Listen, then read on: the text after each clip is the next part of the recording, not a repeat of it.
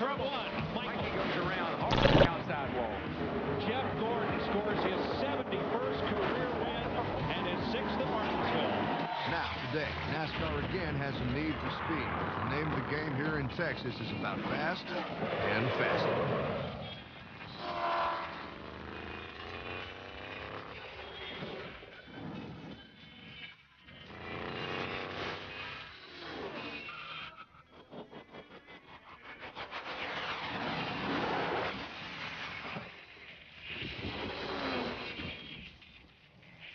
No Great American truce. This is the Great American Speedway. The competition, groundbreaking. And for the fans, ground shaking. A great view. We are close to the action and right on top of it. Texas, hardly a Lone Star State. 43 superstar drivers going 200 miles an hour in front of 200,000 spectators.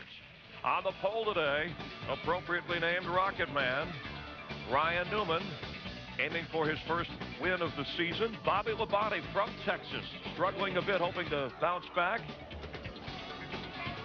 Bobby Labonte feeling a little bit under the weather. We'll see if he can actually start this race today. And Dale Earnhardt Jr. won his first big league race at Texas. Can Jr. capture a win when he needs one more than ever? The answer is 500 miles straight ahead here on Fox. And we welcome you to the place where America gathers every weekend for NASCAR. Along with Darrell Waltrip, Jeff Hammond from the Hollywood Hotel located in the center of the Great American Speedway here in Texas. Chris Myers, and thanks for joining us. Gentlemen, you ready to go? Do things Texas style, as we like to say. Yeehaw, let's get it done. He asked us, are we ready to go? We're always ready to go. That's exactly right. The pressing question. Casey Kane won yesterday's Busch race, okay? He's 25 years old, 6 career second-place finishes in the Cup Series. Could today be his day? Well, I think it's the year of the double. You know, we saw it happen at Atlanta. That's we right. saw it happen. Where else did we see it happen? Well, Kevin Harvick. We saw it happen in Atlanta. And Kevin Harvick. And now I think today is the day that Casey Kane's going to get it done. Well, I think you got to look at one thing when you talk about Casey Kane, momentum. He comes in here from second place finish at Martinsville. He was second here a year ago. He likes this racetrack. It's his style. Very fast. He likes to drive the car up high. He showed us yesterday we got an upper groove. Better watch out for this young man. It could be the day. All right, so Kane is able, but Elliott Sadler beat Casey last year here in a finish that was so close. How close was it, Chris? I'm glad you asked. This, just watch. That's how close it was. Elliott Sadler leading by 1.2 seconds over Casey Kane. Here comes Kane. Sadler by half a car length. Oh, yeah. Back in Daytona, Elliott Sadler said the first 7 races, those are the races that are Elliott Sadler type racetracks, and I've got to take advantage of them. And that's what he's done the last 3 races, 13th to 3rd in the points. Is this the final race for a little while that's an Elliott Sadler type track? Well, I mean, this is definitely an Elliott Sadler style track, and this is where it all began, I think, last year to get our win here, to first win together at Texas. And we got a lot of momentum on the side, getting the pole 2 weeks ago. We're 3rd in the points, a really good, fast race car here. So I would love to get the M&M's brand back in Victory Lane here at Texas, and we'll see what happens. Got a lot of momentum right now, Matt. Real quick, scale of 1 to 10, how's the car? I think it's about an 8.5. I know the 9 car is going to be good, but I learned some things during the Busch race yesterday. I think we're going to be in good shape. We should be there at the end. He starts from the 8th position. Chris? All right, thanks, Matt. Elliott, Bobby Labonte feeling a little under the weather, so they have a driver, Kenny Wallace, standing by to step in if he can't go or has problems in this 500-mile race today. This is a big weekend for the Labonte family. Terry gets inducted into Hall of Fame here on Wednesday night. This is their home track. You're going to have to be pretty darn sick not to be able to get out there and race today. Kurt Busch has somebody standing by. Yeah, right now as we take a look at Bobby Labonte, but Kurt Busch, he's had several really hard impacts with the wall recently, and he is really sore. So they brought one of his teammates, Ricky Craven, in this morning, just to be on the safe side. Now, we're not saying he's got to get out of the car, but just in case he gets to feeling bad, they've got somebody standing by. Craven was in the driver's meeting, and Kurt Busch will join us live here in just a moment. Let's check out the points. Elliott Sadler, whom we just heard from in 3rd place. Remember the chase for the NASCAR Nextel Cup. Not only the top 10 drivers make it into the final 10 race championship battle, but every driver within 400 points of the leader also gets in. Junior sweating it out at 16th, maybe 328 points behind the points leader, Jimmy Johnson. I think some of these guys that were not in the chase last year, you take Dale Jarrett and Rusty Wallace are 2 good examples. I think they learned what they did wrong last year, and now they've improved upon that. That 400-point mark will be big this year. It's going to be huge. But when you take a look at somebody like Dale Earnhardt Jr., who's been kind of like not really hitting on all 8 cylinders so far, he can't afford to give up any more ground. Today's going to be a huge test for him. him and how his point standings are going to reflect at the end of the day. The championship race isn't decided until November. That's down the road. Here's what's around the turn. Dale Jarrett, a championship driver. He's even more on target, though, with a driver in his hand. We'll spend some time with DJ at home on the range. And it's only been a few months since tragedy hit the Hendrick family. DW checks in with Rick to talk about the healing process and the incredible year they're having so far. Kurt Busch looks like a tumbleweed last week. He's ready to hold him in Texas. Defending points champ will join us. Jeff Gordon showed that he could cowboy up at Martinsville. Now he'll sit down for 10 laps with me. Gas and go around the corner. Promises to be no bull. It sounds like a stampede. A stampede! Run for your lives! That's all around the turn, right here on Fox.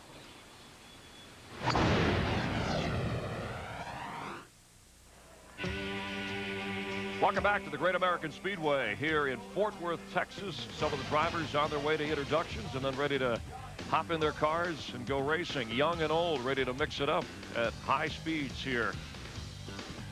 Some new paint schemes. 16 cars have those for this particular race.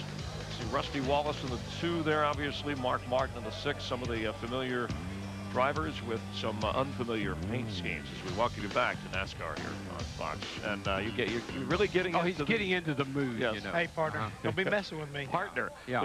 At least you called us partner. All right. Along with the engines, tempers could boil over on this heated track here in Texas. Dale Jarrett, a former winner in Texas, recently involved in a finger-waving altercation with Shane Meal in the Bristol Busch Series race. Jarrett still teed off about that, but responded to everything else.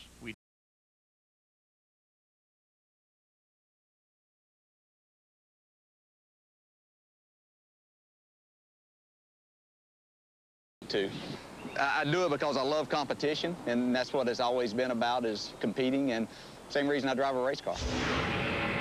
It was great fun watching it all unfold last year, but trying to race your way into that top 10 and then failing that and not being a part of it, we tried to use it as motivation and as inspiration for us to be a better race team this year. We have room for improvement. Through this time, I don't think we've shown how good a race team we are yet. So I think our best racing is yet to come. So realizing that we've positioned ourselves in the top 10 at this point in time, and we still haven't performed at our best level, I think that's encouraging. It was a situation that I felt like that Shane could have used a little better judgment with late in the race, and I was trying to stay off the cars in front of me, and I felt like that he got a little aggressive or wasn't paying attention enough at that point, and that's what I went to convey to it. Didn't appreciate the way that he handled it. Yeah, no, I had no idea. Just knowing me, it's probably a good thing that I didn't. I would have probably cost myself some money there. But it's our society in general that there is a lack of respect for most everything. And certainly, I think there's a lack of respect out there for anybody on the racetrack. It's not, they don't have a lot of respect for their peers and guys their age either. So it doesn't matter if you're a veteran or what you've accomplished. You know, it's over and done. And we'll race against each other a couple more times this year.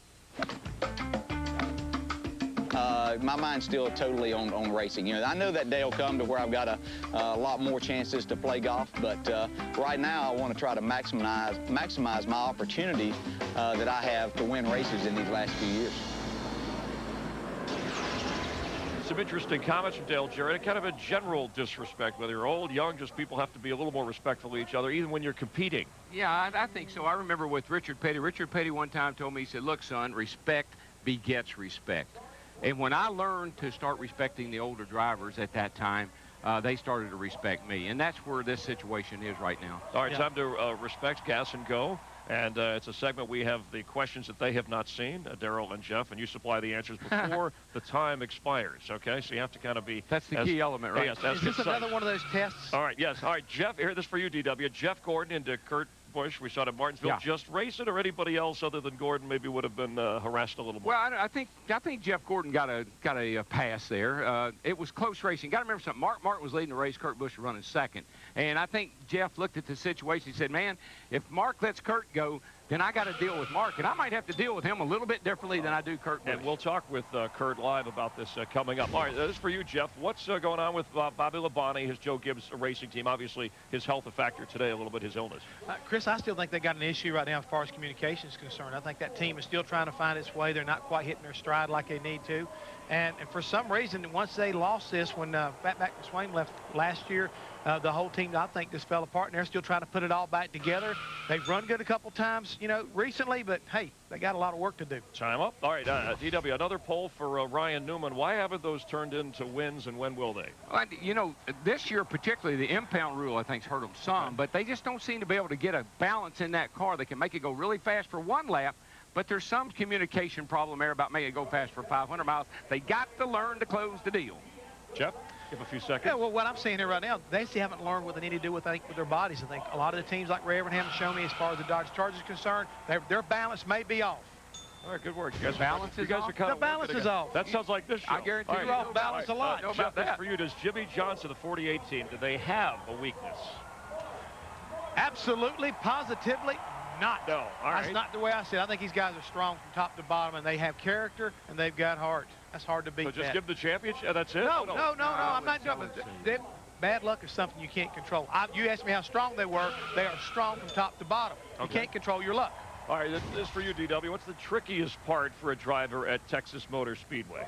Trickiest what about part? The exit the start of the race? Exit out of turn 4? A little, no, turn 2 has obviously been everybody's problem over there this week, and it will continue to be.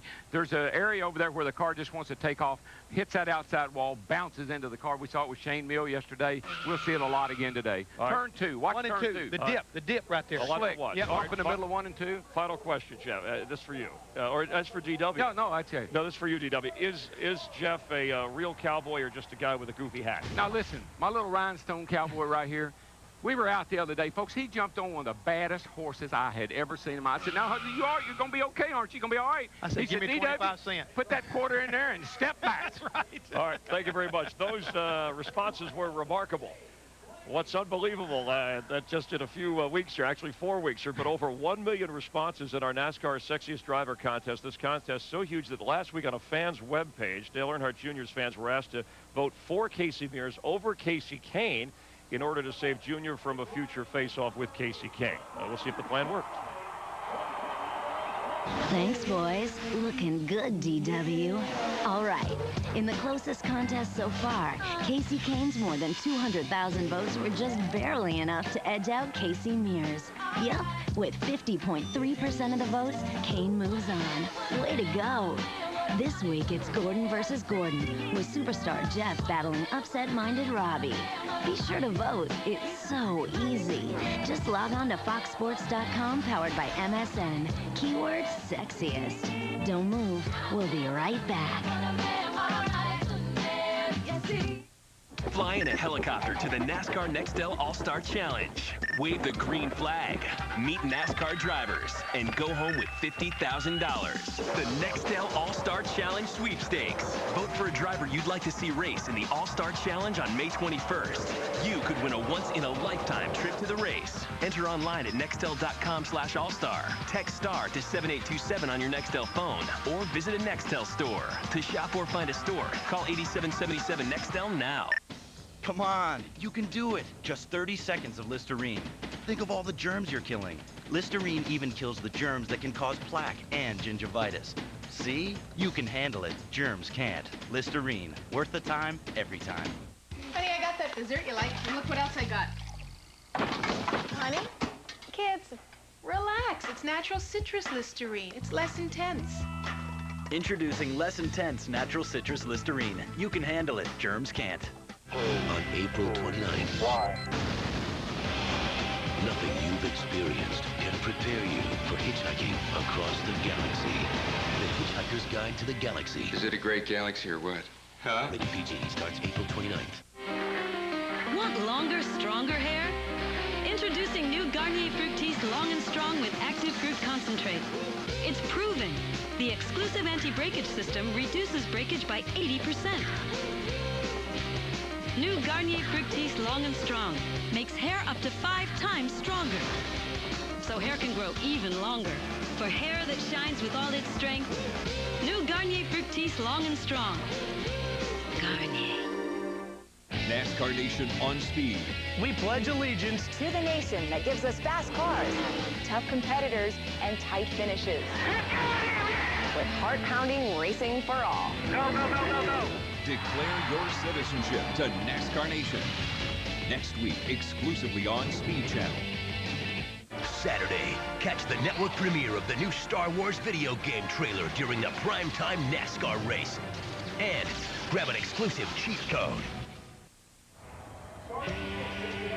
Fans from all 50 states here at the Texas Motor Speedway, and fans of all ages on a warm, sunny day, watching the drivers get introduced. A couple of veterans, Mark Martin, Bill Elliott, Jeff Gordon. Can he win back-to-back after his success in Martinsville? We're counting it down to the start of the Samsung Radioshack 500 coming up here on Fox in just a few moments. Last Sunday, an emotional time for team owner Rick Hendrick. His driver Jeff Gordon winning last week, the third win this season for Hendrick Motorsports. Tragically, last October, it was foggy on the day of the race in Martinsville.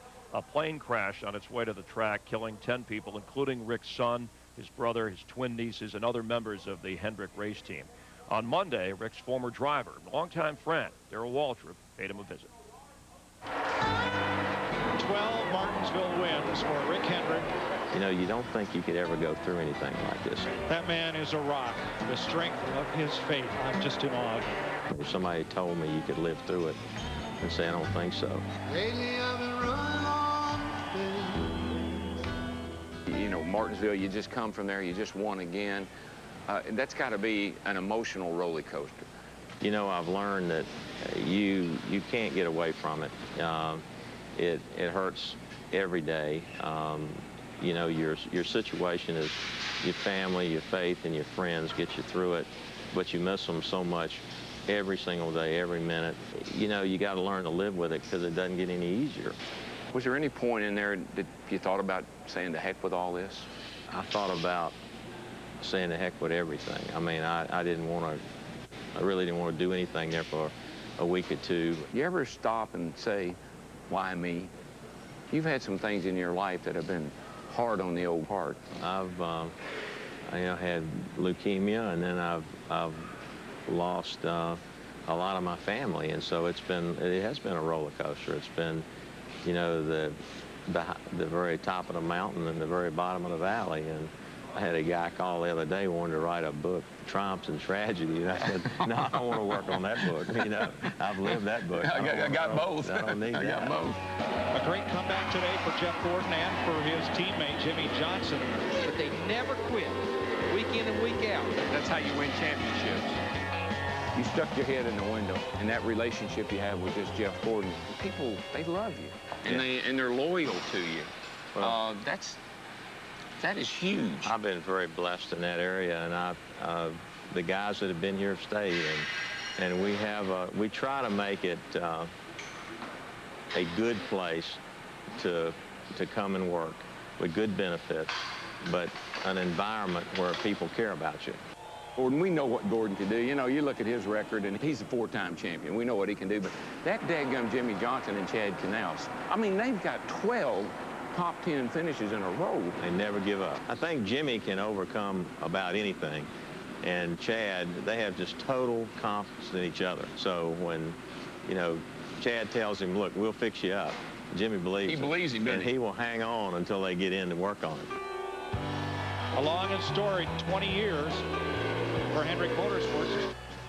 I know there's a lot of people involved, and I know that it takes a lot of people to be successful. But I also know it takes a great leader. And that's one thing I can say, because I've been there, done that. Well, you're a great leader. You're a great inspiration. You're a great friend. And that's it, your friend.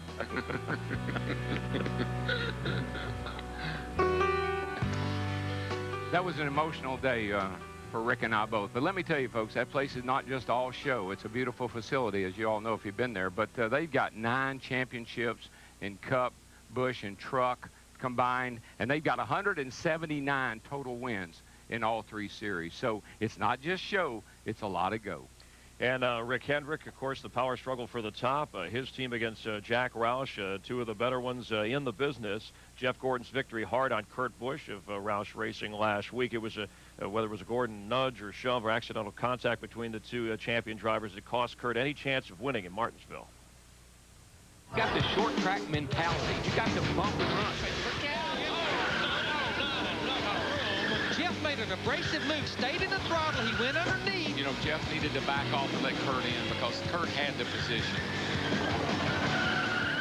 And the defending points champ joining us live now from down on the track as he gets ready to go racing. Kurt, thanks for being with us so close to the race. And just a thought, I know that you spent some time talking with Jeff Gordon during the offseason about what kind of responsibilities you have as a defending points champion. What did he tell you, and did that cross your mind after that incident last week? I'll give you a live from pit road shot here. It's something to where you don't know what to expect as a champion. There's things behind the scenes, and wanted to get a good forecast. And Jeff, he's a four-time champion. I respect him and what he's done. And, you know, I talked to Dale Jarrett, a Ford guy. I talked to Matt Kenseth, a teammate of mine, just try to get a forecast on what to expect, what to look forward to, and just the pressures that'll be on a champion. And, you know, I didn't expect that kind of a move last week from a four-time champion. So he apologized. You know, there's no ill feelings with him, but we'll just move on. You know, it was a tough 3-4 weeks for us, and then I had an IROC wreck on Friday night. So I'm very sore. You know, I'm very tired. I just haven't been able to sleep right lately, but, you know, we'll plug through this. I've got Ricky Craven standing by, and, you know, as they say in Texas, you got a cowboy up. Hey, Curtis, DW, I was looking at your face on Friday night after that IROC race, and I was looking in your eyes, and those were some sad eyes, buddy. You've gone through a lot the last 4 weeks. How are you going to go out there and race today? 500 miles, tough day's work here in Texas. It is, and I've got to trust my crew, and I've got a great car that Jimmy Fenning built me. As long as it's comfortable, it'll be an easier day. If it's not, then we've got to work on it. And I've been through a bunch before. You know, the last 10 races last year, it wasn't as physical as what this is going to be today. But 500 miles here is a long race, but it can go quick if the car's handling good. So that's what we'll try to do and make the job a little easier for my Irwin Industrial Tools team. But, Kirk, you've already said that, you know, you've got Ricky Craven standing by just in case. Mentally, I know how tough you are, but physically, you feel like you can't go the distance today? Because I always believed if I ever got you inside a race car, whether you were hurt or not, that you'd go the distance. Well, it's tough for me to say this, and I had a tough decision to make yesterday talking to Jack Roush, and I'm not 100%.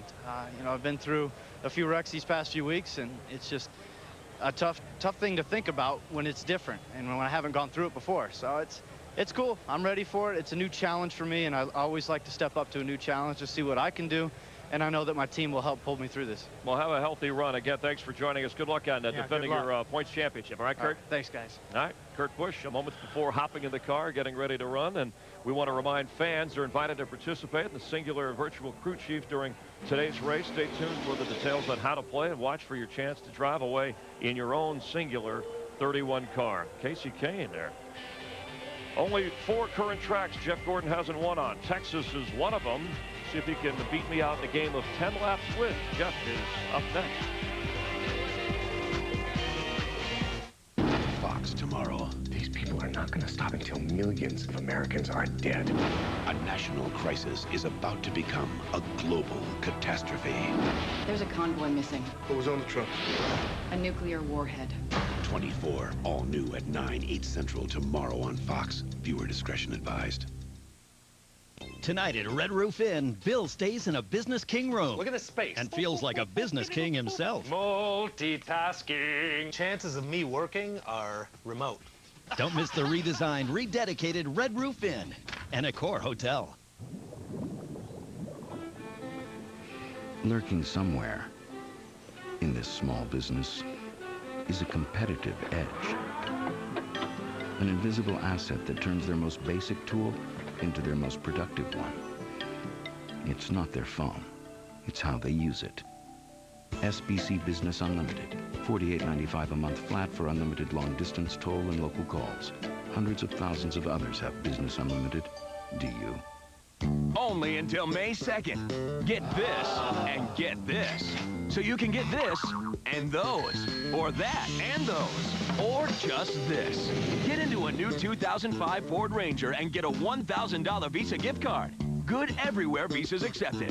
A $1,000 gift card on top of current incentives. So get this and get this, so you can get all this. Only until May 2nd, and only at your local Ford store. Got it? Tonight at Red Roof Inn, Nice. Steve stays in a renovated room. Don't got much hair, but you got everything else. And mixes business with pleasure. Yes, sir. I'm working on those statistics right now. Don't miss the redesigned, rededicated Red Roof Inn and Accor Hotel. We'll visit with Mr. Smartball himself, Ozzie Guillen. That's tonight at 10. You know why I like racing in the NASCAR Busch Series? It's competition in its purest form. I'm not racing for the money. I'm racing to be racing. I've been to victory lane a few times. Been there, done that. Let me tell you, it's no place to rest on your laurels. Every time I get behind the wheel, I have to prove myself all over again. That's why I like racing the NASCAR Busch Series.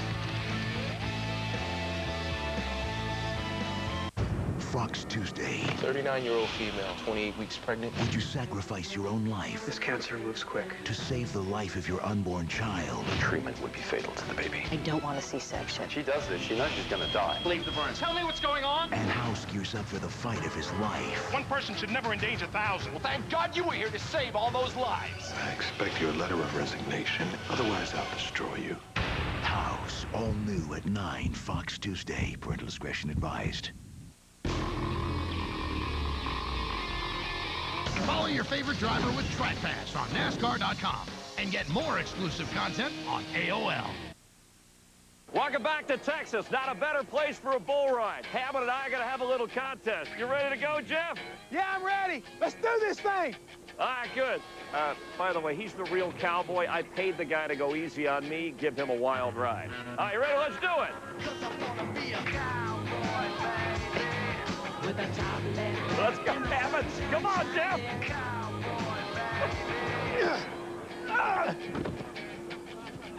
Successful. Hammond, rookie, should have used cruise control. All right, turn this thing off. You know, they made a movie about you two. No, don't go there. City Slickers. You know, there's a reason that bull has stopped with the rear end facing all of us. Are you okay, by the way? I got news for you. That hurt. That was Eddie Gossage's idea, who runs who runs the racetrack. He was trying to. I need to get y'all hooked up with old Curly. All right, we're counting it down to the start of the 500-mile race here on Fox in just a moment. Jeannie Zelasco joining us now trackside to fill us in on a couple of good causes deep in the heart of Texas. Jeannie? Right, Chris. It's like Ray Evernham told me. When you see some of these kids, you just cannot turn away. He has teamed up with Leukemia Society. This chopper for charity is on tour now and up for auction this fall. And the oldest support group in motorsports, Speedway's children's charities, with the help of drivers like Dale Jarrett, raised over $115,000 last night at an auction. Bobby Labonte, Travis Quapple showing support for BlueRibbonsForKids.org. Literally, you could see the ribbon on the car. You could see the ribbon on those of us working for Fox. Do you have yours? Basically, it's a symbol of child abuse prevention and the desperate need for foster families. Over 50,000 confirmed cases of child abuse in the state of Texas last year alone. One more too many, and you can make a difference. BlueRibbonsForKids.org, Chris. All right, thank you very much, Jeannie. Jeff Hammond, national spokesman for Speedway Children's Charities. Nice that a lot of people volunteer their time, and you included. We got a great group of guys here in racing as far as they support charities like Speedway Children's Charity. And it's an honor to be a part of that. And I want to thank Bruton Smith and General Tom Sadler for asking me to do that. And a lot of the drivers are very charitable with their time. Jeff Gordon, a charitable man. Why else would he waste valuable time to sit down with me and participate in a round of 10 laps with? Good question. Yeah, good question. Let's find out. We're making a movie about Jeff Gordon. Who would you want to play the lead? You know, Tom Cruise already played Cold Trickle, so you know that might not work. I don't know, somebody cool, somebody that do a good job. And you've met a lot of celebrities, I know. Is there still a celebrity that you haven't met that you'd like to meet? I'd like to meet Tom Hanks. I've never met Tom Hanks. I think he's, you know, just a tremendous actor. I mean, I'd like for him to play, you know, me, but I don't know if we really look alike or anything. What's the first thing that comes to mind when I say overrated? I would say maybe, you know, making lots of money. You know, I think a lot of people think that, you know, they all want to be rich, and I think that, you know, depends on how you handle it. All right, now, word association, right? First thought that comes to your mind when you throw the word out. It's not scientific, so fame. Wouldn't know anything about it. Oh, come on. Huh? You're not famous. Well, yes, you are. How do you handle that? Yeah, at the racetrack, maybe. Domination. I've experienced it on a few occasions. Ray Evernham. You know, very, very talented guy. Night racing. Love it. Jimmy Johnson. Great. Marriage. You know, I believe in it for the right person at the right time. How about danger? My middle name. See, you caught it. All right. Marriage and danger back to back. Brad Pitt. That's who needs to play him. Brad Pitt. Right. He decides to do his We deal. heard from Kurt Busch earlier, and playing hurt. Daryl, you've done it before, driving hurt with some pain, physical, medical. Yeah, well, that's the whole thing with Kurt. I mean, he's physically hurt. I think he's mentally hurt, and I think his pride's hurt. But I tell you, I said last year he was overdrawn at the Luck Bank, and it's coming back to haunt him. Yeah, but I saw something in his eyes also, and I saw it in Daryl's eyes when he was hurt. It's tough for a driver to get out of the car. It's tough for him right now to get in that car. Right. So it's going to be a tough day for this guy. We'll see. Will Kurt be your pick? Jeff Gordon. Who's Don Imus and his brother picking? You know, from Imus in the Morning. Fred. Thanks, DW. It's going to join Larry and Mike as we count you down to the race here on Fox.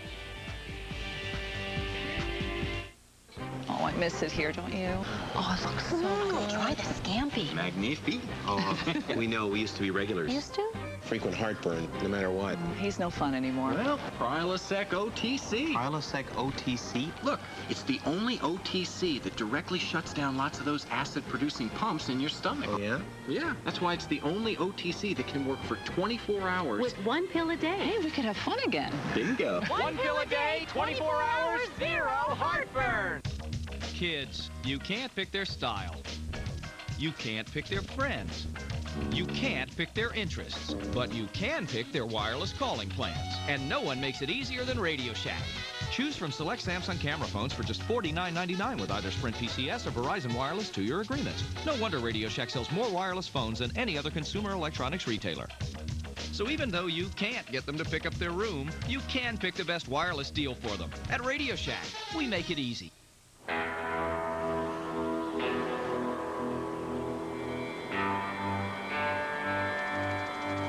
Introducing Roundup Extended Control.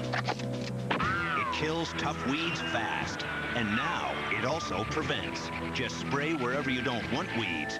And you won't get weeds for up to 1, 2, 3 full months. New Roundup Extended Control. Weeds have met their match.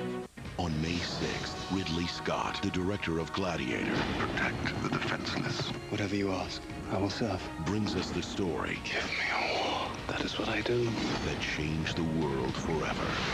The Crusades.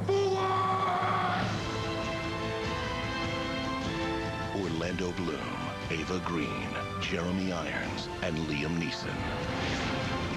Kingdom of Heaven. Rated R. In 2 weeks, Family Guy is coming home. About time I did my fatherly duty. I said duty, but no time to laugh about it now. And from the twisted minds behind Family Guy, meet Stan Smith, the American dad.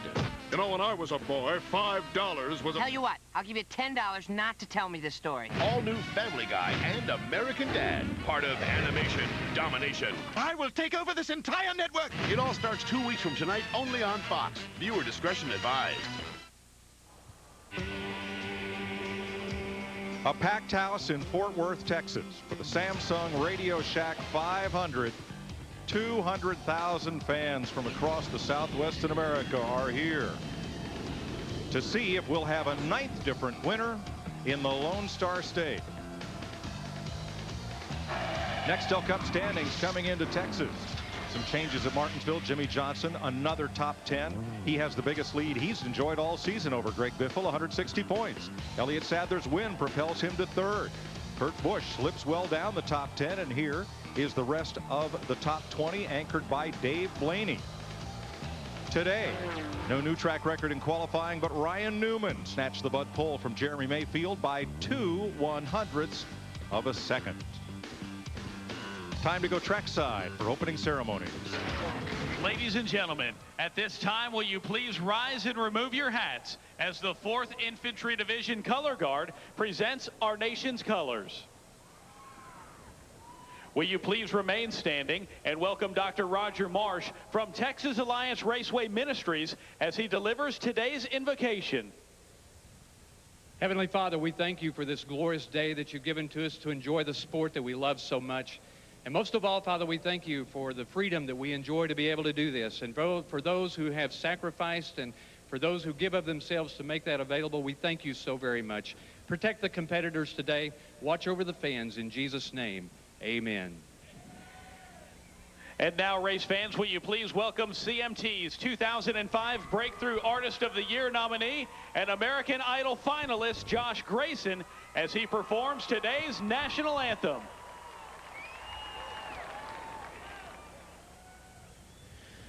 Oh, say, can you see by the dawn's early light what so proudly we hailed at the twilight's last gleaming, whose broad stripes and bright stars through the perilous fight o'er the ramparts we watched were so gallantly streaming, and the rockets red glare, the bombs bursting in air,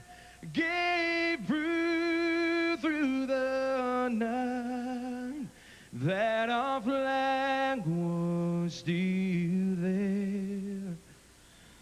Oh, say does that star-spangled banner yet wave o'er the land of the free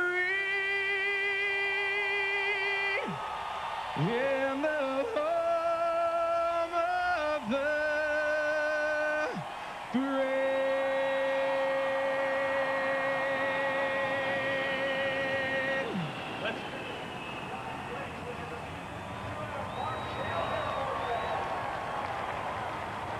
The U.S. Department of Defense has a way for you to show your support for America's troops. Visit this new website and learn to send your own messages and care packages, read messages from service personnel, and find ways to volunteer or make donations to support our troops. Small little details all day long. Gotta pay the rent. Welcome to Texas, everybody. Mike Joy, Larry McReynolds with you once again. 8 years of Cup racing here in Texas, 8 different winners for 6 different teams. But yesterday, Larry, we saw a race that kind of expanded out like the rubber band. It all snapped back together at the finish for a thrilling finish once again. Yeah, I mean, always here, even for 500 miles. And I think what we're going to have, Mike, based on yesterday, is we're going to have side-by-side racing from the drop of the green flag. It's hot here. This racetrack is slick. But going back to yesterday, I just believe if everything will work in favor for that number 9 team, this could be the place that Casey Kane gets that very first Nextel Cup win. But the most interesting story, the man second in points, qualified 5th on Friday, Greg Biffle, had a practice crash yesterday morning. They had to go to backup car. He will be coming through the field, trust me. Casey Kane has, what, 6 second-place finishes? That's nowhere near the record. Bill Elliott and Harry Gant were both in double digits for second-place finishes before they got their first win. But Casey Kane is on a roll, and as Darrell pointed out earlier, doing the weekend double has recently become somewhat of a trend in NASCAR. Live from Phoenix, the chase for the Cup heats up in prime time. Saturday, the Subway Fresh 500. 1, 0, ignition. Saving that push for something really important? Chevy Hot Button is here. Push it real good. Right now, get a great deal on a Chevy Malibu. A better value for your money than any Camry or Accord. Lease an 05 Malibu sedan for around $199 a month. Residency restrictions apply. Call for details. Push it good. See your Chicagoland and Northwest Indiana Chevy dealers. I just can't do this anymore. You want me to be happy, right? I just need more in my life. More flavor and smooth taste. Don't do that. You're the king, and you're funny. Nobody can question that. But I'm kind of into that cold filtered thing. This is kind of awkward. We're gonna get out of here. There's never a hot spot around when you need it. Don't worry. Buddy, go get Wi-Fi. Tired of hunting for random hotspots? Then get Verizon Wireless Broadband Access. Loco! Wi-Fi only works in limited locations, while high-speed broadband access works throughout the Chicago area and other major markets. Sign up now and get great savings on a PC card, so you can stop searching and start working. Verizon Wireless, we never stop working for you. Monday on Fox Chicago. Hunting was his life. Now this disabled man and others can hunt online. Or look at this controversial technology. Monday at 9. Yeah, baby. Yeah. Here comes Gordon. Back again. I'm so stoked. Daytona 500. Jeff Gordon will jump to 6th in the point standings with this win. What you doing, man? Coming for that number 1 spot. I don't like to lose. I like to win. Jeff Gordon, last week's winner, as we transition from the flat half mile to the fast 1.5 miles here in Texas. And this fast track is full of fans. The condos, the Speedway Club, the suites, and the grandstand, the infield. Total crowd here today over 200,000. Budweiser, official beer of NASCAR, is proud sponsor of the Budweiser Pole Award, given to the fastest qualifier at each NASCAR Nextel Cup race. The fastest qualifier today, Ryan Newman. Set for the Budweiser shootout of 06 with his 3rd pole of the year. Joining Scott Riggs, Elliott Sadler, Kyle Busch, and Dale Jarrett. All eyes on yesterday's 300-mile race, in which there was definitely 2 grooves here in Texas. A lot of side-by-side racing, some 3-wide racing. Some of it ill-advised, some of it pretty successful. And Casey Kane spent most of the day on the outside. He wound up in victory lane, and every one of 43 drivers here today is mindful of how Kane won yesterday's race. Let's go to trackside for a unique command. And now, ladies and gentlemen, for those most famous words in motorsports, please welcome our Grand Marshals, George Lopez and Troy Aikman. Señores! Gentlemen! Descendan! Start! Sus! Your! Motores! Engines!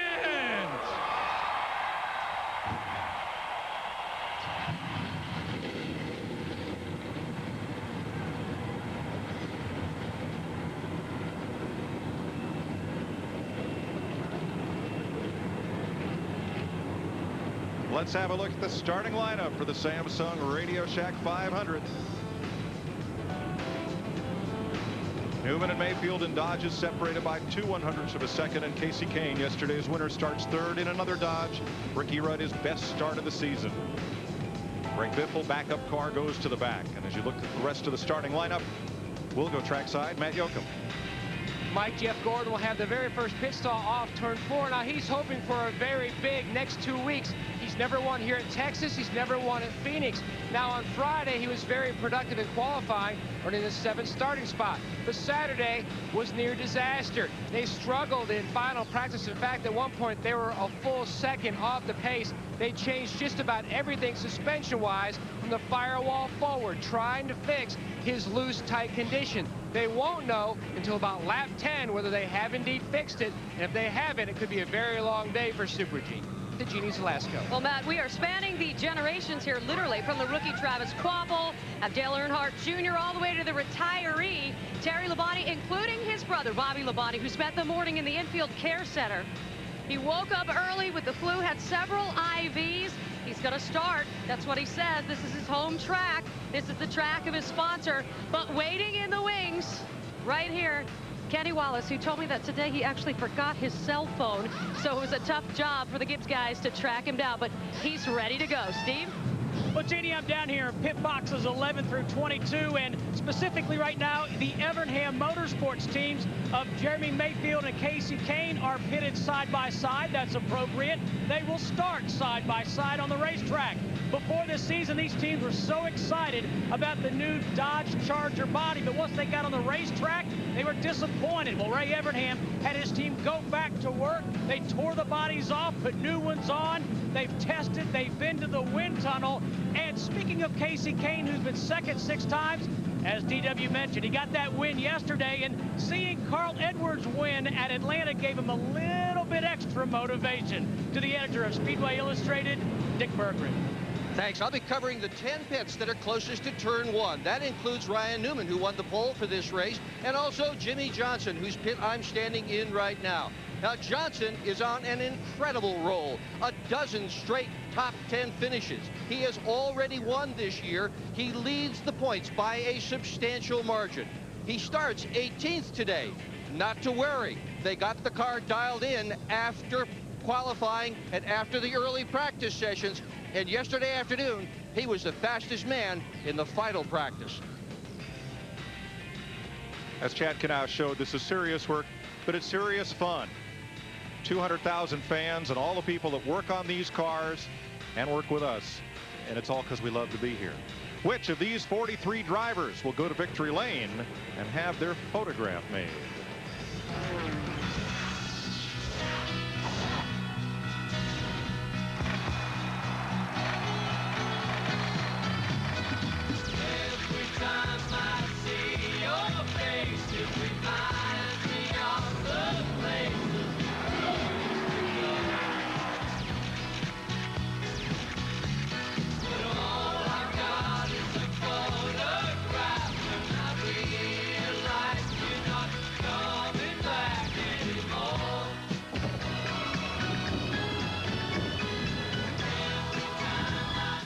How does Kevin Harvick take Reese's on the road? I usually get a craving around lap 200.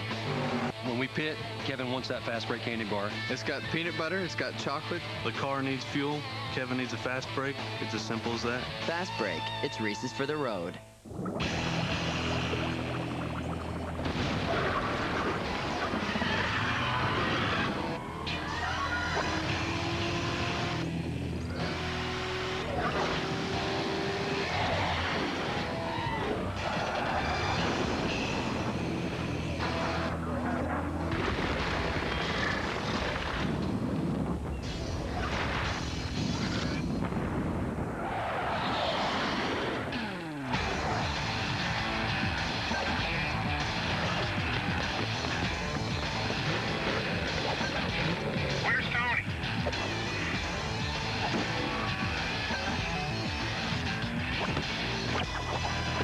Drink up, boys. Playtime's over.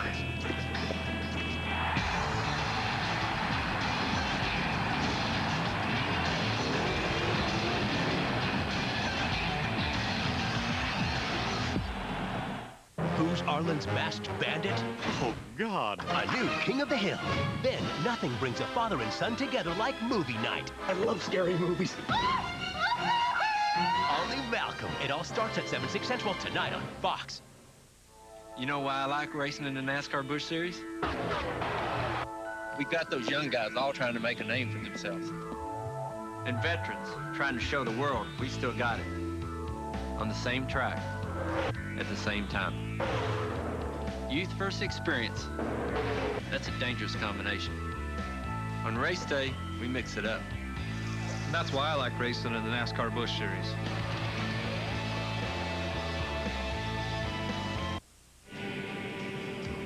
In the heart of Texas, it's a perfect day to go racing. I mean, just look at that track temperature right there, 113 degrees. And trust me, it's not finished yet. It's going to get hotter yet, and it will be slick. We saw the top 10 in points earlier, and an interesting statistic. The average age of the drivers in the top 10 right now, 35. 1 year ago, The average age was just about 30. What's going on here, Darrell Waltrip, now that these experienced and older drivers are the ones in the front of the standings? Well, you hit it. It's experience. First of all, I think the rules package this year, the little shorter spoiler, the softer tires, that's back to the future. The impound rule, I think that plays into the hands of the more experienced, the ones that have been here, done it the most. I think that's what's going on with these guys being up in the top 10 and the age. And DW, most of them, with the exception of Casey Kane, when it came time to go fast on qualifying day at the fastest racetrack on the circuit, they got her done then because they're starting them near the front as well. On the pace laps, time to go down to the Fox Cutaway Barbecue. Chris and Jeff. Jeff Gordon starts 7th, but after the final practice session, not real happy with the car. They did a lot of adjusting. Jeff Hammond, talk about the tools of adjustment as we go 500 miles today for every crew. Well, obviously, it's going to be the wedge wrench put in there to make your adjustments for your track bar or your wedge. The other thing is spring rubbers.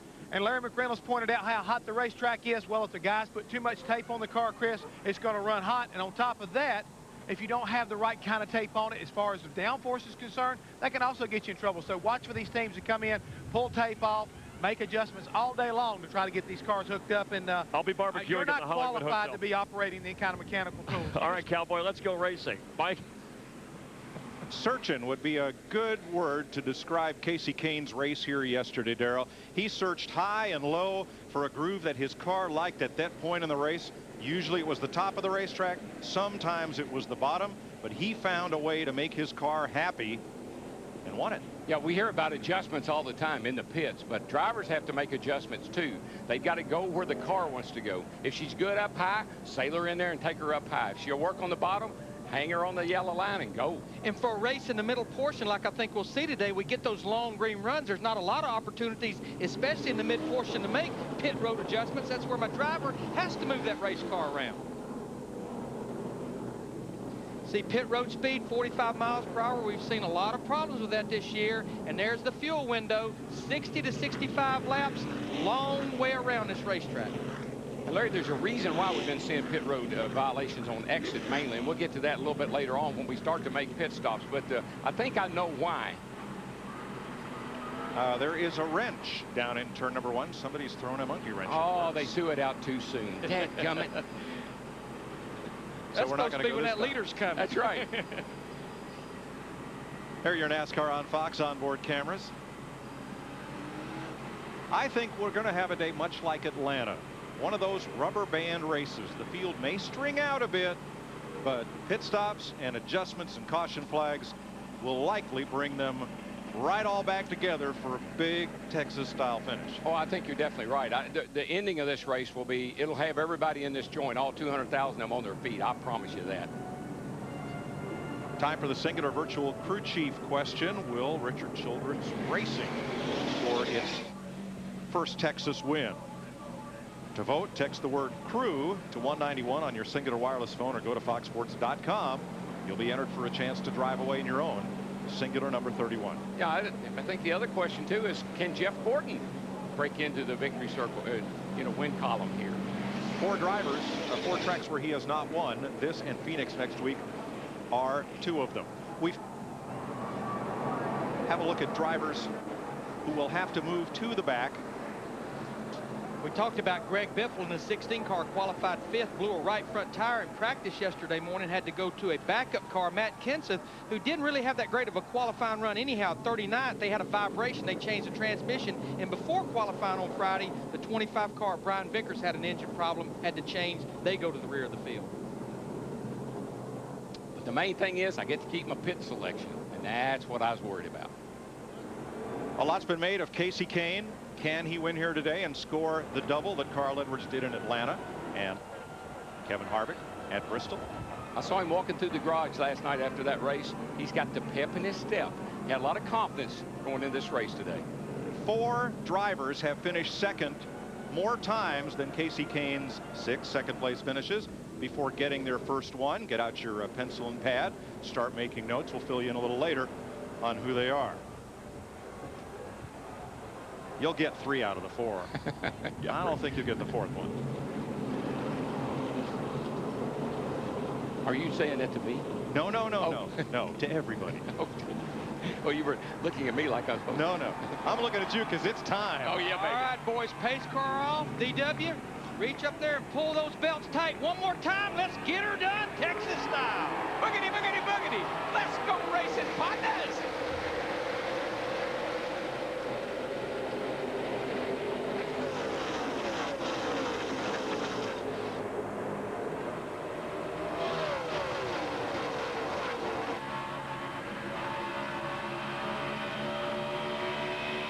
Nice clean start. You heard Ricky Rudd burp the throttle just a bit there. Look for trouble off a turn too early, though. That's where the trouble spot seems to be. DW, they're already 3 and 4 wide through 3 and 4 over the front stretch. 4 abreast. Jarrett, Quaffle, Bobby Labonte, and Jimmy Johnson on the first lap. Still riding with Ricky Rudd here in the 21 lead change here car. going down the back, Larry. The 19 car pulls the inside of Ryan Newman, and he's going to take the lead, and he's going to bring Casey Kane on the outside. There's Casey Kane in that 9 car, exactly where he was yesterday in the Busch race. Anybody surprised? Not at all. Whoa, round goes the 07. Dave Blaney. 43's in the grass. Everybody's taking evasive moves. 42 down the pit lane. And I don't believe anyone else got damaged. Everybody straight right there. Like I said, watch that turn 4. Could be trouble today. First caution of the day, Dave Blaney's spin. Now the infield at Texas, or rather the grass in this quad oval, has its pitfalls too. A couple drivers shot through the grass for evasive action, but as we saw in the IROC race Friday afternoon, there are storm drains there, and one of them was the undoing of Kurt Busch in the IROC race. Yeah, these things don't like to go off-road, I can tell you that. They don't like off-roading. See him. He just gets up high, yeah, and he's up high, and he just gets around, does a great job, stays in the throttle. Man, that's important. Stay in that throttle till she turns around with you and then head home. Riding with Kevin Harvick. There she goes. Almost like it started hitting the bumps, Daryl. The more it hit the bumps, the looser it got. She had the hospital hop right there. Dale Jarrett's view. Yikes. Come on up a little bit. Come on. Whoa. Double yikes. And from pit road. Look, look, look. He's grabbing the guy and saying, look. Jeff Green slid through the grass, and Carl Edwards took a big bounce. Don't know if that'll damage his 99 or not. Kids, you can't pick their style. You can't pick their friends. You can't pick their interests, but you can pick their wireless calling plans. And no one makes it easier than Radioshack. Choose from select Samsung camera phones for just $49.99 with either Sprint PCS or Verizon Wireless 2-year agreements. No wonder Radioshack sells more wireless phones than any other consumer electronics retailer. So even though you can't get them to pick up their room, you can pick the best wireless deal for them. At Radioshack, we make it easy.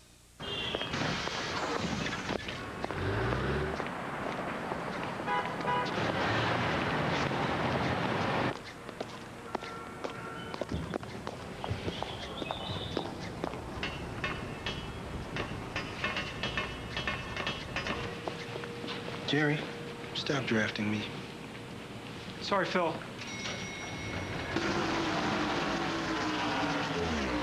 FedEx is proud to introduce the number 11 car. I still don't get it. Let's say that your ham sandwich is a computer on a basic high-speed connection. And let's say that my tuna sandwich is a computer with the protection of AOL. Uh-oh. There's a whole bunch of spam. Some viruses. Now, which would you rather have? Basic high-speed connection or high-speed with AOL? Of the tuna. Actually, the tuna's mine. Get AOL on broadband for greater peace of mind and much more. Want a better internet? You belong in America Online.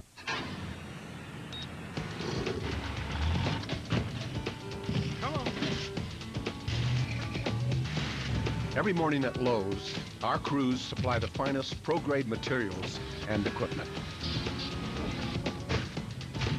Roll in, load up, roll out. Taking notes? Just drive. Lowe's, home of Jimmy Johnson, Team 48, and everyone who gets the job done fast.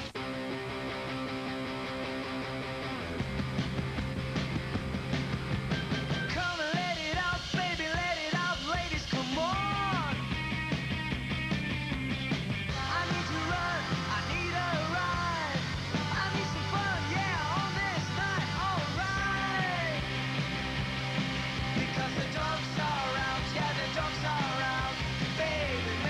Chevy. The revolution races on. The Samsung Radioshack 500 on Fox is brought to you by Radioshack. You've got questions, we've got answers. By FedEx, proud sponsor of the number 11 car. By Lowe's, where you'll find all your home improvement needs. Lowe's, improving home improvement. And by Chevy, the defending manufacturer's champion. The revolution races on. And from Michael Waltrip's in-car camera in his Chevy, his Napa Chevrolet, as we look at what caused the first caution here. Well, he's going right along behind Kevin Harvick. All of a sudden, he sees Dave Blaney in 07 just back in this little, comes around. He's back off in the grass. You see Carl Edwards, he's diving for the grass. The 88 car, Dale Jarrett, he's trying to figure out which way to go. 4 cars down in the grass. I mean, all these guys are woeing up, waving their hands, trying to find an area where they can keep themselves out of trouble, not get running the back of it, see what happens to the 07 car. Everybody did a really good job.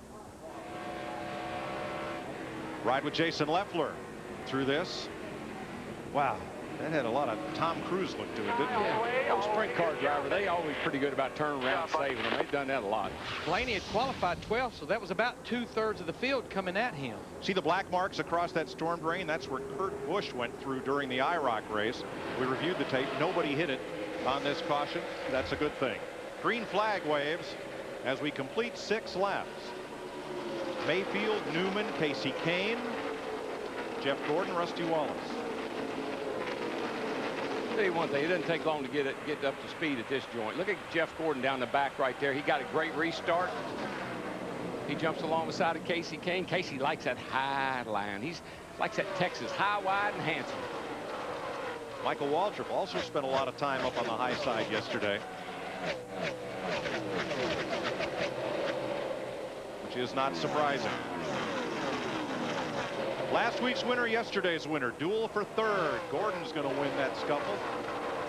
Brings Tony Stewart in the 20 car with him. Tony looked awfully good in practice yesterday. Of course, had one of the better cars at Martinsville last week till he lost the right front wheel. And that big round goes somebody there. Is that the 10? Scott Riggs, the 10 car. Caution is out again. Oh, my. Right down in front of everybody. Garage stall, guys, go. Garage stall. One thing you got to remember, we always talk about yesterday and what the race was like yesterday. These cars have less downforce in the rear than the Busch cars do. These cars have an inch less spoiler on the back than the Busch cars do. That makes these cars a lot looser to drive.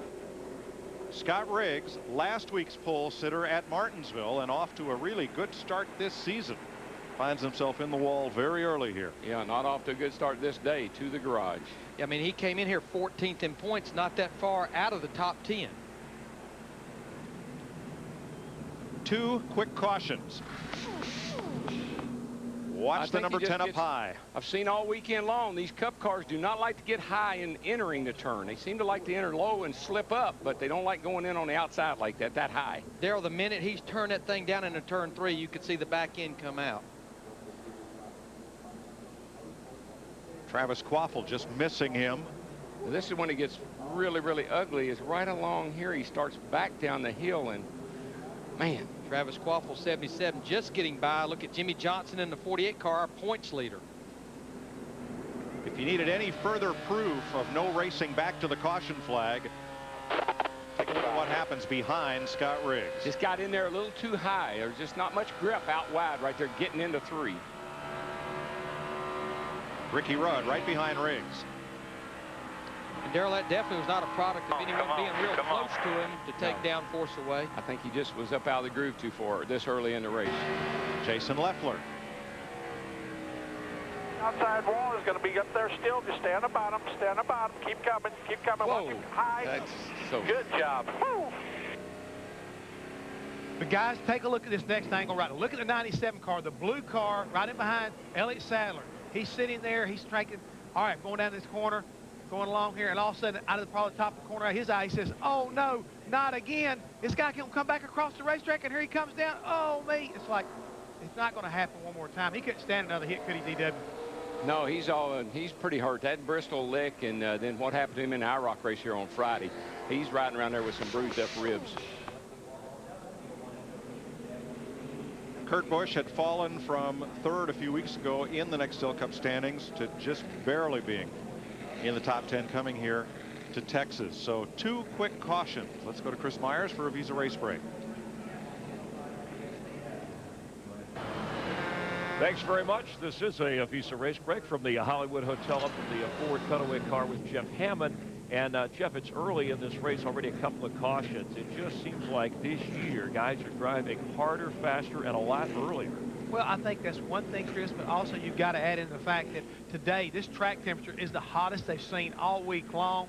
And depending upon how your car was in yesterday afternoon's practice, what changes you made this morning, it may not be reacting the way you expected. Low air pressure, all these things kind of contribute. You get up out of that groove just a little bit. We've already seen there's no grip there early. And you responded with Kurt Busch. We'll keep an eye on his physical condition, as we talked about that in the pre-race show. Also, Bobby Labonte, we saw him below the Hollywood Hotel moments before the start of the race. Looked very ill, woke up with a stomach problem, as Jeannie Zalasko reported. Had IVs all throughout the day. Right. Kenny Wallace gave us the impression that he would not be able to finish, but he's hoping to.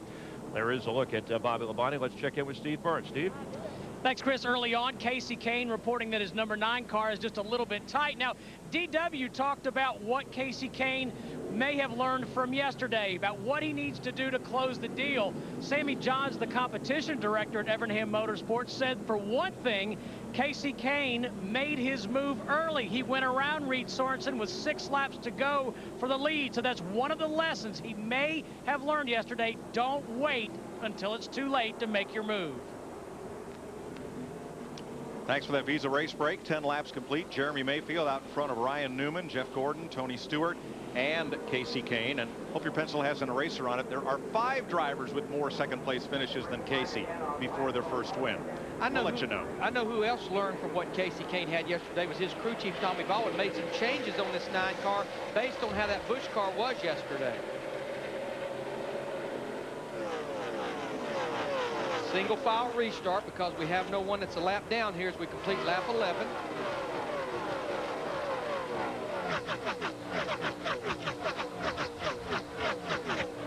You know, we talked about Greg Biffle in the 16 car who had to go to the rear of the field, and I've been watching him. He's been getting about 1 or 2 cars a lap, and now he's already up to the 24th position, gunning for more. Matt Yoakum. Biffle said, Larry Mack, under that caution, that he tried the high line. It was way too free when he went around the 22 car of Wimmer. He will stick to the bottom for now and let other guys like Casey Kane dust off that higher line. Ryan Newman had to lift in turn 2, Darrell, and he's going to give up second spot. Yeah, that's been a real trouble area over there. The guys get off the corner there, and they got to get up out of the gas. It opens the door for somebody to make that move. It also opens the door for somebody to run in the back of you if you're not careful. Tony Stewart to the bottom, Casey Kane, and that yellow car, yes, that is Rusty Wallace. Oh, Russell, he's up in there hustling it, isn't he, Larry? He likes his old car today. He was happy in yesterday's practice, had a good qualifying run, qualified 6th, and as we talked about, Casey Kane, little bounce and Rusty step 2. Yeah, he'll be wanting to run that yellow car every week. Dale Earnhardt Jr. underneath Wallace, and moving up to 6th.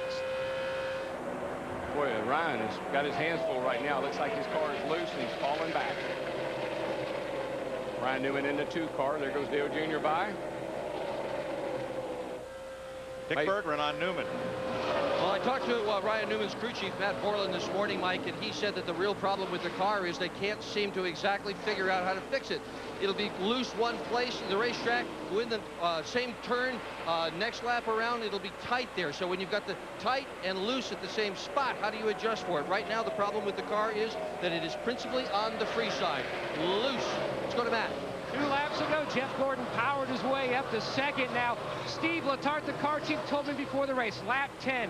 That's where they'll know how much work they'll have to do to this 24 car. Jeff says the car is a little loose. It was tough to tell in traffic, but he says he feels better behind somebody. If he was way out front, he says it may be too loose.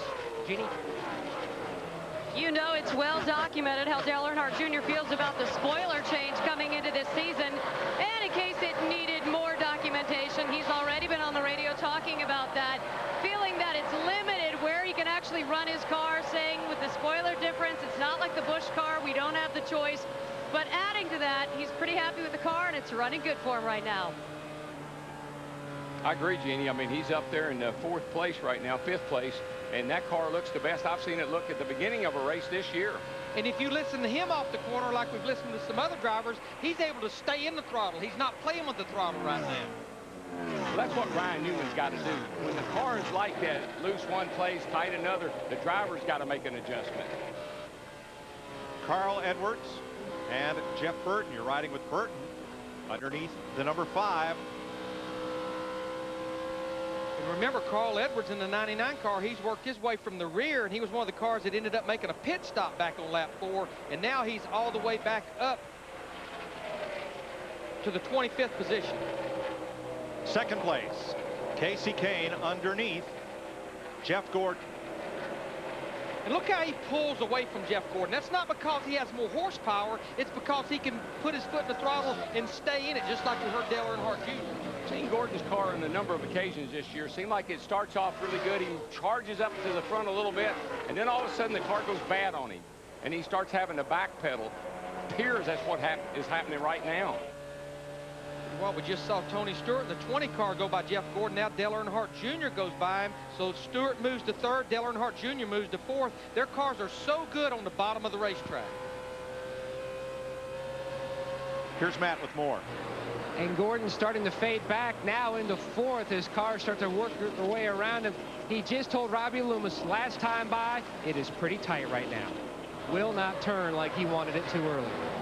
Of course, Matt, that's probably only going to get worse because as the fuel load burns off, more rubber gets on this racetrack, the front's going to want to slide more and more. Yeah, and if you work the right front tire, you build up the air pressure in that right front, it's going to push more as well, Larry. Results of our first virtual crew chief question from Singular, Richard Childress Racing. Can they score their first Texas win? 4 out of 5 of you don't think so. And the other thing, the issue here is we've seen a little bit of a tire issue on and off here all weekend. You start abusing that right front tire, I hope he has one of those, what they're calling now, bead blowers. It's a brake blower that they direct directly at the bead on the right front tire to try to keep the pressure from building up and take care of that right front tire. Casey Kane, 0.6 of a second back, but 0.3 of a second a lap quicker than Mayfield and catching him. And we're riding with the 3rd Evernham car here right now. This is Bill Elliott, qualified back in 15th position. He has now cracked the top 10. He's up in 10th position. And we've been following the Greg Biffle story. Remember, had to go to the rear of the field because of going to a backup car. He just went by Jimmy Johnson. He is now up to the 17th position, less than 25 laps into this race. He's halfway through the field. That's the car in which Biffle won at California, race 2 of this season. First half of that mountain's pretty easy to climb. It's that next half it gets tough. It gets a little steeper. Oh, round goes somebody on the back. Leffler. Everybody scatters. Hang on to it as straight as you can off the brake. Somebody got into him. I couldn't tell who it was. I think it was that pedaling off a 2 over there deal again. This will definitely be, I think, the caution that cars like Ryan Newman, Jeff Gordon were looking for now that we're getting close to halfway through a run. Their cars were not driving very good, and they were going backwards. I'm hearing we might see a driver change in this little hot rod here before too long. Jason Leffler brings out the 3rd caution of the day. Lap 23. Here's a look. Oh. May have got a little help from Robbie Gordon in the 7 car. Looked like he was a little free anyhow, and then of course Robbie in the throttle. What we see over there is, and it's hard to tell from just watching it, is guys are having to lift a little bit because they get to pushing off that turn. When they do, if somebody's right up on your back bumper, they just can't slow down that quickly. You hear him playing with the throttle. That little playing with the throttle, the guy behind you is wide open. He's going to hit you. Hang on to it as straight as you can off the brake. He almost saved it from the inside wall. Pits are open. Here they come, Matt. And the Dodge boys lead him down as Jeff Gordon peels off. Now Robbie Loomis will try to fix the 24 car with an air pressure, ½ a pound adjustment in the right rear tire. Meanwhile, Tony Stewart started off loose, gone to the tight side. Shaggy Larson already completed the track bar adjustment on the 20 car. Jeannie Zelasco. Track bar adjustment as well for the 8 car of Dale Earnhardt Jr. As I just mentioned, very happy with this car. So really just that adjustment and the 4 tires. Steve? Jeannie, Jeremy Mayfield said he's just a little bit tight off of 2, neutral otherwise. Casey Kane says the back is sliding out, a log jam on pit road. Sticker tires for Casey Kane. 4 cars got together right at the start-finish line, and somebody lost a wheel. Now they're dodging tires and wheels. Dale Jarrett just gets by it. And what that log jam really jammed up Tony Stewart and Jeff Gordon. They drove all the way out in the grass to go around cars that had just stopped on pit road. I've never seen a pit road look like that with all the cars and wheels and everything. That's amazing. Cars in the back of the line trying to get into their space. Cars that are finished repair trying to get out of their space. Log jam's a good word for it. We had 40 cars on pit road at one time this early in the race. Jack says the same thing. So I've never seen anything like that in my life. A mess. Jason Leffler pulled out in front of Terry Labonte. Watch the 44, who does not even get into his pit. Wham. Leffler just running aside of him. Now here they come. Got a whoa, stop, go, out in the grass. This looks like the crowd trying to get to Highway 114 in about 4 hours from now. And Darrell, we talk about this. There you see the loose tire and wheel. We talk about this every week. That's on the crew chief and the spotter's shoulders to let that driver know that many cars are coming down pit road. Going, all clear, going 4,000. See Tony Stewart in the 20 all the way out in the grass. You heard Pete Rondo talking to Dale Jr. He sounded pretty excited. Good reason to be. I'm Chris Alexander. I'm Joe Lay. I'm Lisa Adelsberger. And I'm proud to work. Jason Leffler has taken his car to the garage. Sterling Marlin. Last time around, picked up points for leading a lap. So did Kyle Petty. Happy birthday, babe! There's a great idea. Let's crank it up.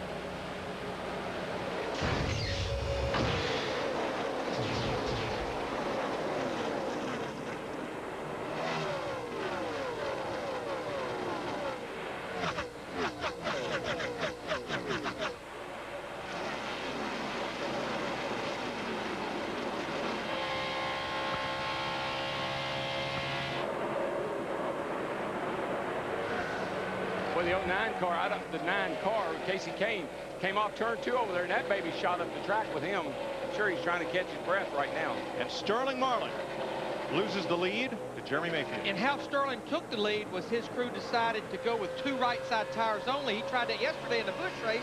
Didn't work too bad for him. He thought he'd try it again here early in the race and find out what it would do today. Got to get that almighty track position. That's all the crews talk about, track position. See, Greg Biffle in the 16 car, he's going by Michael Waltrip in the 15. That will now move him into the 12th position. Remember, starting at the rear of the field, less than 30 laps, he's almost made it to the top 10. That's that old California car. It looks like she's hunting here. Well, he moves underneath Casey Kane, who started to 3rd. Here's Steve in Kane's pit. Mike just heard Casey Kane tell Tommy Baldwin the sticker tires wouldn't turn for me when I got down into turn 1. Well, it's probably a product of sticker tires like Jeff Hammond talked about also a while ago. They really lower the air pressures down on these tires for a long run. Yeah, that makes all the sense in the world because that thing went down in turn 1 and she shot up the hill. Jimmy Johnson made 2 pit stops under that caution, Dick.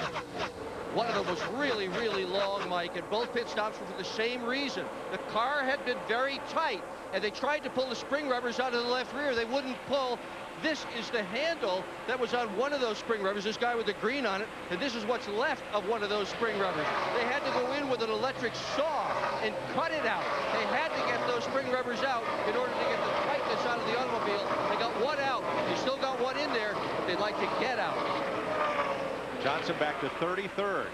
In spring rubbers, they put them in increments. You could have one spring rubber cut in about 4 pieces, and you ease them out as the race goes on. Jeff Green and Bobby Labonte. Scott Wimmer in a 22 You can car close your eyes and know that Bobby Labonte was going to be in it. Bobby Labonte was ill to start the day. Add ill-tempered. 25 car got into. He's coming to pit road. There's the 18. We anticipate, you know, they'll try to fix this car and get it back out there. You see Brian Vickers in the 25 car, but Bobby Labonte, 6 races this year, 4 DNFs, engines and wrecks. Big wrecks. That's a shame, Scott Wimmer. I talked to that group this morning, the 22 car. They felt like they had the makings of one of the better cars they've had this year, and there you see everybody's nose crunched in, be going to the garage area for repairs, I'm sure. Brian Vickers had a part of that, and he wants to go behind the wall. You see him signaling. 43 here. Mark Martin right alongside, or near alongside. Jeff slips up in front of Mark and didn't quite have Mark cleared. Mark gets off and Mark backs off.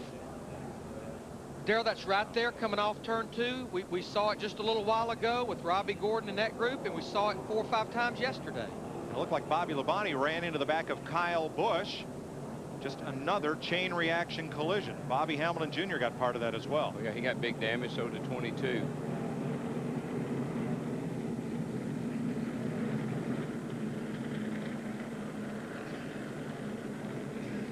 Carl Edwards and Robbie Gordon just squeaked through.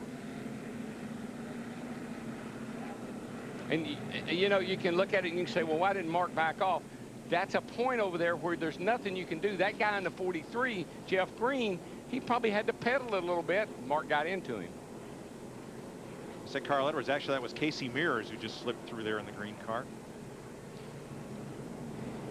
You could see Mark pedal it just a bit to try to let Green straighten himself out, but you do that, Darrell, don't you risk getting hit. You're already free right there anyway as you come off that corner, and so a little bitty bump like Mark gave to Jeff Green sends him around. We've seen about 10 cars at the rear of the field make a pit stop, including Jimmy Johnson. Another major adjustment on that 48 Lowe's car.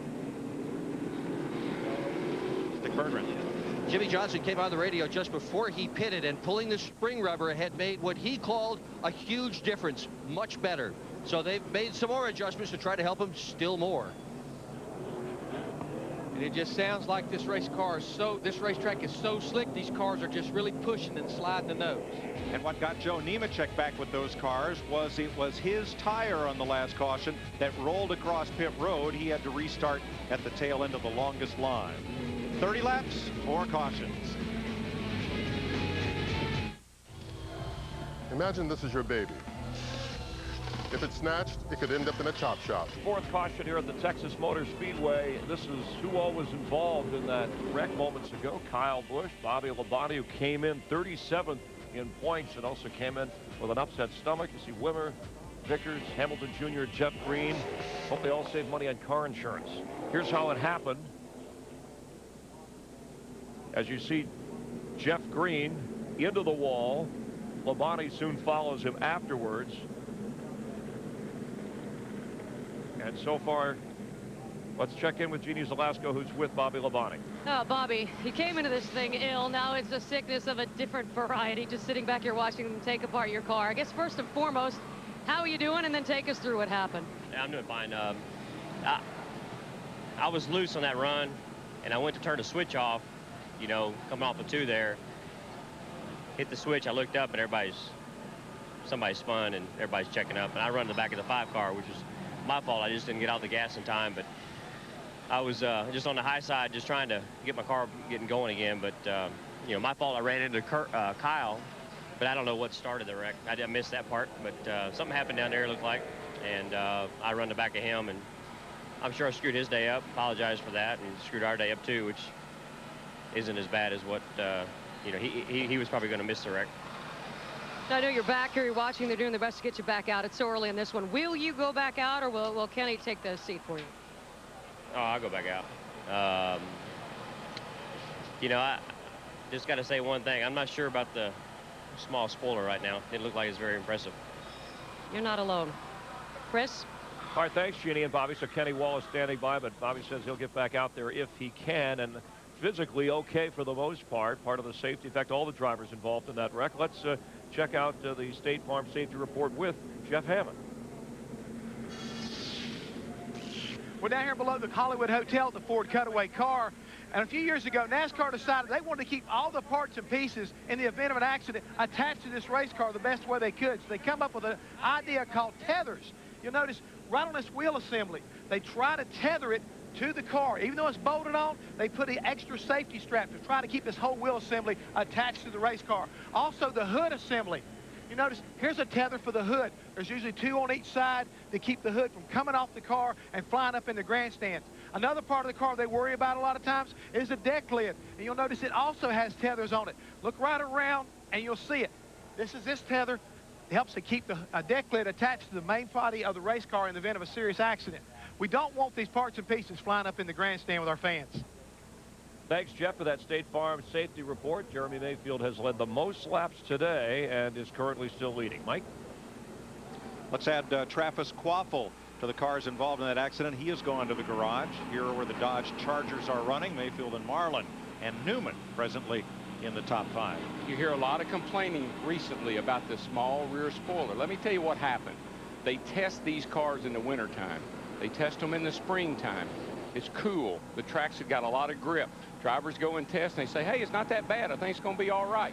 As the summer gets here and the tracks get slicker, you need rear downforce. And that's what's happening to these guys. As we go into the summer, they're going to be squealing about these rear spoilers. Every driver has his issues, and Dale Jr.'s right now is not about the rear spoiler. It's the other end of the car. About no more. But I'm going to be really bad out here down the straightaway on the restarts and all that stuff. And we need to, I know we are trying, but we need to fix it soon. Charlotte can't come soon enough. Now, the rule change is what's affecting him. The gear change. The gear rule has killed DEI's engines.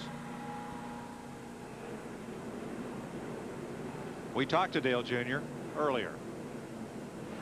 We need to grow larger as a company. We're really busting at the seams as far as room and how we can become larger and be more productive. We need more building space to be able to have a larger engine program, be able to have a more organized engine program. Same for the fabrication department. We're busting at the seams in the buildings themselves. It's kind of like anything else. If you're going to do it, you might as well do it all the way. And we need to do it all the way on a lot of things. There's a lot of things we're trying to just get by with a little bit here and a little bit there, where we need the whole program to be effective. 38 laps complete, 35 cars on the lead lap. The other 8 are in the garage.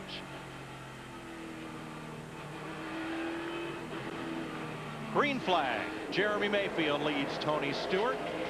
Kurt Busch, Sterling Marlin, and Ryan Newman did not get a good restart. Rusty Wallace catches him and passes him going into 1. And Dale Earnhardt Jr. in the 8 car was going to make it 3 wide going off into turn 1. And you see right there, Greg Biffle, we've been talking about him since the last drop of the green flag. He now moves well into the top 10, up there battling for the 7th spot. Lead change. Tony Stewart dives underneath Mayfield entering turn 3. Tony's car, I don't know that it has moved off of that white line through the middle of the corners, Dale. He's hugging right around the bottom. Well, through the years, the Gibbs cars have been just absolutely strong on the 1.5 miles. Charlotte, Atlanta, and that doesn't surprise me. They get that package working, that thing will go. Dale Jr. works underneath Ryan Newman. This is for 6th place. He's going to drag Biffle with him as we go to the garage. And Jeannie. Petty car is trying to spend the past few weeks making a resurgence, but Jeff Green back here, you can't get a lot done, unfortunately. No, our Cheerios Dodge is really tore up. About as bad as I've seen one so far this year, anyway. And I don't know, Mark just turned me around. We had him hung up on the outside, and I was pushing a little bit, so I had to get off the gas a little bit, but he's got a throttle spring too, and he can get off the gas too. So I got a lot of respect for Mark Martin. I'm not down on him, but he's smarter than that too. All right, thank you for the time, guys. That's what we were talking about. You know, he's pushing a little bit. He's got to lift a little bit. Mark's right on his bumper. Make contact. Darrell, we've been watching Ryan Newman right here in the 12 cars. We're riding with Kevin Harvick. Remember, that car was not driving very good. Ryan Newman's was not at the drop of the green flag. I think they've made adjustments, but you can see that car. The back end of the car is not settled down as Casey Kane in the 9 is going around him on the high side. I think those new tires, I've seen that. We've seen it on the 9 car before, Larry. Put new tires on that car. They're not too good on the restart, but once they get a few laps on them, the pressures come up, that thing takes off. And man, I just saw our video of Jimmy Johnson. He was all the way up against the wall down in 3 and 4. This is only the 2nd Texas Cup race that Tony Stewart has led, and he is driving away. Yesterday, driving for Kevin Harvick in the Busch race, he got turned around to the inside wall, and his race was over almost before it started. How about last year's winner, Elliott Sadler?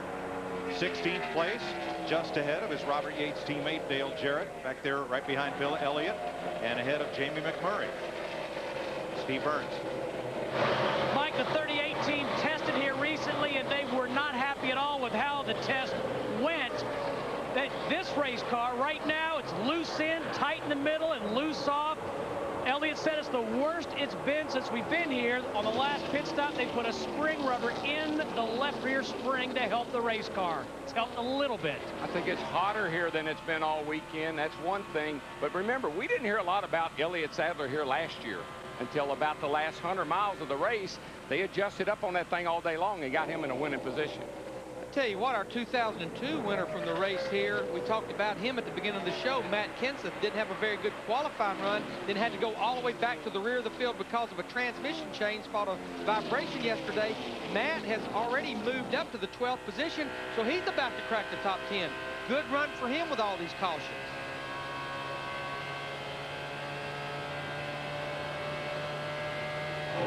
Second place, Kurt Busch. Driving hurt, crashing 4 weeks in a row, including Friday's International Race of Champions event here. I think the biggest thing Kurt feels like is it has to be much safer at the front of this pack right here. I think he and Tony both. Steve? Mike, I checked with Jimmy Fennick this morning on that 97 car. They made a lot of changes. They changed springs, track bar, nose weight.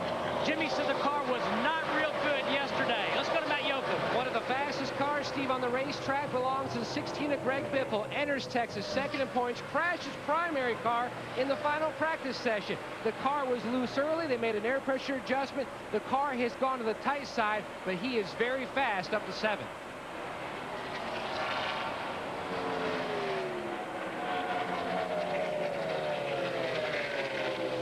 Next week, the first Springtime Cup race at Phoenix, and you'll see it in prime time on Fox, 7:30 Eastern Time. They're from Phoenix International Raceway, under the lights. It's one of my favorite racetracks. Always love going to Phoenix. That little dog leg in the back there makes that mile racetrack fun to drive. Saturday night, under the lights.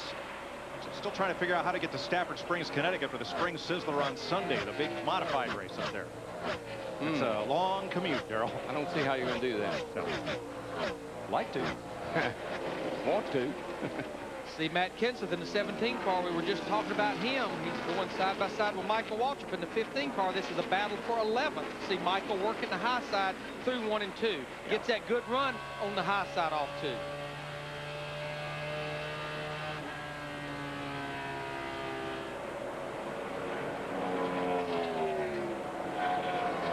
Greg Biffle in a fast car from the back. That was the fast car. That was the bullet they brought to race at Texas.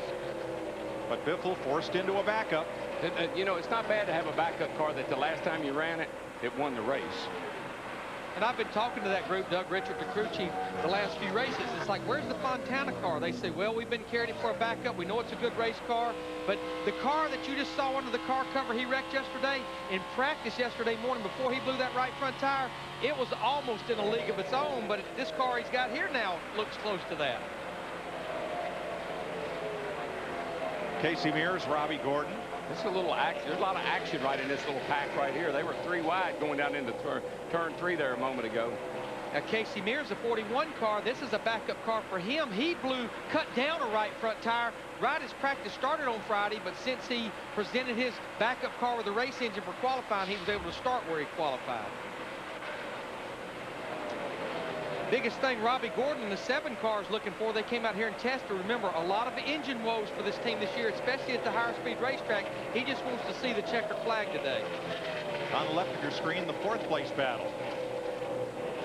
And I think Sterling Marlin in the 40 is starting to lose a little bit of ground. Remember, he changed just those 2 right side tires on the last pit stop. I think the big thing they were looking for is maybe another caution 20 or 30 laps into this run, Darrell. He did that last week at Martinsville. Got him some track position, got him a good finish. Trying it again today.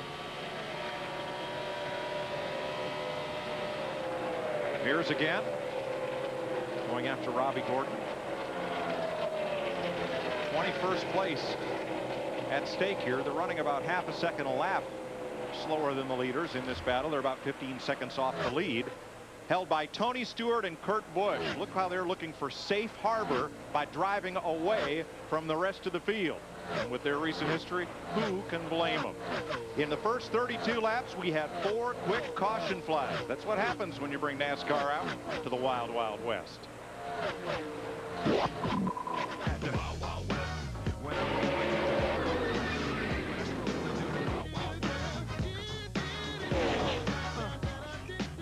Can't stop the bum rush. The Wild Wild West.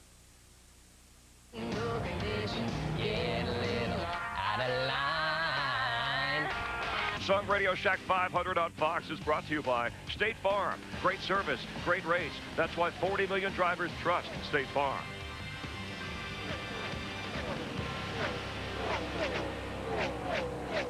Welcome back to Texas. Take a look at the notables here that are on the move, points-wise. As we look currently in this race, Jeff Gordon has slipped. He was 9th, now down to 10th. What you're seeing right now is just the way how close this whole field still is early in the season, and how if you can have a big race, have a very successful race, you can move up quite well. As we see the 40 car, Sterling Marlin, he was slipping back through the field a minute ago, Chris, and he's headed on pit road now. Sterling Marlin hoping to stay in that points race. Steve Burns will have the latest on that. Steve? Yeah, Chris, it is in fact a flat tire for Sterling Marlin. Had the lead for a while here early on that two-tire strategy, but it is a flat tire. They will go ahead and change all 4 on Sterling's Dodge. Tough break for him here early in lap 61.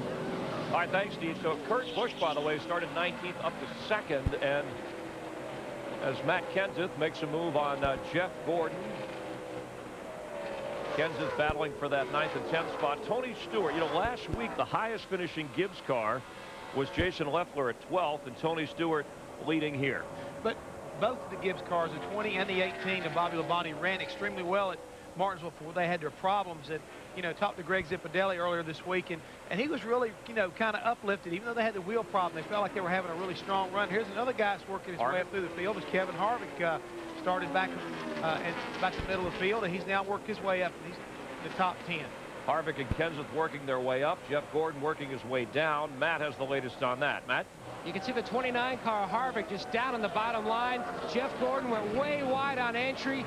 He is really loose in, and really, Jeff, as I quote, says he is tight on exit. They are back to exactly how they were in the final practice session, fighting the loose, tight condition, still thinking about some different adjustments to try the next stop. Keep working on it, not giving up, but they are fighting a struggling race car today.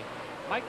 The adjustment right now is watch your mirror, because here comes the 42, Jamie McMurray, who slides on by up to 11th place. Quite a recovery for him. Started back in 31st. Remember when we had that first caution there on lap 2 when Dave Blaney spun, Jamie McMurray had to go down through the grass, made 2 pit stops.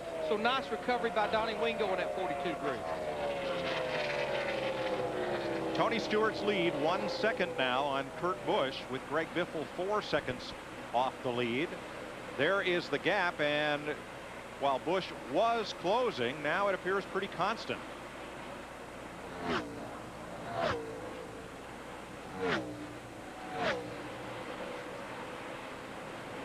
Darrell, who can blame Tony Stewart and Kurt Busch as Rusty Wallace and Casey Kane battle here for 5th place? With the 4 weeks that Busch has had, and with Tony's troubles yesterday, get me away from everybody. Yeah, we heard I heard a lot of reports this week about wheel problems, and in fact I think there are some issues there, Larry, with wheels that these guys discovered after Tony's failure at Martinsville. So you know, when that happens to a driver, it's in the back of his mind all day long. I know we've been watching this side-by-side battle for 5th with Casey Kane in the 9, Rusty Wallace in the 2, but we're riding with the fastest car on the racetrack about the last 4 or 5 laps, Michael Waltrip in the 15, and Dick Key's moved up to the high side of the racetrack. Michael has had a great day so far, Larry. Started in the 21st position, so he has passed a bunch of cars. But is, as usual, Michael's not saying much on the radio. About lap 39 or so, he said the front end of the car wasn't gripping as well as it was in Atlanta, but he's found that new line, and it obviously is working well for him.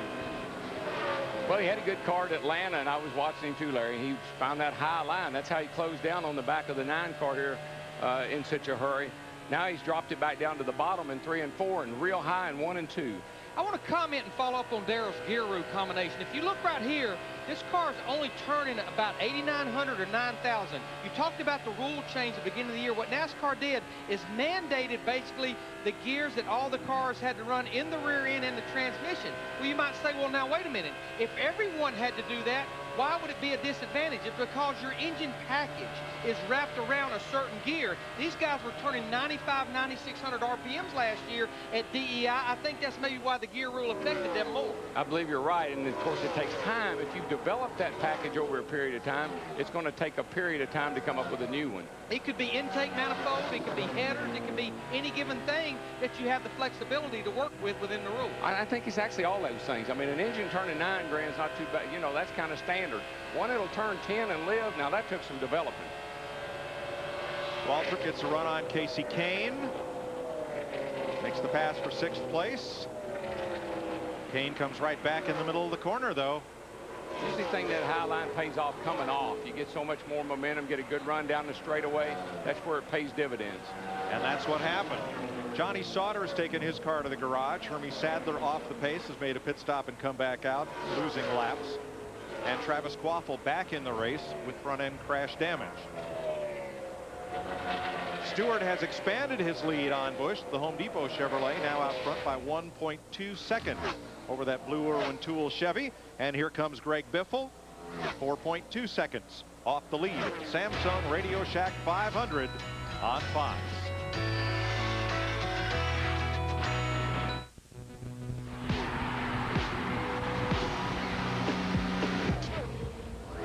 Big day for the Coca-Cola racing family right now with Tony Stewart, Kurt Busch, Greg Biffle 1, 2, 3, and Michael Waltrip number 5 on the board at 76 laps, 258 to go.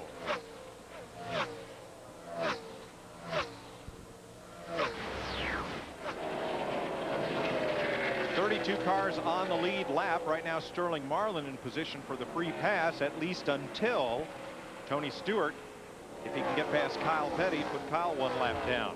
Sterling would definitely, in the 40 car, remember, had to make that unscheduled pit stop about 15 or 20 laps ago. He would love to see a caution where he would be in position. Now, what Sterling would love to see, though, is this race go another 10 or 15, 20 laps without a caution, because everyone would start having to make green flag pit stops. But there's the man we've been talking about ever since the pre-race, Greg Biffle. Matt, we have a caution. Saw the 66 car, I think it was, down on the apron going into 3. I think that may be some of the debris. But that'll definitely help Sterling Marlin, because as you just mentioned, Mike, he had not, Tony Stewart, the leader in the 20, had not quite lapped Kyle Petty, so Sterling will get the free pass. There's the debris. It's one of those spring rubbers we've been talking about. Curious. Spring rubber. Is that? Well, that is a big benefit for Robbie Gordon, Boris Said, and Kyle Petty, who were 3 cars in danger of being lapped by Tony Stewart. And Sterling Marlin will get the free pass. Johnny Sauter has just returned from the garage area back in the race. 48 car can't get their spring rubber out. Some other cats out there, he loses one. It's just kind of the way it goes. Well, maybe these boys have behaved this time on pit road, because we have 32 cars on the lead lap, and it'll be probably all 32 of them on pit road for 4 tires, fuel, and adjustments. And an attaboy for Terry Labonte, past winner of this race, who got blocked out of his pit in that big jam up at start finish, had to come around, restart last. He is still on the lead lap in 27. This is a special grandstand over on the back straightaway today for all the troops that are back from Iraq over from Fort Hood. I thought that was pretty special that the Speedway made arrangements to have those guys here today, obviously pulling for their favorite car, Joe Nemechek's 01 car. Well, we're happy to have them here. Right there in turn 3, have quite a few right there. This place, so you look at this joint. I mean, there's 200,000 people here. You know what, Larry? Just think about a few years ago, you and I going to the racetrack, 43 cars start the race, maybe 50, 75,000 people. Look what our sport. Look where our sport is today. You could not take a shoehorn and put anybody else on the infield. All right, the pits will be open, and Tony Stewart leads them down. Matt? Back on lap 62, Tony Stewart said the car was a little tight and a little loose on exit. Moments ago, he told Zippy, just fix the center. Don't worry about the exit. They're going to try another track bar adjustment. As the 16 is in, they're going to go for a wedge adjustment. He was tight as well. Steve Burns? Kurt Busch said his car is just a little twitchy, a little loose. Matt, they'll drop air on the left side tires. He also also got a headache powder in his water. He's still sore. Jeannie? Well, Dale Earnhardt Jr. at one point saying we need to loosen this up till I can't stand it anymore because that's how the car gets better. Change of philosophy because now it's so loose going in. It's having a hard time turning in the middle. Dick? Michael Waltrip just had a great pit stop. He parked a little bit to the back end of his pit area because the number 43 isn't out anymore. That gave him a lot of room to get around Ryan Newman's car. 4 tires, the only major changes to air pressure. Michael said the car is skating the nose a little bit. Maybe that's good. He is running well. You see the race off pit road, Michael Waltrip, that group gaining 2 positions. You see Jeremy Mayfield losing 3, but this right here, Rusty Wallace lost 3 positions. He was dodging a bouncing tire around pit road. That right there, you see the time on pit road, including the pit stop. You see why Michael gained positions as well as Matt Kenseth, and the losers, Jeremy Mayfield, Rusty Wallace. We know why Rusty Wallace lost positions, because trying to dodge that tire. I believe 1 lead lap car stayed out on track, the number 4 of Mike Wallace. We'll check on that when we come back. Cha-ching, 5 points. Downtown today, temperature. Sponsor of NASCAR. By Dodge, you can take life as it comes, or you can grab life by the horns. Dodge. By Napa Auto Parts. Napa, get the good stuff. And by Rocky Mountain Cold Coors Light. Refreshing, race fans everywhere. Tony Stewart leads Greg Biffle. And earlier in the week, Carl Edwards said, hey, in this race, our strategy with Roush teammate is to follow Greg Biffle. But he started a backup car. He's worked his way up to the front. Yeah, Greg Biffle has got a really strong ride. You got to realize something, Chris, that car he's driving is a car he ran in California, won with there. So he knows what he's got going on here. And he and his crew chief, Doug Richard, put the car back just like the one that was so fast in practice early on. It's working well right now. Under our 5th caution, we've had 8 different lead changes, 7 leaders. It's been a lot of slipping and sliding on a track that's supposed to have a lot of grip. That's Dave Blaney bringing out the first caution. Came on lap 4. And then notice Scott Riggs a little bit high here, causing another caution to come out. Lap 23, Jason Leffler in the FedEx car was running 23rd at the time. And then Jeff Green, who was earlier involved with a spin here, creating a wreck that involved some 7 cars total.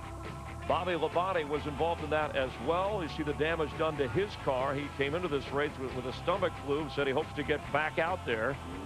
And hand me your nose. How many times do you hear that happen? It's been that kind of race so far. Tony Stewart leading Greg Biffle and Michael Waltrip. And let's head upstairs for the restart. One fellow who won't be near the front of the field, though, is Rusty Wallace. Non-compliant refueling, the ruling from NASCAR. He'll start tail end. Well, you have a catch can man at the back of the car that has to be engaged with his catch can to catch excess fuel. He was not engaged as they were fueling the car because they knew it was going to take almost 2 cans. They knew the first can was not going to overflow, but he has to be in position. So tail end of the field for Rusty Wallace, and that's with 33 cars on the lead lap. They have lightened up on some of those rules. That was a drive-through. Now that's the end of the longest line. There's 4 or 5 of those rules they adjusted. Tony Stewart leads Greg Biffle, Michael Waltrip, Kurt Busch, Matt Kenseth, Casey Kane, and Jeremy Mayfield on this restart. So we now have 2 of the Roush cars that started at the tail end of the field in the top 5. Greg Biffle in the 16, and now Matt Kenseth in the 17 and 5th. Mike Wallace did stay on track to lead a lap and get 5 bonus points in the Lucas Oil Chevy, then made his pit stop, so he's back at the back of the pack, and things cycle around. And once again, Tony is taking off. Yes, he is. And Larry, I don't think there's any question that when Jack Roush and Robert Yates married their engine programs together, it improved the performance of the Roush cars particularly. I think they had great handling cars. They had a good aero package. Now they have the engine to go with it. And that engine, it'll help you through the corners and down the straightaways. And Boris said in the 36 car making his second start of 2005, he just brushed the wall down in turn 1 and 2. Sometimes the cars can be a little treacherous on new tires. 3 Dodges in a dogfight. Casey Kane winning that one temporarily over Mayfield, but look at Biffle for the lead turn 2. That car is so good. Right there is where he's really got to be. Watching him, he's just so good off the corner where everybody else seems to have right there left. He's able to keep going. Michael Waltrip had a look. Look at how twitchy Stewart's car is. He's kind of caught in between the, he's the car between Biffle and Michael, and that's no air at all on his car, so it's going to move around a little bit. But I mean, that's what's so great about this racetrack. We've been coming here for 8 years, and you can run at the bottom, you can run at the top. We have side-by-side racing. Greg Biffle from last to first in less than 100 laps. Yeah, but look at old Michael Curtis. Come on, buddy, he's doing it. And here comes Casey Kane with Jamie McMurray in tow. Jamie McMurray in the 42 car started way back in the field, had problems early when he had to dodge a wreck on the front stretch. Now he's up there solidly in the top 10.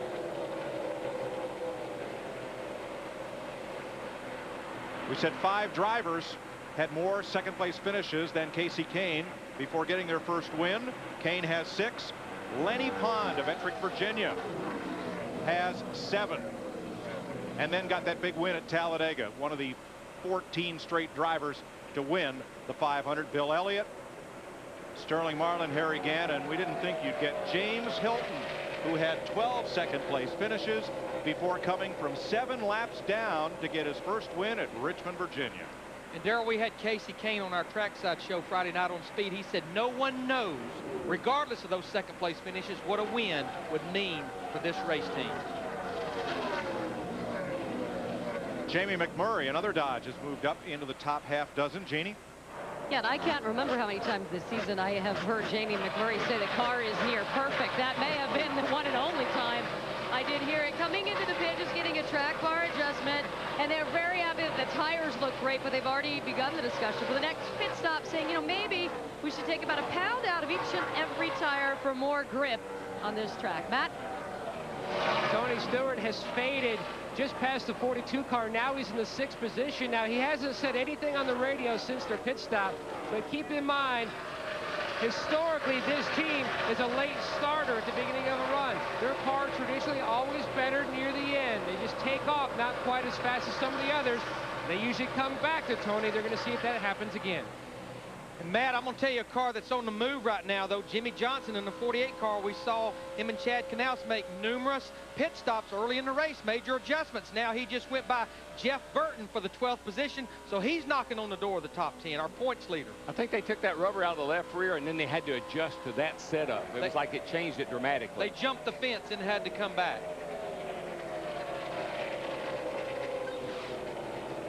Casey Mears also close on to the top 10, 4.7 seconds off the lead, but his lap time's just about a 10th or 2 off what Greg Biffle is running right now. And just remember, we talked a little while ago, this is a backup car for Casey Mears, crashed in practice after he cut a tire down. This is a good run for Casey. Jimmy Elliott's, that Ganassi team, they need a good run. Yeah, they need a good finish. That car is fast every week. They just seem to find trouble. Need to find that checkered flag. See Elliott Sadler in the 38 car, goes by Ryan Newman in the 12. Ryan Newman just, they cannot get that car right. That's a battle for 19th position, no longer a battle. I think the answer to this singular question depends on when you ask it, whether the bottom line or the high groove is working better. Right now, the high groove works for Casey Mears. Darrell, I think the very first few laps of the racetrack sitting all night long from the Busch race, the second groove maybe didn't have that good a grip, but now that we're almost 100 laps into it, I think we're seeing a lot of cars move up there and giving it grip now. Guys are, you know, they're reluctant to go high. You know, you've seen guys get in trouble like the 10 car did early on. So that takes away some of the confidence of getting up there. Once you do it a few laps, you say, hey, it's not that bad. It's kind of like jumping off in the water. You're riding with Ricky Rudd, who's presently in 10th place in the Air Force Ford. Here's Matt. Mike, he's been hovering just outside the top 10 most of the race in the 11th through 13th range. They've been going back and forth, but the biggest thing that Ricky needs the long run. He was tied earlier, trying to become the 17th different driver to win a race with the legendary Wood brothers from Stewart, Virginia. Back on track, Bobby Labonte and Brian Vickers, both involved in that lap 32 crash. And here comes Casey Mears around Ricky Rudd for ninth. He has found a groove with that 41 car because, yeah, he just moved into the top 10. And watch him right here. Goes off into turn 1 all the way to the top of the black, right against the gray. There's only one more groove up there. And top of your screen, Jeff Gordon almost got a bump from Jeff Burton coming off the corner. They got real close together. Burton and his teammate Kevin Harvick capitalize. Put that front bumper, these noses are so low, you stick that under the guy in front of you with that small rear spoiler, it's going to make him get up out of the gas or he's going to wreck. Tell you what, this is a good run march to the front by Jeff Burton, that orange car up there. The 31 car, he started back in 41st position. Those guys, I know I talked to Kevin Hamlin last night. We see 3 wide off turn 2 right there with those 3 guys. A lot of changes on that 31 car this morning. Mark Martin in that retro paint scheme on his Jack Roush Ford. Number 6 had one of the cars to beat in yesterday's Busch race here, but had a flat tire, fell from contention. Here's Steve. Mike, Casey Kane is concerned about his right rear tire. He just radioed crew chief Tommy Baldwin and says the right rear feels weird. A couple seconds passed and he radioed back and said, I might have a flat right rear tire. And we've really not had a lot of right rear problems. We've had some right front problems, and a lot of times if you have right rear problems, he loses another position. Jamie McMurray at 42 is possibly a cut tire with a slow leak. Greg Biffle started 41st in a backup car. Matt Kenseth has moved up. Boy, Kevin Harvick's having all kinds of trouble getting past Boris Head. He finally does, but lost a lot of room as you see the lead that Greg Biffle has on Michael Waltrip. Mark it at 3/4 of a second. Kurt Busch 1.3 off the lead, and Jamie McMurray 2.7 seconds out of first. Greg Biffle, your leader. Kids, you can't pick their style. You can't pick their friends. You can't pick their... We have these cookie cutter racetracks, these 1.5 miles, and this is anything but. Texas is. You know, it flattens out a bunch. It loses its banking coming off the corner, and you know, the way it drives, both corners are a little different. I don't find this thing, Texas, being the same as anywhere we go. It's really unique. I mean, Mike, every racetrack has its own personality. That'd be like saying every golf course is the same because they got 18 holes. Right. All these racetracks are different. They have different characteristics to them. You set the cars up different. You drive them differently. It's just, they're all different. There is no such thing as a cookie cutter racetrack. Biffle leading this race, trying to improve on a Texas best of 28 and trying to join Jeff Burton, Mark Martin, and Matt Kenseth as Texas winners for car owner Jeff Roush. Been watching this battle right here for second. Michael Waltrip in the 15, Kurt Busch in the 97, and what you see right there, they've been doing it almost both ends of the racetrack. Kurt Busch in the 97 goes to the bottom. Michael Waltrip right up at the top of the groove, and now through 3 and 4, Michael in the 15 for the first time about 10 laps, he goes to the bottom of the racetrack. Well, he's watching and he sees that Kurt gains on him a little on that end, so he said, let me try that line and see if I can run that and pick up speed. This battle for second and third occurs about 1 second behind Greg Biffle. Matt? Mike, there is concern in the 16 pit. 5 laps ago, Greg radioed in, said he has a vibration in the front. If you look at his lap times, Larry Mack, he is eased out of it, trying to be a little more conservative. Between 3 and 4 tenths of a second per lap, he is slowing down. He said before the last pit stop that he felt like he could have run 3 to 4 tenths of a lap faster, but he was trying to save that right front tire because he hit the wall here on Saturday, and he knows how hard that wall is. He doesn't want to feel it again. There's no question. He has to be a little bit gun shy because the lap times and how hard they're loading that right front tire, I think it makes such a difference. And of course, I'm sure he's maybe wondering, is he feeling the same thing that he felt in practice yesterday morning? Yeah, he's got to be, all these drivers just a little bit gun shy right now about the right fronts, tires and wheels. I've been watching a little bit is Kyle Busch in the 5 car. You know, he was in a wreck early, and the car looks terrible. The whole back end of it's knocked off, but he's right there running along behind Jeff Gordon in 16th spot, and he has passed a lot of race cars. And if you look, the whole back of the car, Larry, has been knocked off.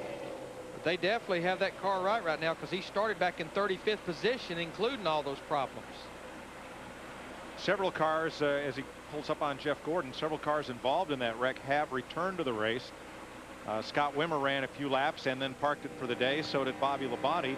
But Jason Leffler is back out on track, as is Brian Vickers, Scott Riggs, and Travis Quaffle.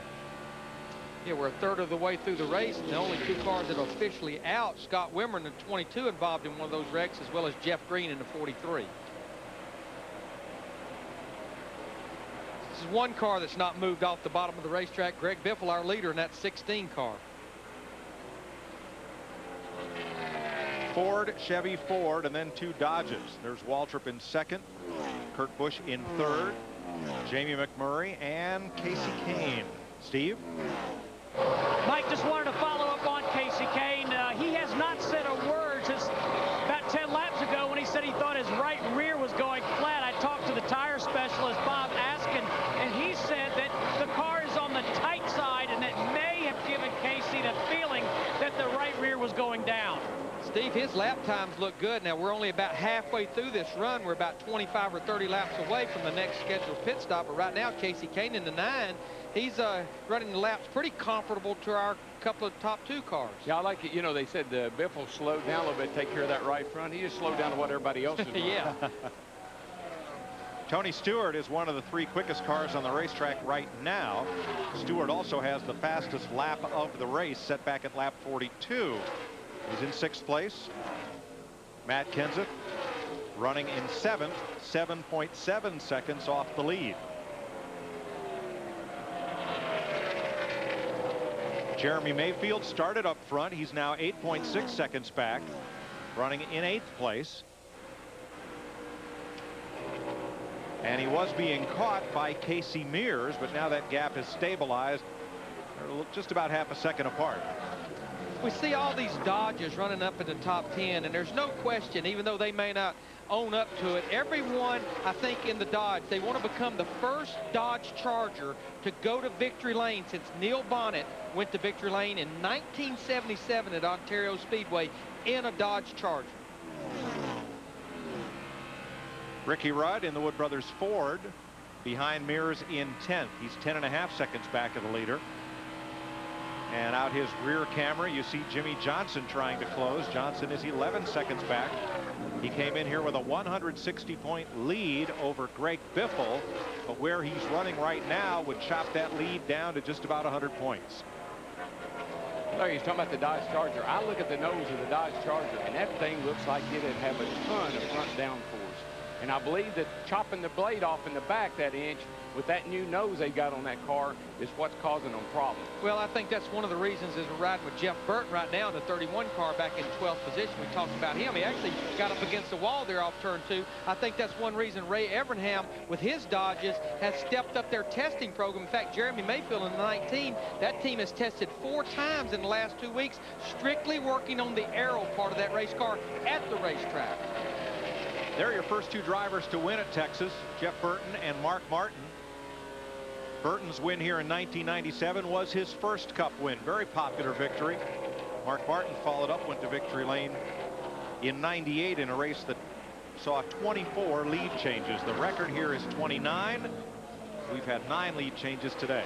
Just remember, Mark Martin comes into this race 4th in the Nextel Cup points right now. Dale Earnhardt Jr. is 14th. 14 seconds off the leader, and his lap time's about 0.3 of a second slower than Greg Biffle. And of course, Dale Earnhardt Jr., he got his very first Nextel Cup win here in his rookie season in 2000, as well as his very first Busch Series win in 1998. Junior's win was the one that set the record for leaders and lead changes. Jeff Gordon, you see from Kevin Harvick's roof cam. Maybe too much has been made about Gordon never having won at Texas. We've only come here 8 times. What a great problem to have. Yes. He's won at every racetrack before on the circuit. Like I said, he's got 71 wins and 4 championships, but you never won at Texas. Morissette goes a lap down. Good thing about this year, you get 2 chances. So, right. You know, maybe he'll get it this time or get it the next time. I've been watching Biffle, and I'll tell you, he is not slowing down one bit. I want you to watch him come off turn 4 here. Right here he comes. Yo, that's Greg Biffle at his finest. Yes, right it there. Is. That's what he does best. Then we switch over to turn 2 and watch Jeff Burton. I think we were riding with him a while ago when that happened. The tires are starting to, you know, it's that getting that point in a run where your tires are starting to get a little grip. Oh, yeah. Yeah, he got it. Close shave. Here's Dick Berggren on the second place car. Michael Waltrip is having his best points-paying race of this entire season today. Let's remember that his first 2 races of the year, he had engine DNFs. In Las Vegas, extra stops to fix a fender. In Atlanta, speeding penalty. Bristol, late stop for vibration. Martinsville, a crash. And so crew chief Tony Uri is on the radio about every 10 or 15 laps. His message to Michael, take care of your stuff, and we got a caution for debris. Caution for debris. On the front straightaway, NASCAR had been looking at a piece of debris for some time, and either it moved or was judged to be a hazard to the oncoming cars. And if you've ever seen one of these race tires cut in cross section, they are so thin compared to your passenger car tire, they couldn't, well, they might be able to run over a speed bump, but I doubt it. Well, and when they get hot and they get this far into a run, it doesn't take much at all to cut one of them down. And I know I talked to Goodyear engineer Rick Campbell yesterday, and he told me they actually went with a little thinner rubber on the right side tire here because it makes it run a little bit cooler. That caution is very timely for Terry Labonte, Mike Wallace, Mike Bliss, Bill Elliott, because they were not that far from going a lap down to our leader, Greg Biffle. There's a piece of metal debris. That would certainly create havoc with one of these tires. So we're under caution for the 6th time today at lap 123. We're about 2/3 away through that run, so pretty much you can safely say about all 30 or 31 cars on the lead lap will be to pit road to get 4 tires. You see Robbie Gordon, the 7 car there right behind Greg Biffle. He will get the free pass, be back on the lead lap. But this is, I think this caution was needed for a lot of race cars that were about to go a lap down. Yeah, even Dale Jarrett and Elliott Sadler running up there in 25th and 26th spots. They wasn't that far from getting in trouble. They're going to have to do some work on those cars if they're going to get up there and run for the win again this year. It's very hot here. These windshields starting to get dirty and sandblasted. NASCAR just gave the teams an extra man, the 8th man, and all that man can do is clean the windshield or pull a tear off the windshield or service the driver. No other functions can that man do as he goes across the wall. Time for the pit crews to spring into action once again. Matt? Leader Greg Biffle will bring the leaders down onto pit road. Now, he was telling his crew chief Doug Richard the car was free, especially down in 3 and 4 and a little bit tight. He wants him to work most on the center. They're not going to change the air pressure. He doesn't want to start any lower than he did on the last stop. So they're going to make a chassis adjustment, which is already completed, as they come around to the left side of the car to Jeannie Zalasko. The 42 of Jamie McMurray saying it's loose, loose, loose coming into the pits, but please do not mess with it because I think it's working good that way. Steve? Jeannie, Kurt Busch got 4 tires, air pressure adjustments. He said the track is tightening up. He is tight from the center off. Dick Berggren. Michael Waltrip did a great job of parking his race car, and his crew has done a great job as well. Will he beat the 16 out? Looks like he did it. I tell you what, that Napa team, they got her done that time on that pit stop. You see the race off pit road. Michael Waltrip gains that one important position. Matt Kenseth, he really got off of pit road good as he left his pit stall. And you see right there, Ricky Rudd, that group, and Mark Martin all gaining positions.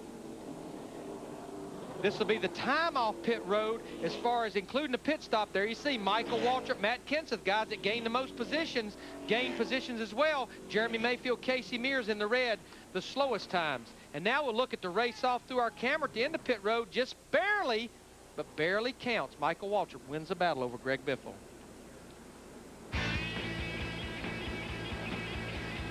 Tony Uri Jr. and a happy Napa team. They'll be P1 on the restart.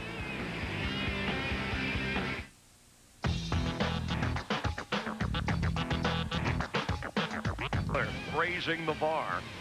And by Old Spice. Keep cool. Smell great. A lot to be done here. Michael Waltrip leads Greg Biffle and Kurt Busch. But next Saturday night, under the lights in Phoenix, Jeff Gordon said on the pre-race show, hey, night racing, love it, bring it on, want more of it. Dale Earnhardt Jr.'s won the last 2 races in Phoenix. Prime time action in high definition, only on Fox. We hope you'll be there.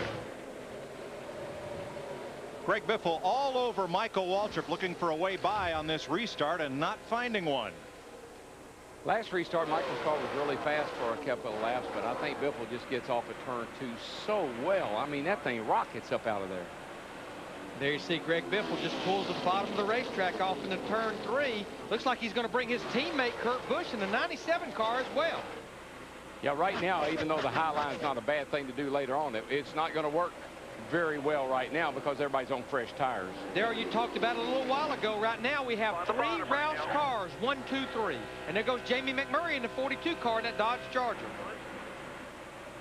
Whoa, Stewart got Michael real bad loose up off of 2, and he almost crashed. Michael continues to lose position. Tony Stewart goes by him. Dale Earnhardt Jr. in the 8 car. I'm sorry, that's actually Casey Kane in the 9, as well as his teammate Jeremy Mayfield. Casey Mears to the bottom, tickles the grass on the quad oval as he gets under Mayfield. Big knot of cars. Waltrip stuck up on the outside. Now, single clear either side, you're clear. Daryl, it's like when they drop that restart flag and you gotta go. You got 2 laps to take maybe your one best shot at making the pass. Yeah, you got it. You know, when you got new tires on that thing, you got to go like crazy because you know they're going to fall off a little bit.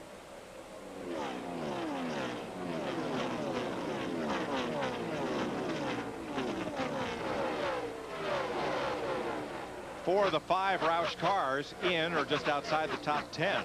Carl Edwards was involved in the first crash of the day when Dave Blaney spun in the back straightaway. Had some front end damage. That's probably affected the aero on his car. So Edwards soldiering on in 18th and making a try on Ryan Newman here. Mike, what's so interesting is we watch all these other Roush cars go to the head of the pack. They were all looking at the 99 car of Carl Edwards and saying, hey, he has really got the best car of all of us. And probably, as you had pointed out, when he went down across this grass, messing up the nose and probably knocking the front end out of a line, it's going to make this team have to work extra hard to get that 99 car back up where his teammates right now are. Tony Stewart, Casey Mears, Michael Waltrip. 6th place. 42 around the 17 for 3rd place. Made that look pretty easy. Actually, Matt pulled down a little bit. I was wondering if, you know, we talked about 16 had a tire problem. 9 maybe had a tire problem. Anybody? I think Matt may have the answer to that. Doug Richard and the crew looked over Greg Biffle's tires. Nothing looked amiss. They looked at the wheels to make sure there weren't any loose lugs, checked for a possible equalized tire. Nothing that they could point to as to why he had the vibration. Well, the good thing is, Matt, is we've had 2 long green runs that they've been able to look at these tires. But what equalize means is we're at a super speedway, a speedway where they run an interliner safety shield. It's a tire within a tire. And normally you have about a 12 to 15-pound differential in the air pressure. But if the pressure leaks over, both pressures in both tires will be the same and cause one heck of a vibration for that driver. Yeah, that's a little tire inside a big tire. It just keeps you out of trouble if you have trouble with that outer one. 14th place race right here. Dale Jr., Kevin Harvick, Jimmy Johnson, as Casey Kane and McMurray once again go side by side. This time it's for 3rd. Jeannie? Well, Jamie McMurray coming into the pits last time, basically talking about the same vibration everyone else was complaining about, and whether there's any comfort in the masses in misery. That's what his crew chief, Donnie Wingo, said. Look, everybody's talking about the vibration, but the thought process here is that maybe there is just rubber that is being built up on the rotor that's causing the problem too. But they're checking out the tires that you see right here that they just took off of the car, making sure it wasn't a problem with a lug nut as well. I tell you another thing that sometime on a super speedway can bother a driver is the brake rotor itself, because you run so long without using the brakes. If you use them real hard one time, they superheat and they'll warp a little bit, and from then on you just got a vibration all day long and you think it's a tire, but it's actually a brake rotor. Now what they're actually looking at, they're not looking at the tire right here, they're looking at the rim. Remember, we had the problems last week, Tony Stewart in the 20 car. We've had problems with Jeff Gordon. They're making sure they see no signs of cracking on the inside of that rim. Steve, what did Casey Kane's crew learn about tires and wheels? Mike, I was just listening to Casey Kane. He's also saying now that he feels a vibration again on that race car. Again, I just followed up with Bob Askin, the tire specialist. One thought is that the tire pressure didn't build up enough, but a lot of these drivers today are talking about that vibration. The other thing that these teams do is they drop the air pressure in the outer tire as well as the inner liner. And sometimes that outer tire will squish into the inner liner, and you will have a vibration. We've been talking about Casey Mears in the 41 car. This backup car, he just drove by Matt Kenseth in the 17. That moves Casey Mears up into the top 5 in 5th position.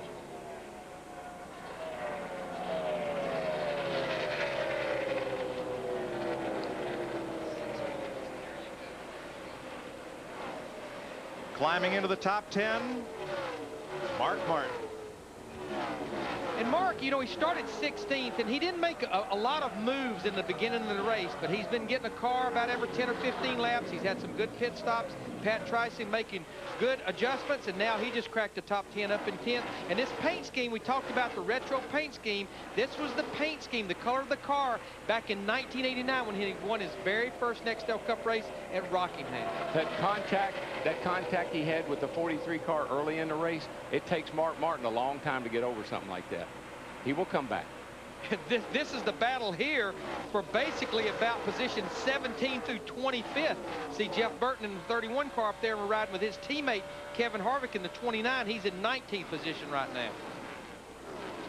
A lot of contenders in that pack, including Dale Jarrett in 25th in the UPS Ford. The Roush-Keteers out front. Greg Biffle 1.4 seconds ahead of his teammate Kurt Busch, then Casey Kane, McMurray, and Mears.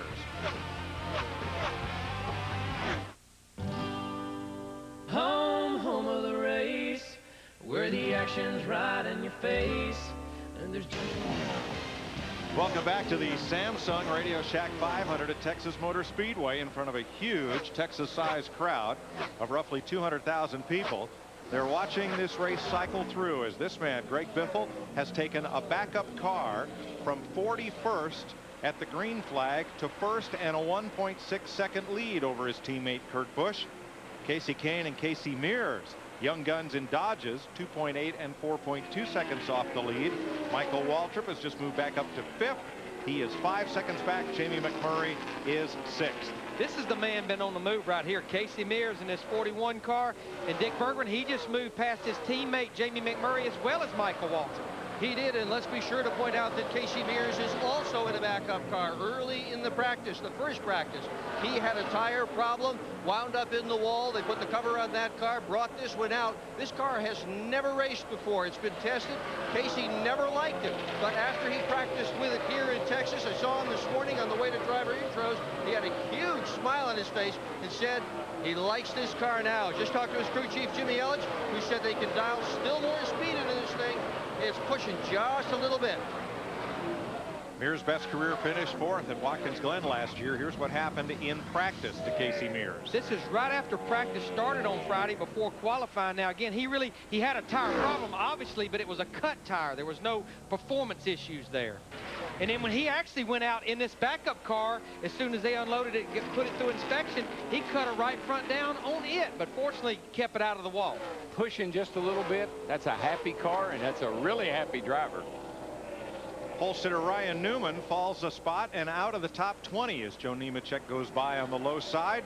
Puts a smile on the face of those Fort Hood soldiers up in turn 3. But Ryan Newman, Matt Boyle in the 12 car, they've not been happy since they qualified that car on Friday. Got a great qualifying run in on Friday. We watched them in both practice sessions yesterday. They were wanting to make another run even when practice ended. They never got that car where they needed it. I think you look at Ryan Newman and you can see why he's so fast. I mean, he can absolutely carry a car around here for a lap or two, but he can't do it for 500 miles. See him racing Dave Blaney in the 07 car there. Remember, back on lap 2, Dave Blaney spun sideways off turn 4. Now he's up there trying to crack back into the top 20, still on the lead lap. Need to mention Bobby Labonte is back in the race right now, 98 laps down. So right now we only have 2 cars off the race track in the garage area that are making repairs. Johnny Sauter, Bobby Hamilton Jr. with Scott Wimmer and Jeff Green on the truck loaded up. Greg Biffle goes past Labonte, not having a good day at his home track. Carl Edwards is one of the very few involved in one of the big 4 cautions for Rex today that has been able to, he's the only one who's been able to stay on the lead lap. He's presently 13th. 12 seconds back. Let's take you back to just after the start of the race. And Edward gets in the back of Jeff Green after Dave Blaney has spun. That's where he got the damage, to the front of his Scott's Ford. Similar to what we saw at Bristol when he got in the back of Hermie Sadler on the first couple laps of the race. Jeannie? Well, if there's anybody that could spin this into a positive, it would be Mr. Edwards. The talk in the 99 pit, you know, at the early spin through the lawn is appropriate considering the sponsor. Scott's reminding us it's all National Lawn Month, so it's just all par for the course. And of course, Carl in the car, he could care less. He was excited about driving 300 yesterday, 500 today. Said, this is fun. He keeps saying that repeatedly. These long runs are great. Coming in last time for the pit stop, just getting 4 tires of fuel and a wedge adjustment, but he's having a great time, Matt. Last week's win for Jeff Gordon made a big jump in the championship standings from 12 all the way up to 6, but he is struggling and struggling bad today. He's running back in the 14th position. After the last stop, he says the car has just gone wicked tight. They did the trifecta the last 2 stops, the track bar wedge and air pressure. They just cannot seem to get this car dialed in for Gordon. And 1 spot ahead of Gordon, Carl Edwards about to inhale the point leader here. Jimmy Johnson in the Lowe's Chevrolet. Well, they've been doing what they do best on that 48 team. You heard Rick Hendrick talking our pre-race when he talked to Darrell. Chad believes in Jimmy, and Jimmy believes in Chad. When Chad tells Jimmy Johnson he's going to make that car better, Jimmy believes him. They will overcome whatever they get thrown at them. I can promise you that. And they will be there by the end of the day. Oh, yeah. 12th place changes hands, and Ricky Rudd just ahead in 11th. It was all Dodge in qualifying, and now it's 2 Fords up front as Michael Waltrip moves around Casey Mears and goes back up to 4th place. Yeah, his car's good on the long run. Looks like a little slow in the restarts, but comes on strong after a few laps. Just ahead of them, Casey Kane in 3rd place. Steve? Mike, Casey Kane just told Tommy Baldwin the car is shaking worse getting into the corners, but not as bad off the corners. I still wonder if it's not a brake issue. I just wonder about that. Mark Martin passed his Roush Racing teammate Matt Kenseth in the DeWalt Ford, and that moves Martin up to 7th. Mark Martin coming back toward the front. Greg Biffle, the leader, at 157 laps. Turn right. You have reached your destination. Great directions. Radioshack 500 on Fox. It's brought to you by Budweiser, the official beer of NASCAR and proud sponsor of Dale Earnhardt Jr. and the number 8 car.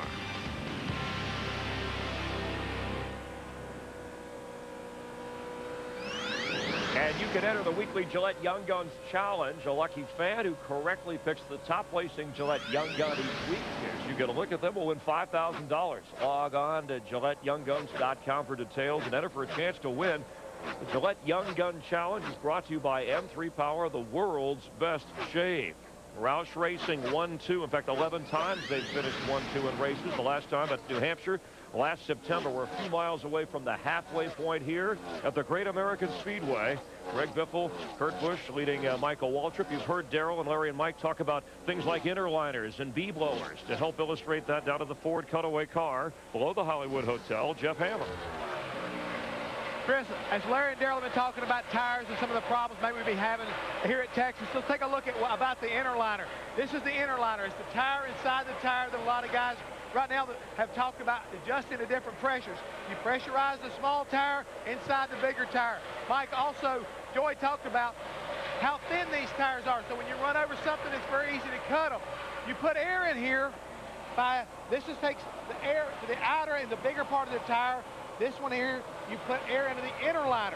Those are the areas that Larry was talking about. When they equalize these two pressures, you can get a vibration. Or if you lose a wheel weight from around the tire, it can also make a vibration. You got to realize that the speeds that these cars are traveling, any kind of change can really give a driver a bad sensation. At almost 200 miles an hour, you want everything very smooth and very calm.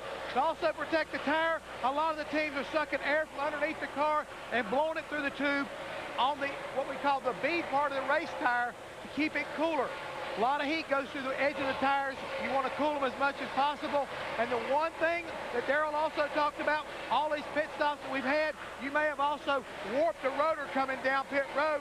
Again, anything to make a vibration through the steering wheel can affect the driver's feel and create a little bit of uncertainty. And he's always calling back to the pit saying, guys, I've got a vibration. It could be a number of things. And a lot of times that's what will make a crew chief just about go crazy. Thanks, Jeff. Greg Biffle has taken the halfway sign at 167 laps here. 2.3 seconds up on his Roush Ford teammate Kurt Busch. Michael Waltrip third and closing. Waltrip is the quickest car on the racetrack right now. Jamie McMurray's crew looking over tires and wheels. I think they're looking more at the wheels right here, and we were being told as they're doing this that they're having a lot of visitors from other teams. Remember all the wheel issues we've had the last couple of weeks. What they're looking at is the lug holes in the center of that wheel to see if they see any indication that a problem may be lurking. Most of these teams run Aero brand wheels, although teams are free to pick from any manufacturer. Their wheel was redesigned this year, and there is concern about the raised area in that center section that acts like a lock washer to keep tension on the lug nut. There you see the nut glued onto the wheel in that raised area. And that right there gives the answer to a question we get about 10 or 12 times a week from fans. How do they put the lug nuts on there? And it's simply with just weather strip adhesive, and the end of the lug stud is slick. When they throw the wheel up there, the lug nuts hang on the end of the lug stud, and the tire changer is able to tighten them.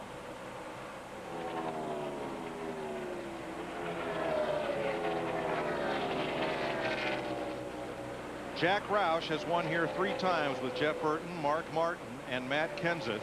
And the 5 Roush cars are now all within the top 10. Got that right. All of the Roush cars. All 5 of them are in the top 10 right now. Now Carl Edwards has broken into the top 10 after those problems early in the race. Steve, how about the driver in position 2, our defending Nextel Cup champ? Boy, I'll tell you, Mike Joy, Kurt Busch gives Jimmy Fennick great feedback. He just said, my car has gone from loose to tight. I am hurting it a little bit off the corner. Kurt's talking about adding air pressure to the right rear tire to get more bite. They will pit in about 18 to 20 laps. Steve, what he might want to do is let Michael go by and follow him, because Michael has caught him, and they're running entirely different lines. He may want to see where Michael's running, see if he can get up there and run with him. And we see Michael right there in about the 3rd groove up the racetrack. There's only one more groove between him and the wall. The 2 fastest cars on the track right now are Michael Waltrip in 3rd and Casey Mears 4th. Let's see if we get any break. 191 miles an hour off into turn 1 there. No brake light that we can see. Down the back. Shouldn't be quite as fast as it is into turn 1. Quite a bit slower. Little bit of brake there. And that's that little touch on the brake pedal. If you warp a rotor, that little, lay your foot on that brake pedal, it'll about knock it off sometime, and that's a vibration that the driver can feel. By running that high line, he's getting such a good run off the corner, especially off turn 4 the last time. Keeps that thing wound up, the momentum. Got a bigger corner.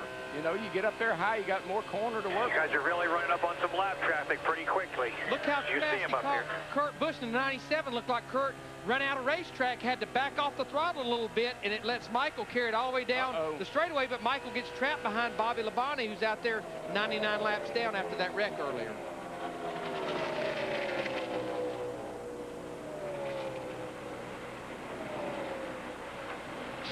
Pit stops before long as Greg Biffle leads Kurt Busch now by 1.6 seconds, and Michael Waltrip 2 seconds back.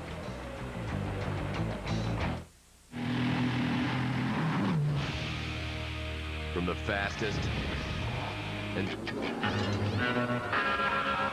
well, I'm Kid Rock and I'm the real McCoy, and I'm headed out west, sucker, because I want to be a cowboy, baby, with a top left back and the sunshine shining. Cowboy, baby, well, let's go chillin' with the boom. I want to be a cowboy, baby, riding that night 'cause I sleep all day.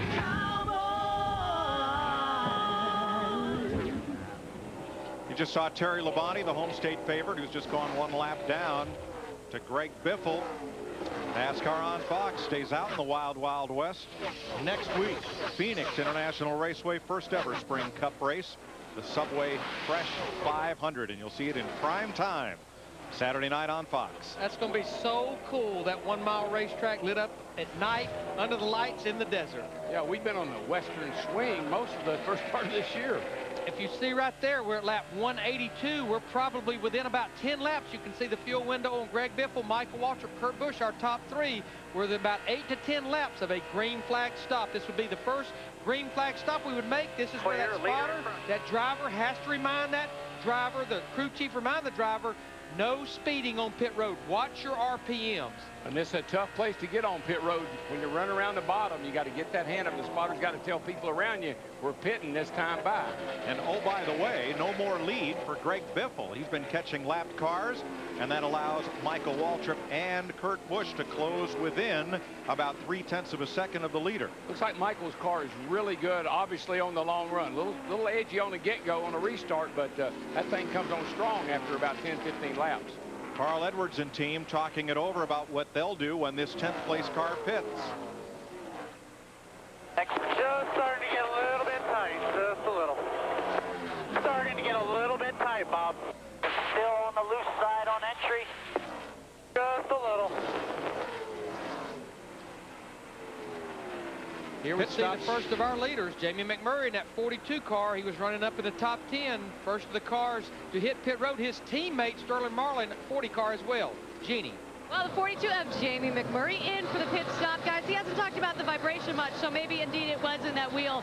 What they are trying to do this time is put on 4 scuffs and air pressure adjustments in the tires and a track pressure adjustment, track bar adjustment as well. Matt? The 2 Roush teammates hit together, the 97 of Busch and the 16 of Biffle. Biffle comes into his pit box a little bit at an angle. They take 2 tear-offs off the windshield. He said the car had gone a little bit to the tight side near the end of the run, but they didn't want to make an adjustment. He liked it a lot. He's down and away. Steve? Matt, they add wedge to the right rear of Kurt Busch. They've added some air pressure to the right rear. His car had gotten tight. Good stop for the 97.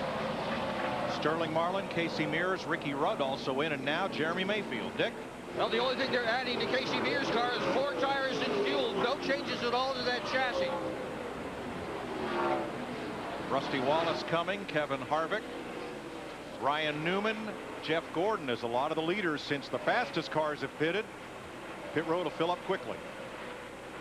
15 continues to stay out and lead the race. Elliott Sadler in, along with Kyle Petty, Robbie Gordon. Matt? And Jeff Gordon's in. They've already made a chassis adjustment. They were planning on pitting lap 187. He felt like he had just killed the right front tire, and the car was going away fast. He's away as the 20 car, Tony Stewart, makes his way into his pit stall. He had slowly faded to the back end of the top 10. Shaggy Larson already has the red wrench in the back window. He cranks on it. Stewart was loose on entry and loose off. The 88 of Dale Jarrett's also in as well. Jeannie? The 99 of Carl Edwards really getting loose on this run, which means he can't get into the high line where he wants to run. So they're going to make the adjustment to fix that as well. 4 tires as expected of fuel. He's out. Casey Kane in and out, and the leader Michael Waltrip comes down pit road along with Mark Martin, Boris Said, Dave Blaney, Dale Jarrett. Dick? And Michael Waltrip drove down pit road at 4,000 RPM. That's the way they monitor the speed of these automobiles. He has been told to be very careful when he leaves his pit stop. They expect to have traffic in front of him. 4 tire change, no wrench going into the back of this car. There shouldn't be. This thing has been absolutely terrific. There he goes. Mark Martin coming out behind him after his stop. Terry Labonte is in. Here's Matt. Matt Kenseth, the 17 car, hasn't won a race in over a year. He said the car was getting into turns 1 and 2 decent, but it pushed from the center off. He also said it was really tight down in 3 and 4, an air pressure adjustment for the 17. He stayed out an extra lap just so he could pick up bonus points, and he heads down pit road. Jeannie? For the 8 of Dale Earnhardt Jr., making sure he tells his crew chief, look, you guys talk to me under green so we can figure out these changes. They talked about a track bar adjustment and, of course, the 4 tires. He was very concerned because they're sliding backwards through the field. Said we need to get it back to the way it was at the beginning. We got to start passing these guys again. Ryan Newman serves a pass-through penalty. There's those penalties we were talking about, mistakes. Tire rolled away from the tire carrier, and he had to come back in. And we had a problem with the 9 car, Casey Kane, on his pit stop. And Steve, what happened, looks like he overshot his pit box across the line before they could complete this stop or even start this work. They had to back him up. Precious seconds lost, Steve Burns. Yeah, that's exactly right, Larry Mack. And he's told his crew he was afraid of hitting the 29 as the 29 was exiting his pit box. But good news for Casey Kane. He just reported that the vibration that they have experienced the last 2 runs is gone. The team looking at his tires, it just came off as number 9 Dodge. The vibration is gone. The Schwann's Dodge of Kenny Schrader is the new leader. Schrader raced on the dirt track out back last night off the back straightaway here in front of a big crowd in his dirt late model. He stays out the longest, leads a lap, and now gets his service. I think that will complete all of our lead lap cars making their pit stop. Looks like Greg Biffle is going to end up with about a 2-second lead over Kurt Busch. Looks like the real loser was Michael Waltrip. He's about 4 seconds behind Greg Biffle. It could be the pit stop. It could be how that driver gets on pit road and off pit road back up to speed. 142 laps to go here at Texas Motor Speedway. That's Dale Earnhardt Jr. steams on by the number 99. And Jimmy Johnson pulls into the rear view of Carl Edwards. Greg Biffle back out front. And just like when pit stops began, he's nearly 2 seconds in front of his Roush Ford teammate, Kurt Busch. I still don't get it. Let's say that your ham sandwich is the best. Dale Jr., you best open that door for me. Pick Enterprise. We'll pick you up. The Samsung Radioshack 500 on Fox is brought to you by Radioshack. You've got questions, we've got answers. By Garnier Fruit Juice Style, unleash your style. By Enterprise Rent-A-Car, we'll pick you up. And by America Online. Want a better internet? You belong in America Online. Greg Biffle leading Kurt Busch, a couple of Roush Fords. Nearly 200 laps in at the Texas Motor Speedway. Almost 3 wide right there. Greg Biffle trying to get between the 25 car of Vickers and Kenny Schrader's number 49 car. Really threaded the needle right there, Chris. He almost had his hair colored. Let's rejoin Mike, Larry, and Darrell. Oh, a little close against the wall. A little close. Schrader is a hard car to lap because he just got fresh tires, and his lap times have been as good or better than Biffle's. Yeah, they've been flip-flopping back and forth a tenth or so, but Schrader did a good job. He was just in that traffic, and he had to let Biffle go.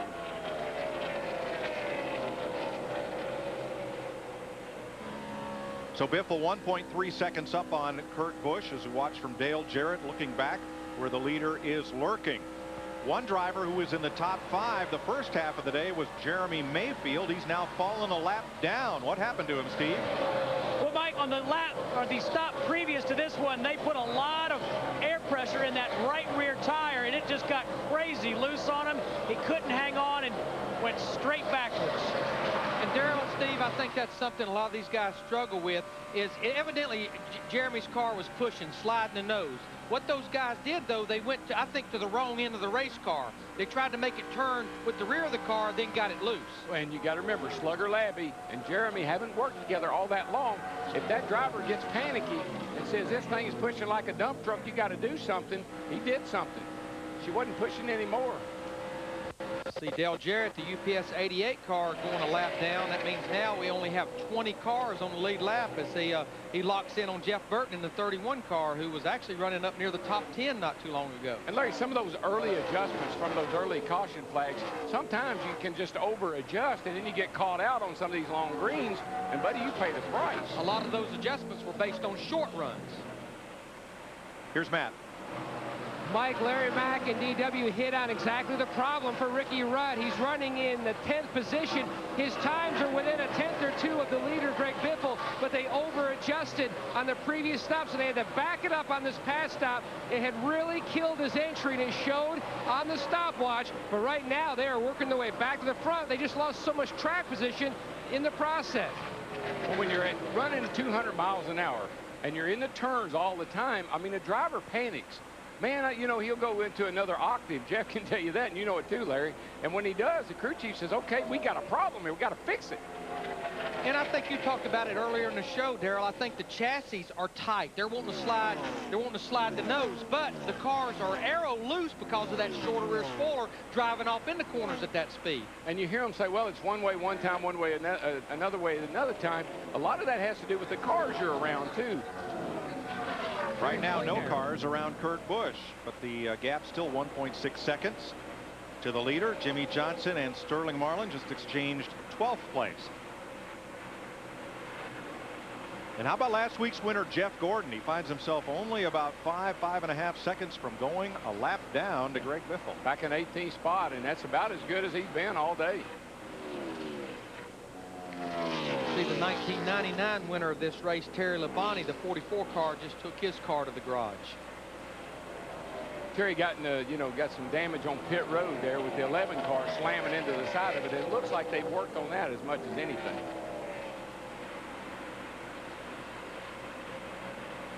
Now, Jeff Gordon's running about 31.03, while Greg Biffle runs 30.80, 0.2 of a second difference. But, you know, going back to Jeff Gordon, the 24 car, we talked about Ryan Newman in the 12, how they struggled in both those practice sessions yesterday.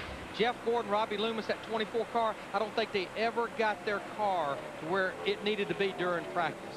And it's not just the Hendrick cars who are not faring well. Last year's winner, Elliott Sadler, is the next car in front of Greg Biffle, in danger of going a lap down. And Sadler's lap times just about a 10th slower than Biffle, so we're a ways from that happening. But those tenths add up over the course of 207 laps. That's how many we've completed, with 127 to go in the Samsung Radioshack 500 on Fox. Hey, I can call Jeff Burton for free. How's that? Well, I get free calling to over 50 million singular customers. Jeff Burton's bound to be one of them. You don't know he has singular. Yeah, I do. Yeah, you're probably right. Only Singular lets you make unlimited calls to over 50 million people. That's the largest mobile-to-mobile calling community in America. The new Singular, raising the bar.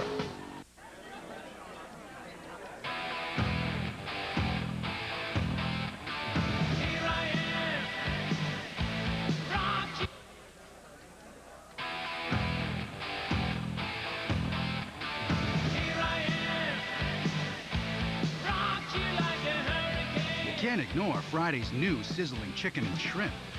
It's just one of our 6 sizzling platters. Everyone could use more Fridays. I'm going in.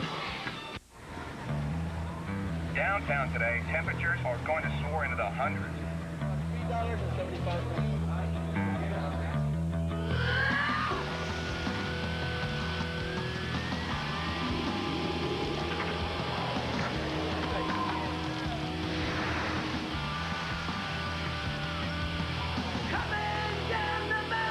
When beer starts out this cold, it ends up this refreshing. Coors Light. Taste the cold.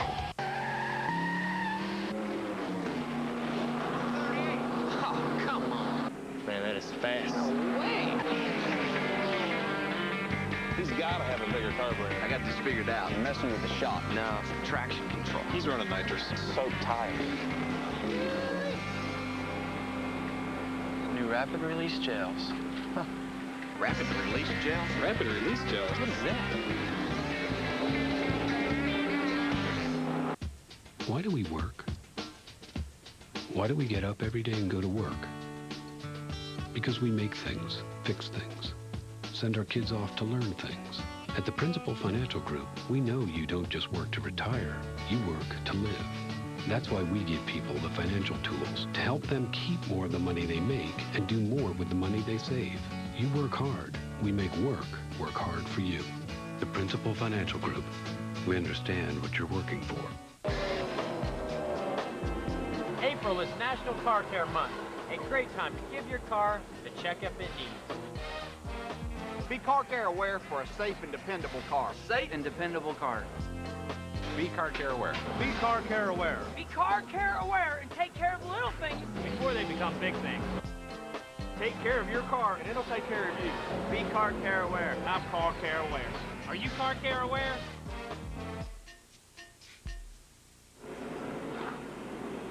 A fender patch blew off Travis Quapple's car in turn 1. That puts us under caution. Pit road is open. Here's Matt. Leader Greg Biffle says he needs to turn better. Today, his car has responded most to wedge. They're going to try another wedge adjustment. This also puts this team and all the other leaders in a window to make it on one more stop. Left side tires going on to Steve Burns. Matt Kurt Busch says he's tight on exit. They get a small wedge adjustment, a half pound of air out of the right rear, half out of the left front. Good stop, Jeannie. Mark Martin's crew chief Pat Drayson said, clean in, clean out, as Martin reiterated, look, but I can't stand these restarts, so I guess I turn around fair play here. 4 tires, fuel, and a track bar adjustment, Dick. Well, Michael Waltrip had a normal stop. He came into the pits 4th position. He's going to go out of here in what appears to be 4th position as well. They made a minor wedge adjustment and a minor air pressure adjustment. Car is so good that in the beginning they talked about making no changes whatever to the number 15.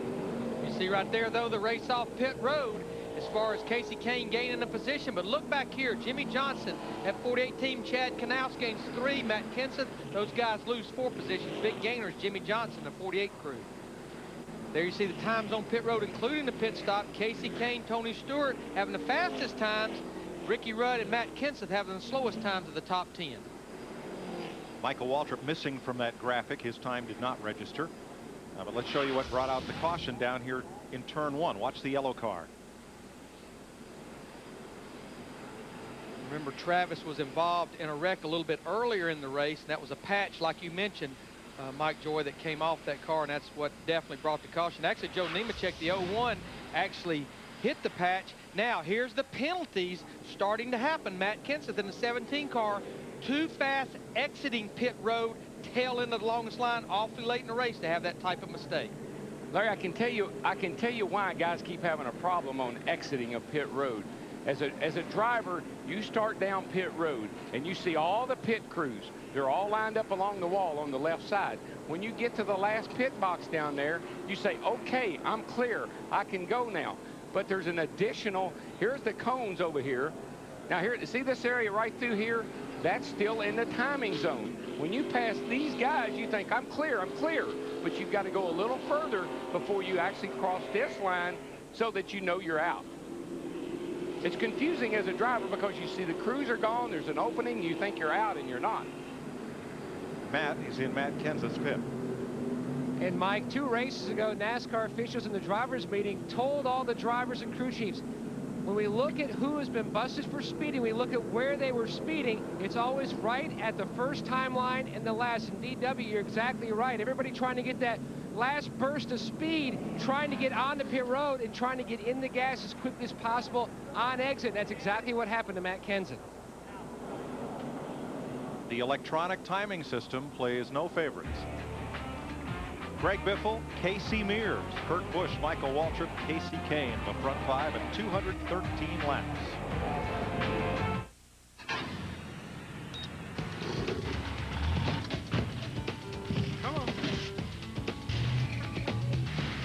Every morning at Lowe's, our crews supply the finest pro-grade materials and equipment. Roll in, load up, roll out. Taking notes? Just drive. Lowe's, home of Jimmy Johnson, Team 48, and everyone who gets the job done fast. Ford Racing would like to start the season with a little refresher course for all you drivers out there. Remember this gentleman? How about these guys? Of course, no one needs to remind you of this guy. So, what do these back-to-back championships and big wins mean? Wherever there's black and white, you're gonna see blue. Now, we all know I'm the best, but you may not use me as much as you should. That's why I want you to meet my buddy here, the new IntelliClean system from Sonicare. And Crest, he combines this special Crest paste with Sonicare technology, liquefies it, then drives it deep between teeth and into hard-to-reach places for a clean that's one step closer to, you know, The new IntelliClean system, one step closer to daily flossing. Can you protect the president? One way to find out.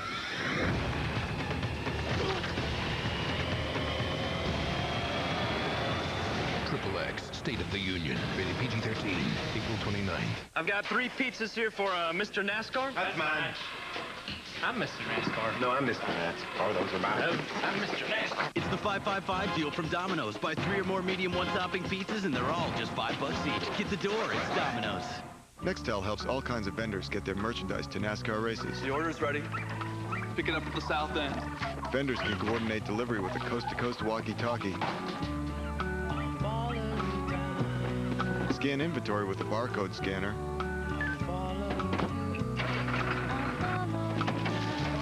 Even accept payment with a credit card. It's how Nextel helps NASCAR vendors get things done.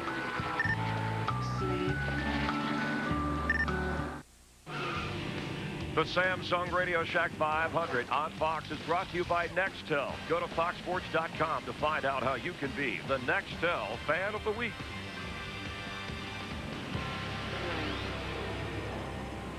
I'm with our Nextel Fan of the Week, Kim Fuller, a.k.a. the Martha Stewart of NASCAR without the nifty ankle bracelet. And you didn't do anything criminal, right? No, just made a real pretty display here for food, to eat. This is a NASCAR display because beer and burgers, they're out, guys. Right, we're just trying to do something with 4 ingredients or less, but make it really nice so you can have a really good time. Right. Besides being a NASCAR fan, you got a cookbook coming out, yes? I hope so. I don't have a publisher yet, but I just want to make everybody know that NASCAR is not just beer and burgers, but we have a really good time with really great food. All right, congratulations, our Nextel Fan of the Week. All right, thank you very much. If you'd like to be considered and appear as the Nextel Fan of the Week, go to www.foxsports.com/Nextel and enter today, and you could be next. Time for a Visa race break. Gone 216 laps. Greg Biffle leading Casey Mears here at the Great American Speedway with Jeff Hammond, Chris Myers from the Hollywood Hotel. A couple of backup cars leading the way so far. Well, it just goes to show you how good these teams are.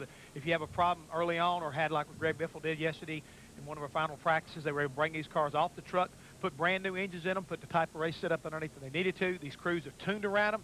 What do you see now? They're leading and running first and second, basically. All right, let's check in with Dick Bergman on Casey Mears. Dick? Well, I'm with his crew chief, Jimmy Elledge. And, Jimmy, you do know the history of this place, don't you? That Earnhardt Jr. won his first ever Nextel Cup race here, and Jeff Burton won his first ever here. Your guy has never won one of these things. What do you think? More history? Well, I hope so. You know, our Target Fujifilm Dodge is running really great today, and I think it's a good statement about our race team. You know, we felt like we needed to put more emphasis into our backup cars, and, man, we had some terrible luck on Friday. Just wrecked the first car in 2 laps, and the second one had a flat right front just as soon as we went off pit road. But man, what a rebound here, you know, and things are going well. Had good pit stops, and cars handling good, so hopefully we can get that thing in victory lane. Green was good luck for Carl Edwards for his first race, so maybe that'll be good for us. Indeed, and the crew chief is making great calls, and the drivers doing a great job as well, Mike. This is a total team effort that's put Casey Mears in second spot. There's Mears right behind Greg Biffle. 2 cars that were saved by this caution have made extra pit stops. Elliott Sadler and Jeff Gordon. More on that in a moment as we picked up some interesting audio from Dale Earnhardt Jr. and crew. But as hard as it is for us to get better, the last thing I want is to get a little worse. So start using your heads and start talking back and forth to me. Let's work together. I ain't hear nothing but 10-4, 10-4, 10-4 all day. And I know how he feels. Sometimes you feel like you're on an island all by yourself and you've just been voted off. And I'm telling you, sitting out there and you talk, and you always say, is anybody watching this race but me? Jeannie? I brought that up that last pit stop, that was Junior really trying to encourage them to talk during green flag. This isn't the first scolding they've gotten today. Dr. Phil, where are you? Please report to the pits. But just to finish this off, Junior came on after he was done saying, look, I know it sounds like I'm mad, but I'm not. I'm still smiling. Well, he knows that this race is winding down. Not a lot of more opportunities to adjust on that car, and bad things happening in the pits. You may only have one more pit stop. Hard to overcome it this late in the race. We need to mention Jeff Burton in the 31 car was the beneficiary of the free pass back on the lead lap. 20 cars on the lead lap with 117 to go. Greg Biffle brings them down, and Casey Mears is right on his bumper and going for it. And a lot of hungry cars trying to get back on that lead lap, like Dale Jarrett in 88, Jimmy McMurray, outside pole sitter in the 19. Biffle lucked out, got down in front of Dale Jarrett there, and makes it a little bit tougher for Casey on the outside, but he's going to make it, I think. Boy, Casey Mears, though, in a 41 car, got a great run off turn 2. He moves to the high side, slides down in front of Dale Jarrett in 88 car. But look at that red Dodge of Casey Kane slicing underneath the Ford of Kurt Busch, side by side for third.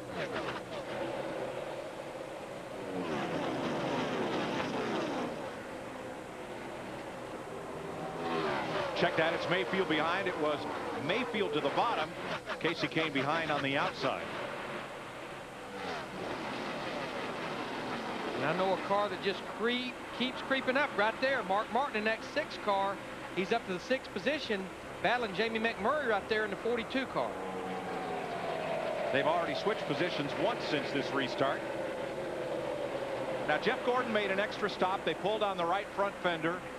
Create a little more downforce there, and Elliott Sadler was in twice, or 3 times during that caution flag, working on the defending race winner's car.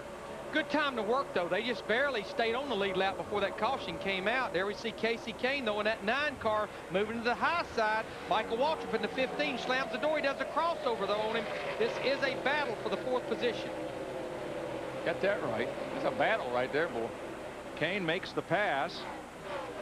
Steve, what did they do to Elliott Sadler's car? Mike, it's more like what didn't they do? They made so many adjustments to that 38. They made 3 stops under caution. They made a track bar adjustment, a wedge adjustment, took a spring rubber out of the left rear. They had to tape the hood because it was flapping. Todd Parrott said we might as well make these adjustments. We have nothing to lose at this point. Absolutely nothing. Again, they were going to be about the last car on the lead lap. You see Matt Kenseth in the 17 car. He also made an additional stop. Remember, had that penalty a while ago for too fast exiting pit road. This is a battle right here for about the 17th position between the 24, 31, 17, and 38. In that 24 car, there's something about Texas in that 24 car that don't seem to like each other.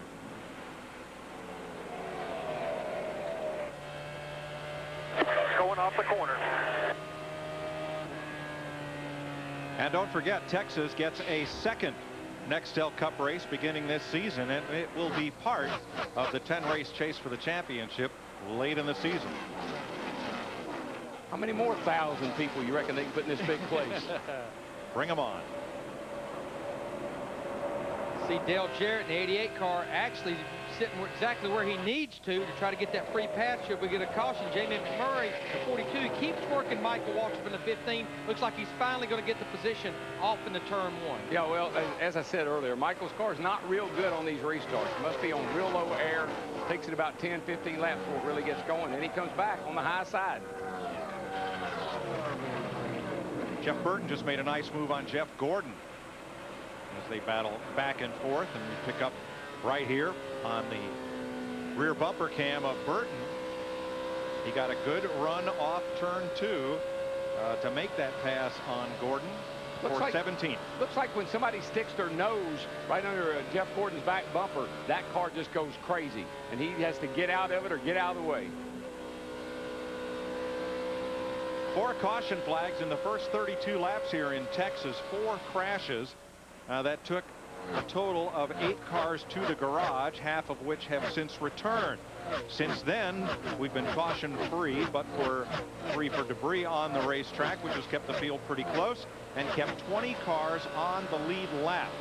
Greg Biffle, your leader, by 1 second over Casey Mears. Let's go to the pits and Matt. 31 car, Mike, of Jeff Burton.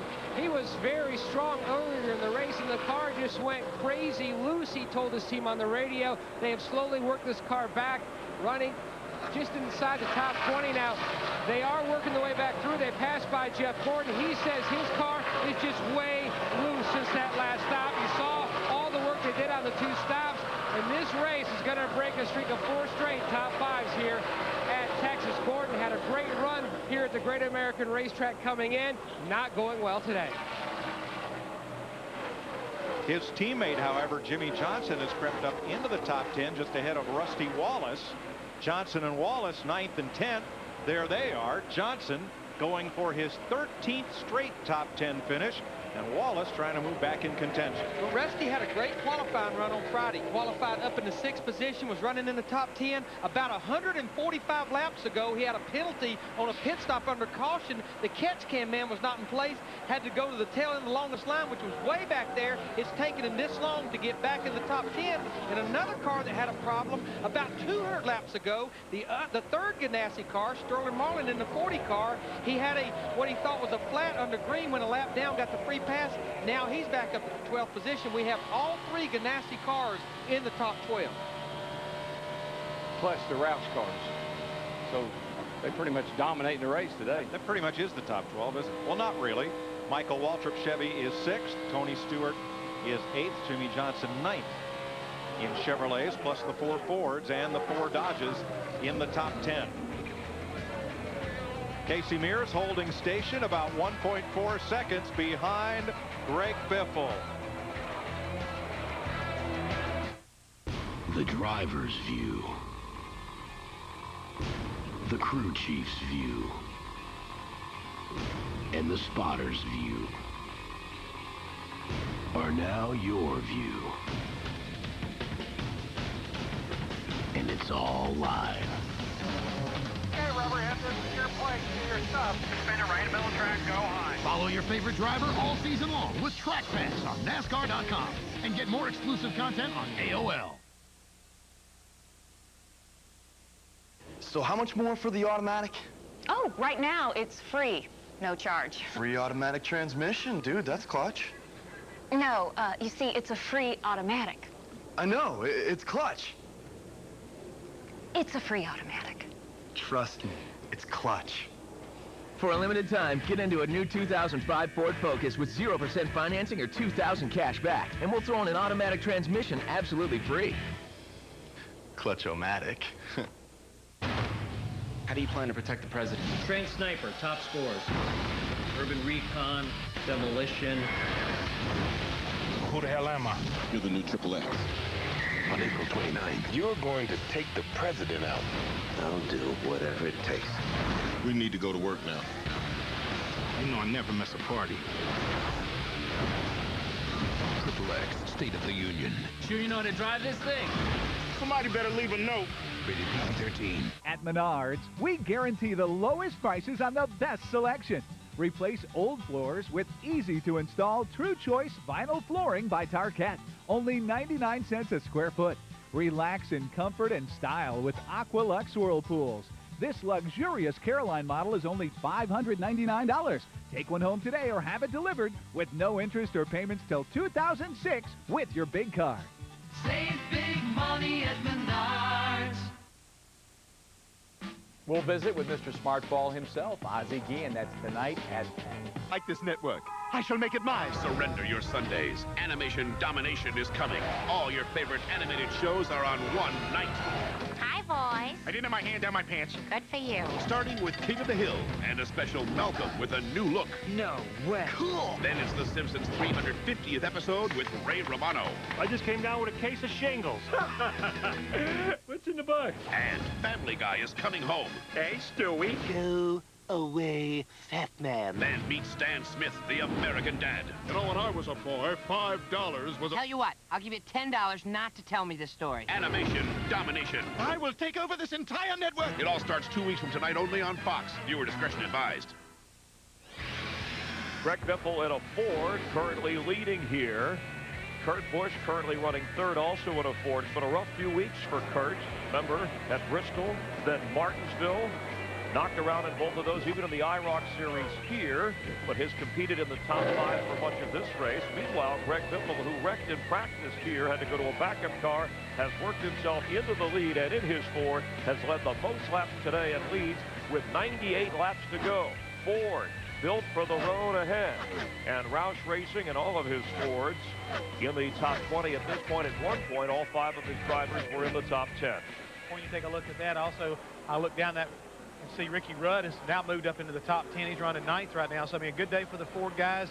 Really looking strong. This is looking out the front of Ricky's car. And I mean, so far, Greg Biffle, my friend, he is gone. I mean, all of a sudden, he's hit the afterburners, and he is checking out on these guys. His best finish at Texas previously was 28. I want to talk about Kurt Busch because he talked to us in the pre-race show, defending champ. Talk about a guy who's been hurting physically, even mentally, some bad luck, staying power, showing the toughness that a defending champion should. Very much so. I am very, very impressed with him. I mean, today, I didn't know if he had it in him to really get in here and fight like he needed to, but he's driven this car to the front, stayed up there all day long, and he's showing a lot of heart. He's showing what a champion's made out of, and he wants to defend that title. And I mean, my hat's off to him as well as Jimmy Finnick and that entire crew right now. They're making a really good showing here today. Working on an impressive point position jump as well. And he's gaining right now on the 41 car, Casey Mears. It looks like he's starting to run him down, so he's getting stronger as we go toward the latter part of this race.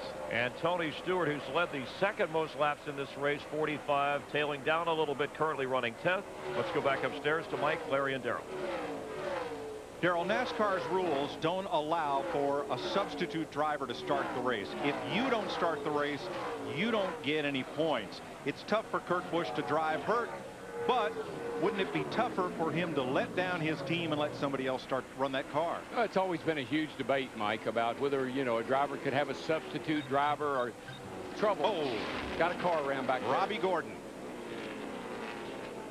pounds the wall pretty hard coming off turn 2 and tears the back end off of his Chevrolet. Boy, I hate that.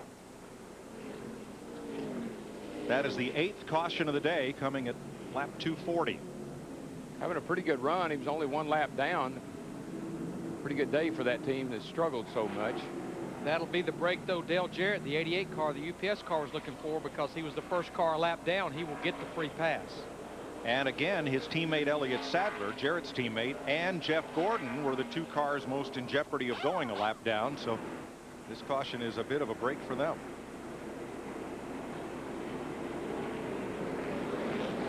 Didn't see what happened to Jeff Gordon, or rather to Robbie Gordon, but that was a pretty hard hit. Again, it's off turn 2 over there. You can see him up high. He just got loose there. He's all by himself. Backs it in the fence.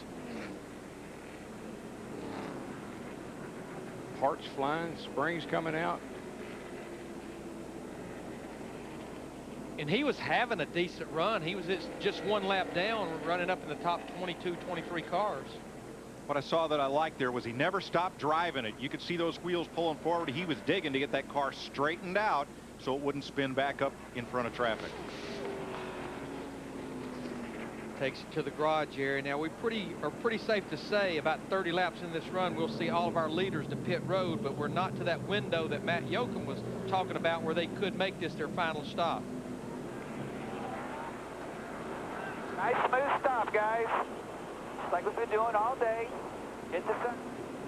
That's Doug Richard, Greg Biffle's crew chief. Here's Matt. Larry Mack, moments ago, that's exactly what Doug Richard told Greg Biffle. We are still not in that window yet. We will have to stop one more time. Biffle says the car turns better and it has more rear grip since their last stop. It's a tick on the free side. But he said, I really don't want to take a chance and make an adjustment now since we have to stop one more time. Let's just leave it alone. One thing you remember about Atlanta, they didn't adjust on that car all day long, and at the end of the race, it kind of bit them. And Larry, the sun has gone in. It's kind of getting a little overcast. Better be ready. Track's definitely cooling down. Jeannie. 42 of Jamie McMurray saying it's way better than it was before, deciding with crew chief Donnie Wingo. They needed more air in the right rear. That's what they got. Best change they made all day, so they're going with it again. Steve? Kurt Busch says the car is the tightest it's been all day, Jeannie. They put a ½ pound out of the right front, ½ pound in the right rear to fix that. Dick? Well, Casey Mears came out of the pits in second place. That's exactly where he had entered the pits. They were glad to see that caution flag because the tires that they put on the car on the last pit stop didn't agree with the car. The car had gotten very tight, so they made some air pressure adjustments this time around to try and solve this problem. And one more reason for Casey Mears to try to win the race today is, if there aren't already enough, it's his mother's birthday. But I think they're making these adjustments not necessarily because the set of tires didn't agree. It's like you mentioned, DW, this racetrack is really changing and really cooling down. Under caution for the 8th time today.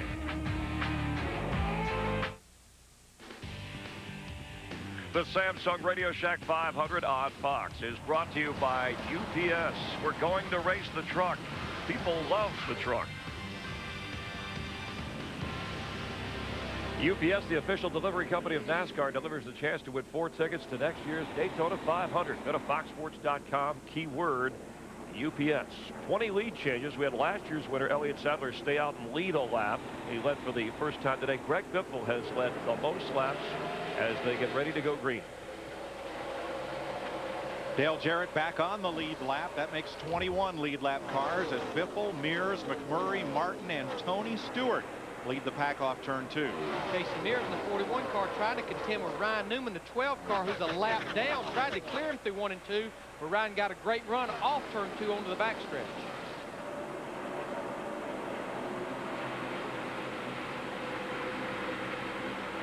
Casey got a great run that time on the high side off turn 4. He's able to clear the lap car of Ryan Newman in the 12. 48 car, Jimmy Johnson just about got into the back of Mark Martin in the trial right here. I mean, that was close. Guys, I tell you, a car that has moved back into the equation. He had faded just a little bit, but that orange Home Depot car, Tony Stewart, the 20, he's now back up in the 4th position. We have 87 laps to go. The car didn't look right on his last run, Larry. The car just wouldn't seem to hold the bottom of the racetrack. But here is Stewart in 4th, Matt. Mike, he was free on entry before the last stop, and the reason they over-adjusted the race car again, they put an air pressure change back into the car that they made on the previous stop. You see, he's starting to work his way back up to the front.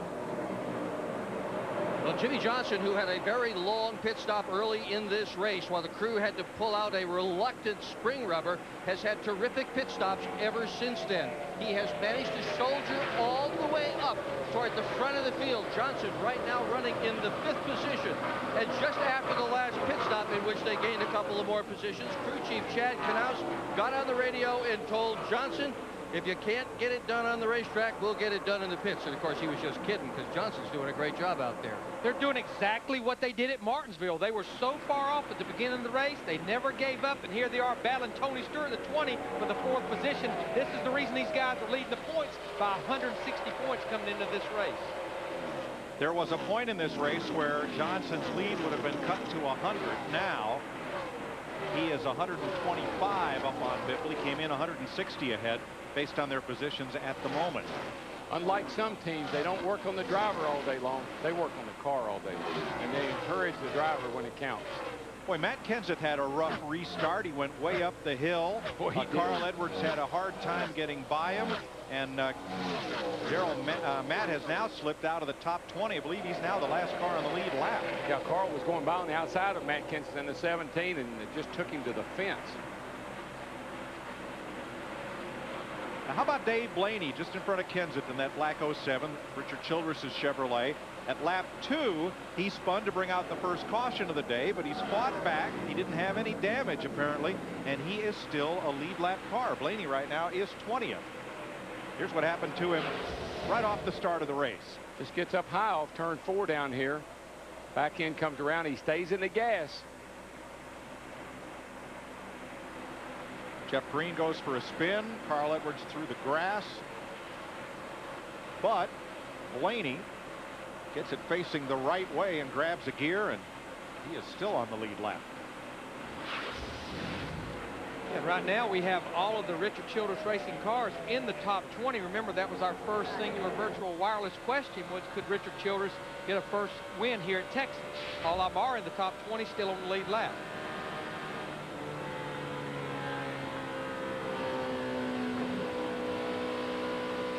Mike, you talked about the points. Greg Biffle, he's already locked up those 5 extra points for leading the most laps. No one can catch him on that. Big battle here for 6th place.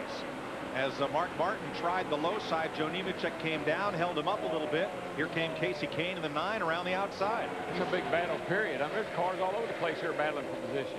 And you see Kurt Busch in the 97 car, how he was so far back as they had problems with the right front on that last pit stop. Jeannie? Mark Martin coming into that last pit stop saying the car is way too tight. We have got to get her loosened up. Obviously talk amongst the crew that the sun really an influence, or maybe a lack thereof. The clouds really moving in. Did take 4 tires, wedge adjustment, and then of course the reminders, you the man, we can take them one at a time. Steve? Kurt Busch has been running in the top 3 for the majority of this race, but they had tough luck on that pit stop. They had trouble on the right front tire. He restarted the race in the 11th position. He's made his way back up to 7th. 4th place, coming off turn 2. That's, whoa, Jimmy Johnson loose after completing the pass on Tony Stewart. Yeah, well, again, you just stick that nose up on the back of some of these cars, and it takes them for a ride, buddy. Jimmy did a great job of saving that baby. Jimmy had a run on Tony off turn 2 to take the spot, but got really loosened up coming off turn 4, and Stewart had a chance to get back out.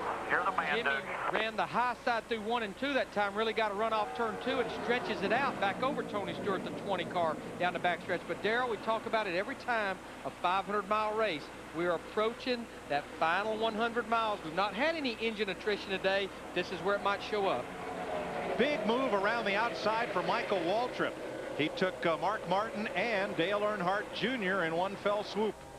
And this is definitely, since Daytona, the best combined run by the 2 DEI cars, Dale Earnhardt Jr., who we're riding with, the 8 car who's in 9th, and Michael Waltrip right now, who's up there in the 8th position, the 15 car. And a close call for Kurt Busch in the 97. Now that right there, the car just takes off. A lot of that looks like, I know he's going to the outside right there, but the car just, it is frightening sometimes. Now, Junior's trying to work under Mark Martin, but here comes Michael all the way around, the long way around. That was almost a lose-lose right there. Dale Jr. almost pushed Mark into Michael, who was going around on the outside. 3 wide off turn 4 is a little touchy. And Ricky Rudd, Sterling Marlin in the 40, both get past Mark. But Darrell, I couldn't help but think, looking at that move by Kurt Busch, looks like he dug back in that luck bank just a little bit. Well, he did, because that thing was long gone, baby.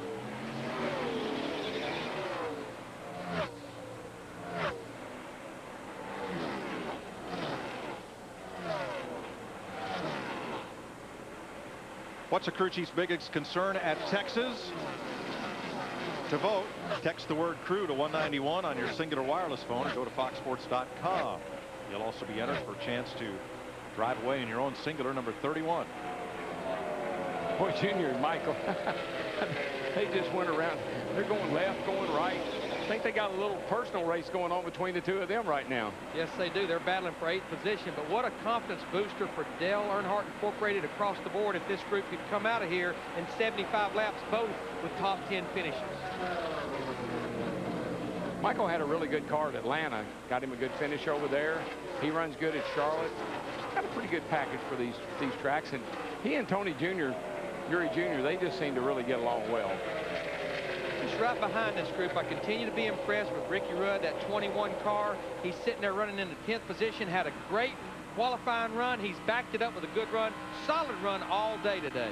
I think Ricky Rudd would be one of those kind of drivers, Larry, that would save a little bit because he knows it's 500 miles.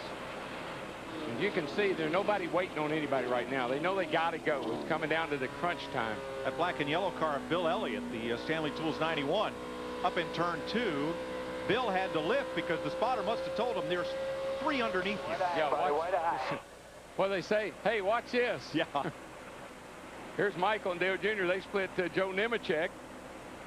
Then on the other end of the racetrack down here, they go like 5 wide. Well, Darrell, when you have a 2-car team, there's got to be a temptation to say, no, we didn't run as well as we wanted to, but we were better than them. Yeah, well, that team right there, they just are looking for improvement, period. And right now, they're getting it. And I honestly believe when I look at our 2nd and 3rd place cars, Casey Mears in the 41 car, Jamie McMurray in the 42, same situation. Ganassi Racing, they just need a good, solid run across the board from these teams. Yesterday's winner, Casey Kane, drove around Tony Stewart 2 laps ago to move back up into the top 5. Steve? But, Mike, he's not real happy right now. They also had a slow pit stop after 2 consecutive 13-second stops. Their last stop was 16 seconds.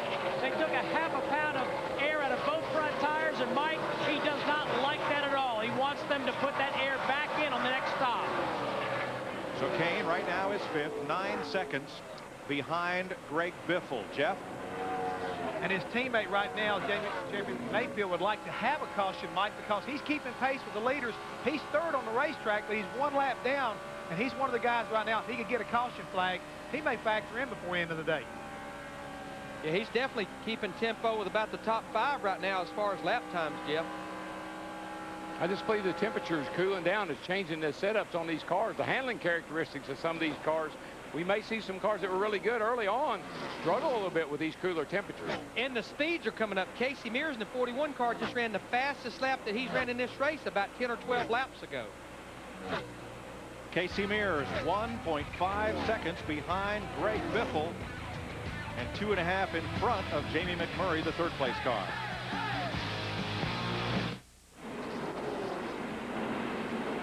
Casey Kane has crashed hard coming out of turn 4. Yeah, all by itself, Mike. Back in. That is the 9th caution of the day. He was pretty good right there. I'm still just a tad tight. I believe that's Casey Mears. Lap 271, Casey Kane coming off turn 4 by himself. No other cars involved. But, Darrell, that's a hard hit. It was really hard, and it's all on the left rear there. But I was watching him, and it just looked like, I'm not sure if something happened to the car or not. I know it spun all by itself. We'd got the report that he was not very happy with the way that car was driving. He's been complaining about vibrations in that car all day long. You look up the top of the screen, you'll see him. He has climbed out okay. I think something happened to the engine in that car because you see smoke coming out of it before he crashes. How about it there, Steve? Hey, DW, so far all Casey Kane has said is something broke. Car definitely just came around with it. Yeah, I think there's smoke coming out of it before it ever comes around, and there's a pretty good trail of oil down to where he is, as if something, either engine or something, let go in that car. Yesterday's winner of the O'Reilly 300 in the NASCAR Busch Series, Casey Kane, was running in 5th place when he crashed at turn number 4. Now, since he's sitting right at the entrance of pit road is closed, but now for a lot of cars, I think that may be good because we're right there on the edge of that window that this could be the final stop of the race.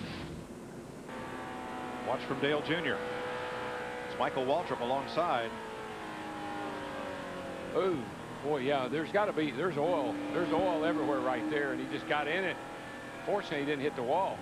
And Darrell, we just got into the back of the 6.6. I was hitting oil. I couldn't stop. I couldn't get in the brakes. It's going to hit the wall, so might want to work on the front end a little bit.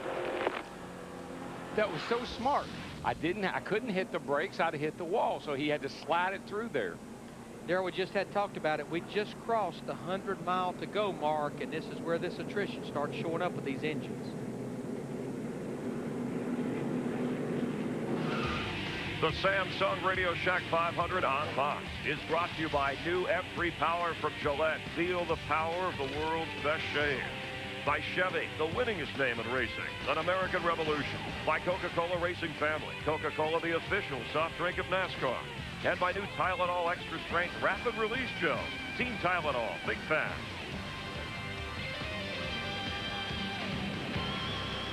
Time for a Visa race break. More than 200,000 fans have enjoyed a warm, sunny day. It's cooled off a little bit at the Great American Speedway. Second Great American Race. Greg Biffle leading Casey Mears and Jamie McMurray under the caution flag here with Jeff Hammond, Chris Myers. You were guessing what radiator problem on Casey Kane there? We think he's okay. Obviously, he's getting checked out medically. Well, definitely he got out of the car on his own power, which is a good thing. But I was just looking when he hit the wall. I believe it was water coming across the racetrack along maybe when they busted an oil line or oil filter and maybe got some oil on the racetrack. That's what Dale Earnhardt Jr. was going through, and he said he couldn't slow down, and he got in the back of the 66 car of Sadler. And you see what is left of the track right now as we are under the 9th caution. That is the speedy dry, helping to dry out the track here. Greg Biffle has led the most laps of his career in this race. He's led the most laps this year, and he's leading in Texas.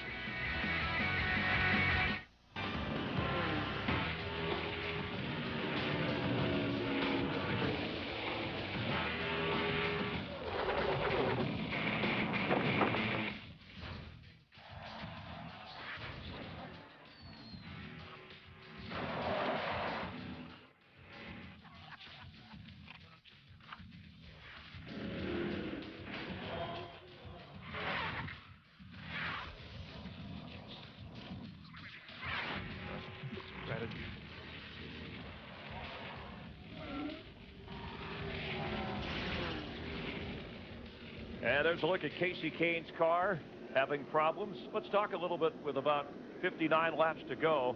Mistakes on pit road so far affecting this race. Well, we've already seen where, you know, Rusty Wallace got caught speeding coming out the end. Guys leaving lug nuts loose, leaving the catch can not attached to the car properly.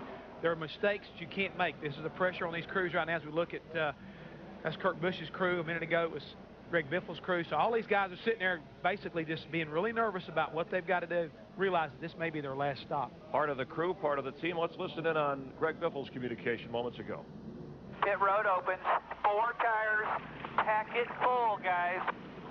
We can go to the end from here. How about your adjustments? He blew up. Just 4 tires, Doug. Go quarter pound out of the left side. 10-4. All right. Posted the communication. Well, it sounds to me like his driver knows exactly what he wants to do. He's just trying to get a little bit more grip out of his left side tires. Let's check in with Matt Yoka. Matt? And Chris, they've already called an audible from that earlier change. Now, Greg just wants to shuffle the air pressures ever so slightly in the right front and left rear. Also, they're not going to go with any kind of wedge adjustment. They feel like it's overcast enough, and this is the conditions they're going to see all the way to the finish. But he is making a comment that he does see a little trail of oil up to the wall. NASCAR officials got the oil coming off the wall from Casey Kane, but Greg says there is still a trail leading up to the wall. He's passing that on to NASCAR officials so they can also put some Speedy Dry down there as well. And I think the big thing going on right here, we've been talking about it these last few laps. If you notice, the air temperature has actually come up, but because turn 1 and 2 is in shade, look how much it's cooled down since the start of the race. Now we have a little sun on 3 and 4, but I think the big key is how much turns 1 and 2 has cooled down. That has definitely changed the way these race cars are driving. And you better change your race car accordingly. If you keep doing the same thing and this temperature cools down, the cloud and overcast, you'll get behind here and they'll outrun you. When you make the wrong change, you pay the price. Jeremy Mayfield earlier, too much air pressure in the tires. Car didn't like that. He lost a lap. He is just now, a couple hundred laps later, gotten the free pass to get back on the lead lap. But I think when you're looking for more grip, Darrell, and I think this is what got Jeremy in trouble a while ago, is I like what Greg Biffle, Doug Richards talking about. Whatever you have to do to fix the balance, take air out of the tire. That gives it more grip. Do not put air in a tire. Ooh, no, I hate that. Turns into a big old basketball. This definitely could be one of the most important stops for these teams today. No mistakes on the pit stop, no mistakes leaving or exiting pit road. This could be the final one, Matt. Pit road is open. The crews are up on the wall. Greg Biffle's team, Doug Richard told them, good, smooth, solid stop. The next 14 seconds when he hits his ball, hits his pit stall, could decide who wins this race as the 41 and 42 go on by. They're going to pull a tear off the windshield, both sides for Greg Biffle to help with visibility. Good solid stop so far to Genie's Alaska. A very quiet green flag run for Jamie McMurray. In this case, quiet is good. The car much better. They're going to make an air pressure and track bar adjustment. Biggest concern, he can't see out the back window. The cooling hose is loose. He's asked the spotter for more help, Steve. Kurt Busch has his service complete, just half a turn of wedge. He's battling a tight race car. Dick. Casey Mears having the best day of his entire career. Will come out of the pits in at least second position. Once again, they have made minor adjustments to that car to try to tune it up because so far he has not been able to pass Greg Biffle. There you see the race off pit road. Tony Stewart, that 20 car, gaining 2 positions. See some of the losers. Jimmy Johnson losing 2 spots. You see Michael Waltrip losing 1. Mark Martin gaining 1. This will be the time on pit road, including that pit stop. Tony Stewart right there gained those positions, as well as Rusty Wallace gaining some. You see the real losers, Kurt Busch and Jimmy Johnson. A tire rolled away from Dale Jarrett's pit, so he'll go to the back on this restart. 57 laps to go in the Samsung Radioshack 500.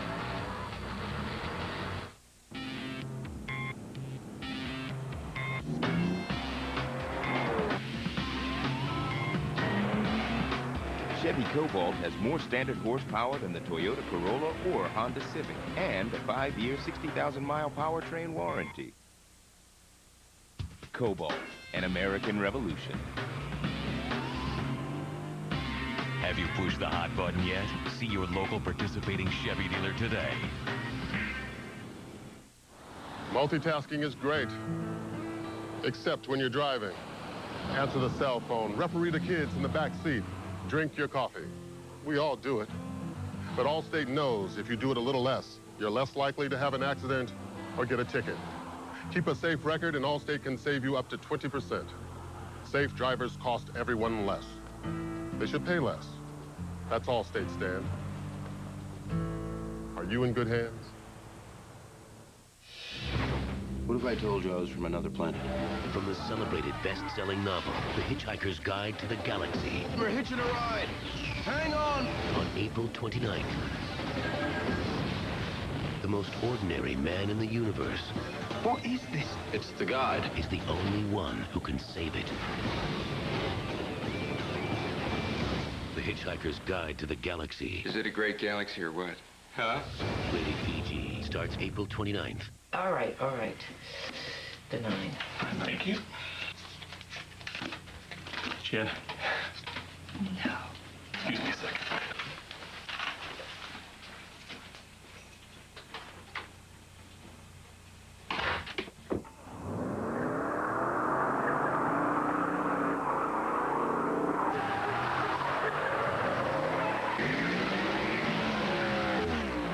FedEx is proud to introduce the number 11 car.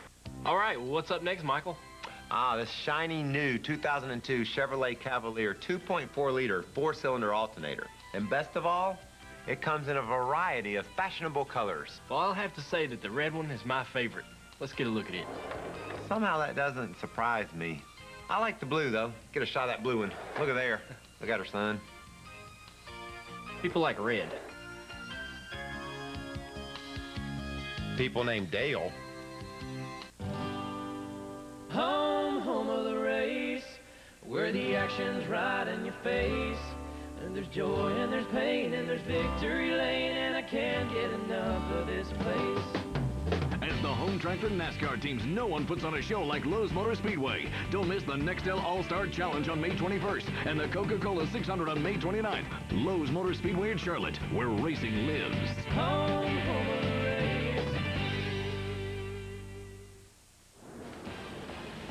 Getting set for the restart. Here are the top 5. Jeff Gordon stayed out to lead a lap and then made his pit stop a lap after everyone else on the lead lap. But third place, Jamie McMurray. What a pit stop. They had a great pit stop, but Jeff Hammond was pointing out to me, if you notice, he's able to come into his pit box. He has an opening behind him because Bobby Labonte's a lot of laps down, and then the 25 car, Brian Vickers, is in front of him laps down, so he had an opening basically behind him, in front of him, and that really helps him get in and out of his pit box, along with a great pit stop by that Donnie Wingo group. No mistakes, and McMurray is third behind Greg Biffle and McMurray's teammate Casey Mears as we get the restart with 54 to go. Well, to use a racing term, we're going to ratchet it up a little bit now, boys. I would say so. You better pull them belts tight one more time. They are going now. Is that anything like crank it up? Sounds good to me. I like it.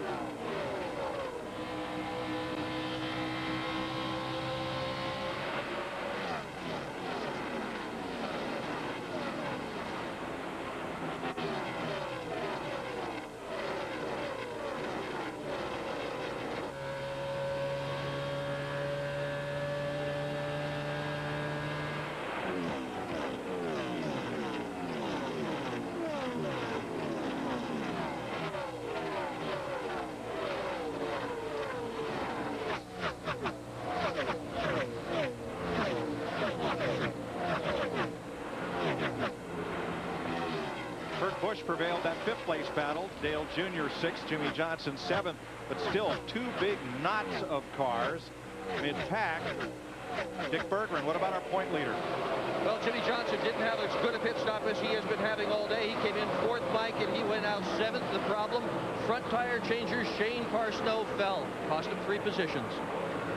But DW, talk about ratcheting it up. Greg Biffle in first, Jamie McMurray in the 42, 283 laps into this race. They just ran the fastest lap they ran all day long. Well, I tell you, that 16 car, if you think back to California, the race he won, you think back to Atlanta, the race he almost won, and now today, they have been on a tear, that team has. Elliott Sadler underneath Kevin Harvick's 29. The 17 comes with him.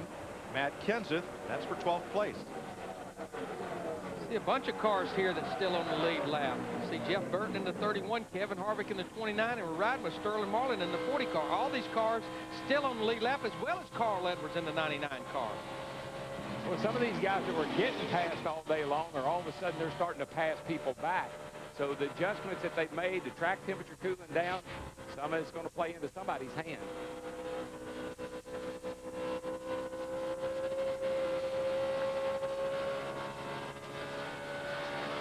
But I'm just watching our guys up the front. They're running in the mid-29-second bracket. That's close to what some of the cars qualified for this race. But you know, as we were listening to the engine in the whichever car that was, I'm not sure, that's not the same sound we heard last year. Remember last year, it sounded like a bunch of bumblebees. They were turning 10 grand. Today, they're turning 9,000, 8,800. A totally different sound. Because of the gear rule you talked about earlier in the broadcast.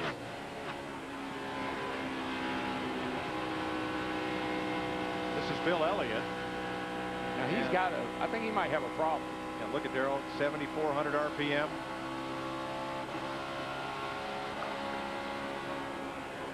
It's like he's almost maybe down a cylinder. You see right there, he's just barely turning over 8 grand right there.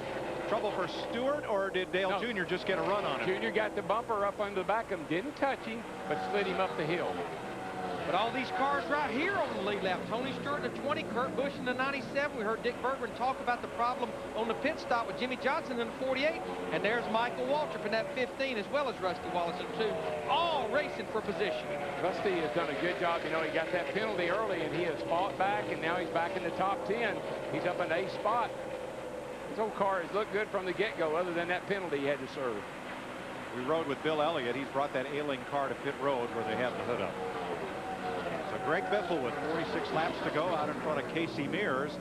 Mears was quickest the last time by, 29.87 seconds, and that gap stays constant at just right about half a second, 0.6 of a second. I just can't help but think back to Atlanta. It just keeps coming in my mind about the 16 car. How great it was all day long until the last pit stop. They were afraid to do very much to it because it had been so good.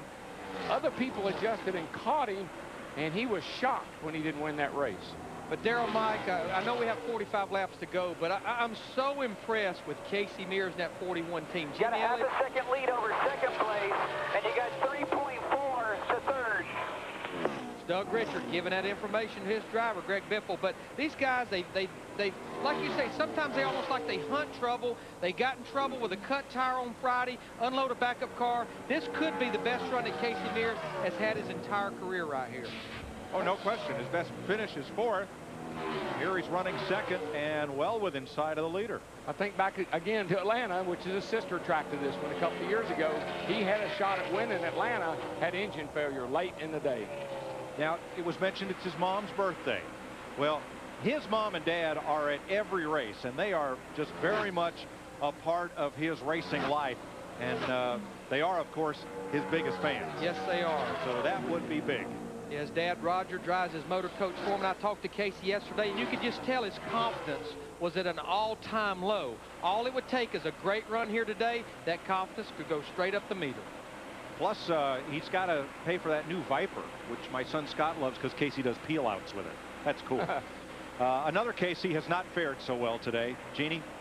Yes, KCK, 24 hours ago, there was a completely different situation for you. As we watched the 91 pull behind here, what went wrong? Well, we had a great race going on. You know, our Evernham engine was running great, and actually broke an oil pump shaft, which, you know, that's a part that we buy. That's not a part that the engine shop messes with. So the engine run good. We just had a problem with that, and other than that, I think we could have run top 5. Who knows how good. All right, take a split out of the weekend and find some success in that. Thank you. So that appears now that we have 2 of the 3 Evernham cars who's been strong here all weekend behind the wall with a engine mechanical failure of some type. Sometime when you lock one of those dry sump pumps up, it's shrapnel that's inside. The little piece of stuff will fly around in the engine and get to that pump and lock it up. It could be the tip off of a valve spring. It could be any little small thing because they run tight tolerances on those pumps. Boy, Tony Stewart in a 20 car. Jimmy Johnson in the 48 just went by him. Rusty Wallace in 2 ran up behind him, got him loose. He had to go up the racetrack. Now he's going to lose another position to Michael Waltrip in the 50. Out there by himself. A lot like Jeff Gordon. He just doesn't want anybody tucked up underneath of him. It drives him crazy. He runs him up the racetrack. Stewart's car was best at the start of this race when he took the lead and disappeared until caution brought the field to him. His car has somewhat been up and down. He was really good at the beginning of the race, dropped the green flag, led some laps, got behind a little bit, then made it back to the top 5. Now he's losing some ground again. And right behind him, Ricky Rudd, still a contender in that Rent-A-Center Motorcraft Ford. There, I think a lot of that has to do with Tony Stewart being out front. Clean air. Nobody around me. I tell you, a nice recovery, though. Last year's winner, Elliott Sadler, in that 38 M&M's car, it was not that many laps ago. He was just about to go a lap down. A lot of adjustments on that car as he stayed on the lead lap by Todd Parrott and that crew. He's up there in the 12th position, but feeling pressure from Jeff Burton in that 31 car. And Burton's car much better than earlier in the day when he went a lap down and got the trouble free down pass. here. Tony Stewart up high in turn 2. Kaboom. Another one of those engine failures. Big time explosion, and the caution is out. A lot of oil being laid down. Yeah, he's on fire from the oil. He needs to get down and get that thing wound up. Right now, get out. Yesterday, a hard crash for Stewart, not of his doing, right after the start of the race. And today, barbecue. 10th caution of the day as Tony gets out of there in a hurry. Still carrying it. It was his radio cord that was keeping him from making a quick getaway. Well, you're inhaling all those fumes, so you got a lot of smoke in your eyes, and you don't know if the thing's on. You know it was on fire, and you don't know if it still is or not. You just want to get away from it. You need to bail out of that thing, and he did. Stewart led 45 laps today, but will not finish. Well, DW, we thought we had our last pit stop coming. Now, this was in the middle of turn 1 and 2. You can see all the oil being dumped out the bottom onto the exhaust pipes. That is an engine explosion.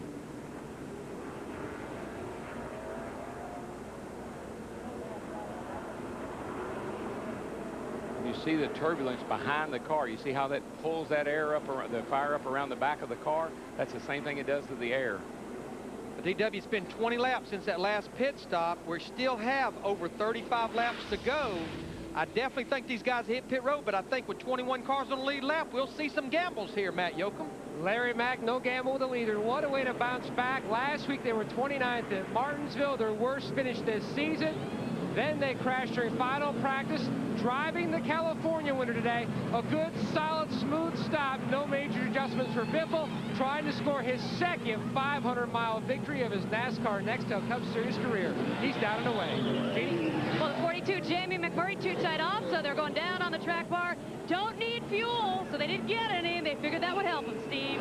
Small wedge adjustment for Kurt Busch. Jeannie, he said his car had gone to the loose side. Let's go to Dick. Well, Casey Mears' team had not been able to beat everybody off pit road, particularly Biffle. He had not been able to beat Biffle on the racetrack driving, so they took 2 tires. They gambled. And right now, Casey Mears is the leader here in Texas. Dick, most importantly, Tony Stewart is okay. He climbed up, walked to the ambulance, so without assistance, and Tony's all right. But the real winner on that pit stop, we talked about Casey Mears, but his teammate Sterling Marlin, 11th position. There's the gamble. 2 right side tires only. Worked last week.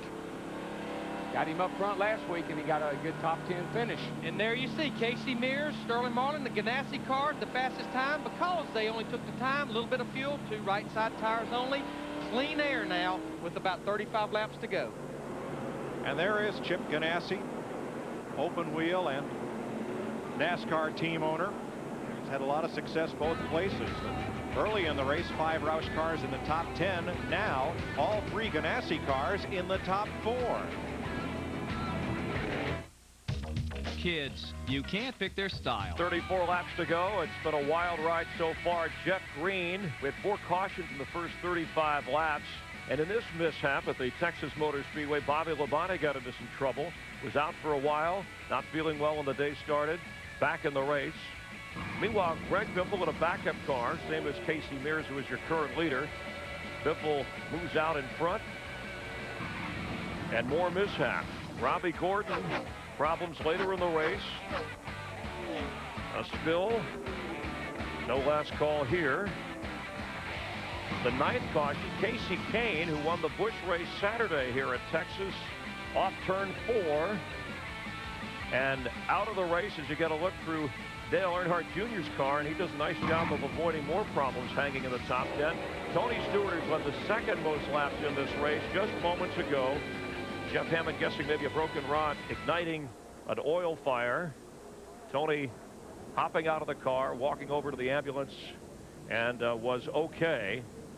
This was with about 37 laps to go in the race. As you get a look at the Home Depot Gibbs car, Tony has to be thinking that really burns my backside when something like that happens. But Tony Stewart is okay with about 33 laps to go.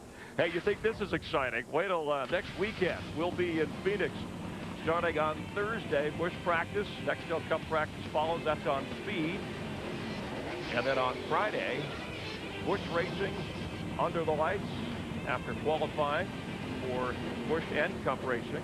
That's 8:30 Eastern, 5:30 Pacific from Phoenix. And the Duel in the Desert Saturday night on Fox, the Subway Fresh 500. Dale Earnhardt Jr. from the last couple of races in Phoenix. Should be an exciting time in high definition only on Fox.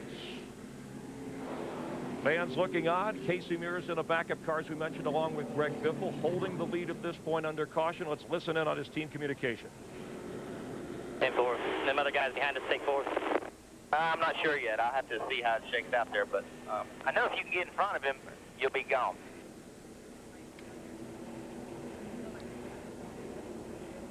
What you were listening to right there, Chris, is that Casey was actually asking his crew chief, Jimmy Elledge, what went on behind him. He's leading the race. He wants to know who took on 4 tires, who took on 2, so he gets some kind of idea what the competition is kind of lining up behind him, has to offer. First race led this season. Of course, Casey, the nephew of 4-time Indy 500 winner Rick Mears, and the son of off-road legend Roger Mears, hoping to make a name for himself here in Texas. Mike?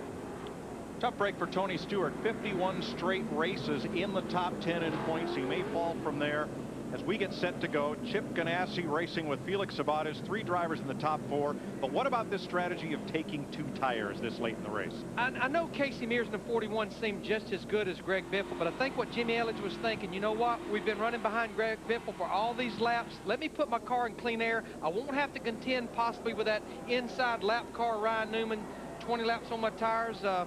They rolled the dice. Greg Biffle will cut that thing to the bottom and blow his doors off. Well, let's see, Darrell. 31 laps to go. Green flag in the air.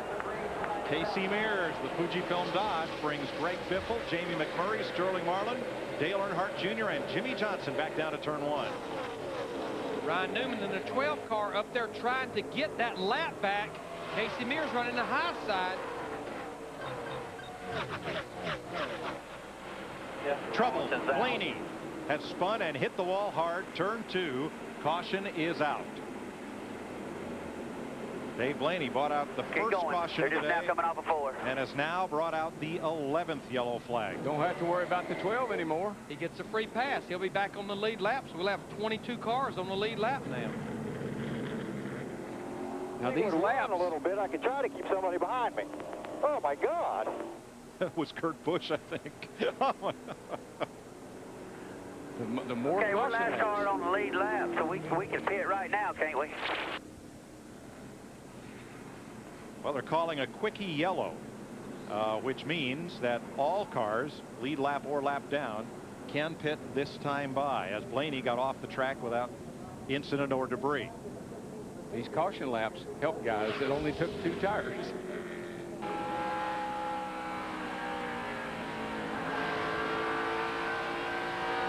Darrell looked a little like Blaney might have been loose going in the corner and then might have gotten contact from Matt Kenseth. Probably made some sort of an air pressure adjustment, thinking about a little short run here, not that many laps, and things spun around on him. And just to update you, you talked about guys on 2 tires. We talked about the Ganassi cars, 3 of the top 4 right now. Casey Mears in the 41, Sterling Marlin in the 40 is the 2 cars that elected to go with just right side tires after that 20-lap run on their left sides. The last win for Chip Ganassi in NASCAR was Jamie McMurray at Charlotte in 2002. He had just taken over the car from Sterling Marlin, who had been injured. While leading the points, Marlin got injured, had to climb out of the seat. They hired McMurray from out of the NASCAR Busch Series, and in what, his 3rd start, he went to victory lane at Charlotte. I'll tell you something else that helps these guys that took 2 tires. They got to buff them in there that 1 lap. So that air pressure difference between lefts and rights will be a whole lot less now with just that lap on the tires. But the one thing that I was learning talking to like Ray Evernham on Friday is these tires that we saw Ryan Newman got the free pass, he gets 4 fresh tires, is they don't like cycles. They don't like being heated up, cooled down, heated up, cooled down. For some reason, they give up a little bit when they do that. We've talked about teams running up front. Both of the DEI cars are in the top 10. Dale Earnhardt Jr. and Michael Waltrip currently 5th and 9th. Not since Loudon in last September have both of them finished in the top 10. Jr. was 3rd and Michael Waltrip was 9th. And we're now told that at the moment of caution, which is when NASCAR freezes the field, Ryan Newman was ahead of Casey Mears, so he gets to come around because the pace car picks up the leader, and that will make Joe Nemechek the lucky dog. He gets the free pass, and we'll be back on the lead lap. So once again, we'll have 21 cars on the lead lap. There's Nemechek. Declare your citizenship to the biggest NASCAR show to hit the air. NASCAR Nation, with special features like Beyond the Wheel, Home Base, and The Big Story. NASCAR fans can now stay closer than ever to America's biggest motorsport. To get Speed Channel, call 188-22-SPEED. I guess Blaney could say, well, I started the day this way. I guess I'll end the day this way. Maybe they've been working there. Maybe they've been working, trying to get back to the way they were when they started. And they did. Dave Blaney around in turn 2 and in the fence. And he did have contact from Matt Kenseth. We saw a little damage on Kenseth's right front, but the one view we had of it looked like Blaney was a little loose going in before contact was made. So.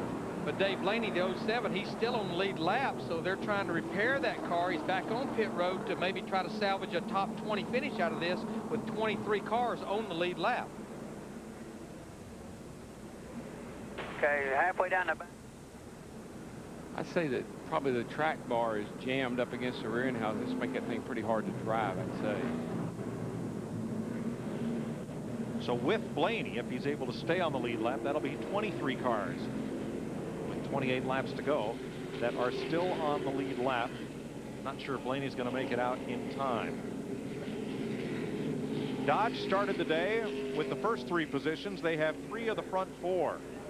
Casey Mears, Greg Biffle's Ford, then McMurray and Marlin in Dodges, Earnhardt Jr. and Jimmy Johnson in Chevrolets, Kurt Busch's Ford, Rusty Wallace's Dodge, Michael Waltrip, Ricky Rudd, your top 10. A lot of Dodges up in the top 8. We get the 1 to go signal. Dave Blaney leads pit road. He will stay on the lead lap, so we'll have 27 laps to go here in Texas.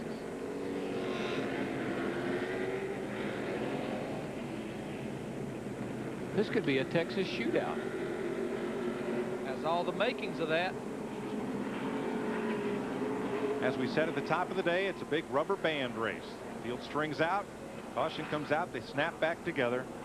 And chances are, at the end of the race, much like Atlanta, somebody will be side by side with somebody else for the checkered flag. That's what keeps them here with 27 laps to go. Well, I know Greg Biffle was upset when he didn't win that Atlanta race. Carl Edwards won it, and he finished up 3rd. I think he'd be really, really upset if he didn't win this race today, because he has had the dominant car from the get-go. And he had one of the cars to beat at Bristol. They made the decision to stay out on old tires, and he ended up falling out of the top 5 there. It looks like Biffle is going to take a pretty big bite out of Jimmy Johnson's point lead, which was 160 coming into this race, as we get set for the restart, which will come with 26 laps to go. Yeah, Jimmy Johnson, the 48, he has not led a lap today to get those 5 points. Can't spin those tires on this restart, especially those little older tires.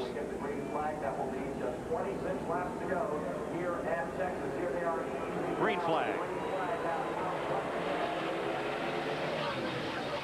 Casey Mears gets a pretty good restart, but Greg Biffle keeps tempo with him right here. Yeah, this is going to be exactly what Biffle needed. Nobody on the inside. Now, Biffle ran up to him into the middle of 1 and 2, but Casey Mears, the 41, got a good run off the corner. I think got a little too close, and he couldn't get back to the throttle when he needed to. Where Biffle is best is coming off turn number 2. He's just going to be real good off the corner with those new tires. Oh, look at this battle right here. Dale Earnhardt Jr. in 8, Jimmy Johnson in the 48, Kurt Busch in the 97. This is a battle for 6. And 2 lap cars right in front of them, Mike Wallace, Kenny Schrader. Greg Biffle, he has his hands full of Jamie McMurray right now in the 42 car. His car got loose down in 1 and 2, allowed Casey Mears in the 41 really to stretch it out. Kurt Busch is off the pace down the back. Darrell, his car got bound up coming off 2. He climbed the hill, had to get out of the throttle, and it cost him 2 spots. It cost him a ton of momentum. I thought something was wrong with it.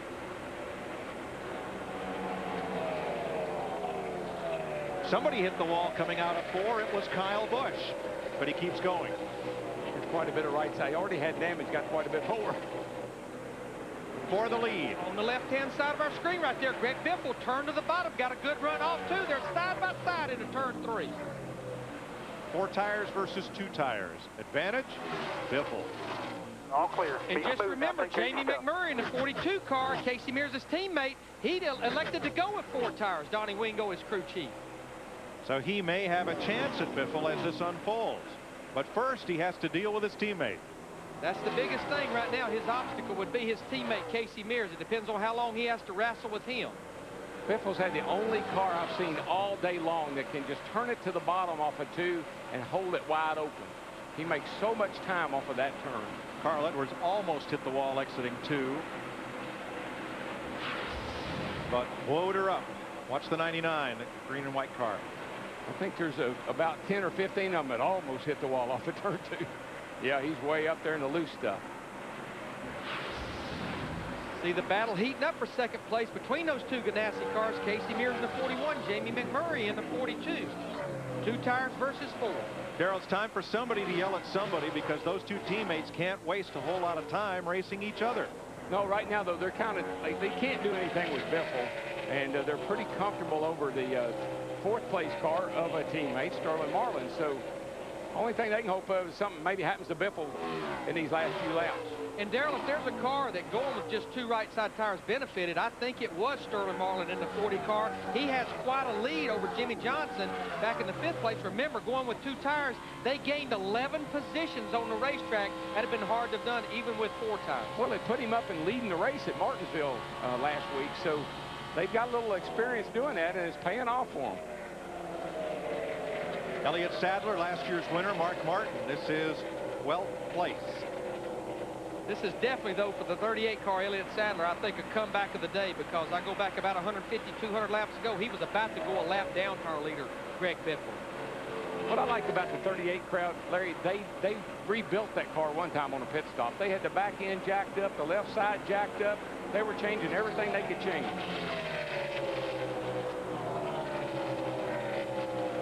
We've been talking about our points leader, Jimmy Johnson, in the 48 car back in 5th. That time, he had the fastest lap.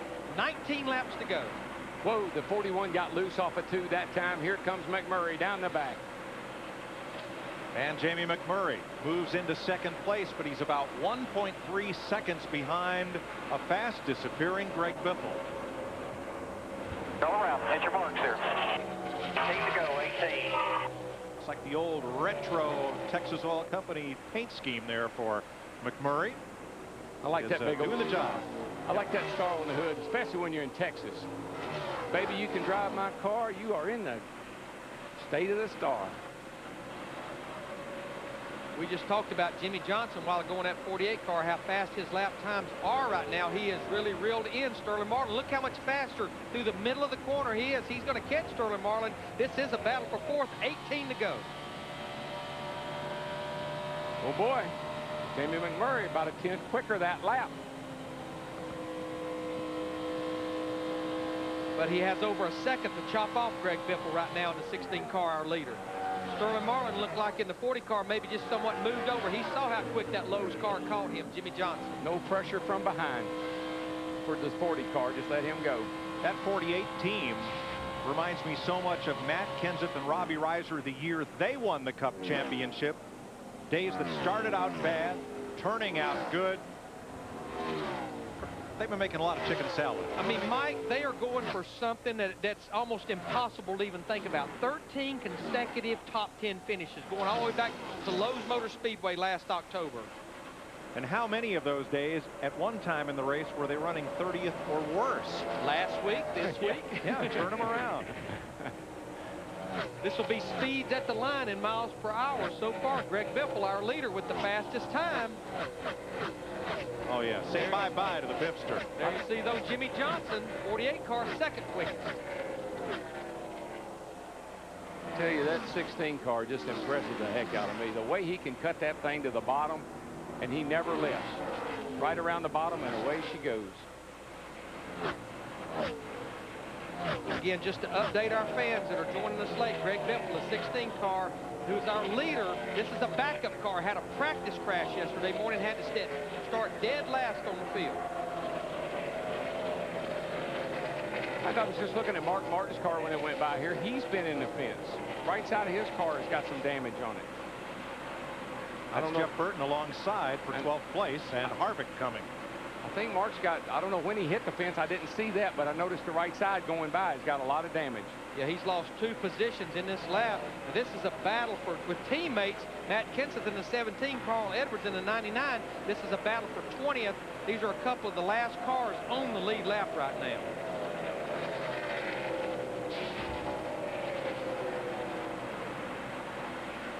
Biffle has opened it up to 2.2 seconds on Jamie McMurray.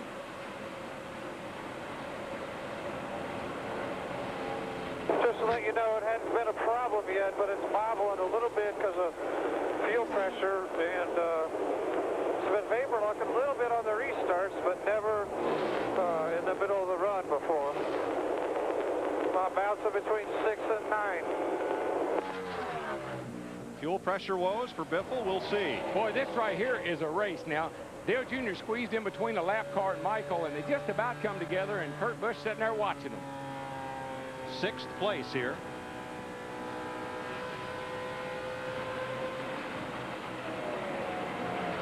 Still side by side. Coming up on some lap traffic here. That's going to play into this little party.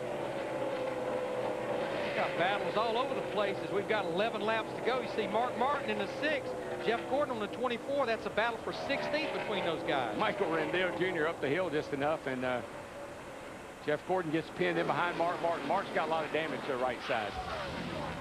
These two guys are going at it. I don't know if they're having fun or not, but I guess that's what they would say. Here you go, 3 wide. Yikes. Squeezes in there. Let me down, Michael. Let me down. Let me down. Sorry, dude. But you're right, DW. 324 laps in this race. I believe these two cars have been racing about 300 of those 324 laps. Sterling Marlin may move into the top 10 in points, and Tony Stewart may fall out of the top 10. Stewart's car caught fire, and let's get an update on Tony from Jeannie. Guys, I guess first and foremost, I should say he is okay. He's still in the infield care center. He's being treated for some burns. He has a 1st-degree burn right around his right elbow, almost a 2nd-degree burn. It's on the back side of his thigh, right above his right knee. And again, I'm stressing he's okay. They said they're going to treat him here. It's nothing that he can't handle himself when he leaves. Jeannie, it sounds like the boot around the gear shift lever may have burned up and allowed flames into the cockpit. Trouble for Elliott Sadler, the defending champion of this race. Limping it in. There's something wrong with it. She obviously quit running. I'm going to tell you what, we've been talking about Jimmy Johnson in the 48 car. It was not that long ago that he drove by Sterling Marlin for the 4th position. Here with 8 laps to go, he is reeling that 41 car, Casey Mears, in. So Jimmy Johnson now trying to get another position, our points leader coming into this race. I think everyone would love to see a caution right now except our leader, Greg Biffle, in the 16 car. Jamie McMurray in the 42 car right now. He's almost 3 seconds behind our leader, Greg Biffle.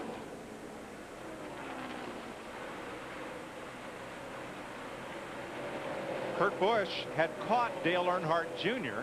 as Jr. battled side by side with Michael Waltrip, but unable to do anything with Jr. Kurt right now 10 seconds back, though he's going to pick up 4 positions in the standings today. A couple of nice veterans back there too. Ricky Rudd in the 9th and Rusty Wallace in 10th. Good job for those guys today. Talk about a bad day turned good. If you watch the first 50 laps of this race and then came back, you'd be very surprised to see Jimmy Johnson here battling Casey Mears for 3rd place. Jimmy Johnson actually got Casey Mears a little loose, but the 48 car, Johnson got a little loose as well off turn 2. Larry, there was just too many laps to go. I mean, it's working out for Sterling and Marlin, but it just seemed like there was too many laps to go for a 2-tire combination. Kurt Busch made the pass on Dale Jr. for 7th, and Ricky Rudd moves in. And Ricky Rudd, the 21 car, we've been talking about him all day long. Great qualifying run. I think he's been in the top 10 all day long in this race. There for a few drivers. Can't wait for these last 5 laps to fly by and see the checkered flag.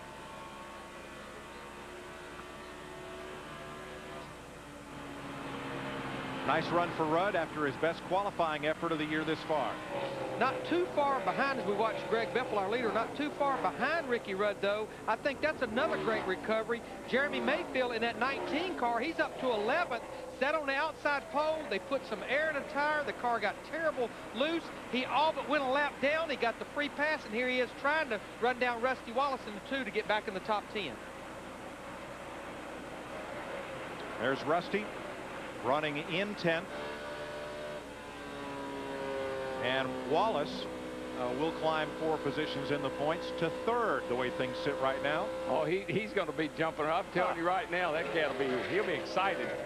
Ricky Rudd makes the move on Dale Jr. This is 8th place. Dale Earnhardt Jr.'s car, the 8 car Budweiser car, it's really starting to fade here as we've got 3 laps to go for our leader, Greg Biffle.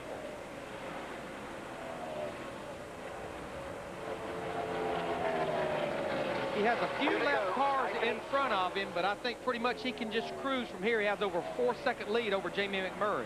This isn't over for 8th place. Got him. Might be now. 2 to go. Rusty Wallace is closing in on that group. That's going to be a 3-car battle before it's over. And Jimmy Johnson, who just ran the fastest lap of all competitors that lap, is closing on 2nd place Jamie McMurray. Keeps clawing away, clawing away. Well, he better claw in a hurry because white flag, 1 to go. He's going to be there when they get back around here, I can tell you that. He is cutting into that 42's lead. But that's the cat right Still there. got plenty of room. Just give yourself plenty of room there to get you a good picture if you can get it off before. Give you some room on that 77. I'd say that'd be the thing to do. Greg Biffle's going to lead 219 laps. And for car owner Jack Roush, it's going to be 4 wins with 4 different drivers. Greg Biffle wins in Texas. Jamie McMurray 2nd. Jimmy Johnson in 3rd. Casey Mears 4th. Sterling Marlin 5th. 3 Ganassi cars in the top 5. Little brother got home 6th today. Good job for that team. That should be a happy group. Hey, you guys on pit road. Awesome today, guys. Way to go. You deserve it. Yes, they do. Plus the work they did getting to race day today from last to first with a backup car. 5th career win for Greg Biffle and his 2nd of the season. He won at California in a backup car, thoroughly dominated after coming from 41st at the green flag.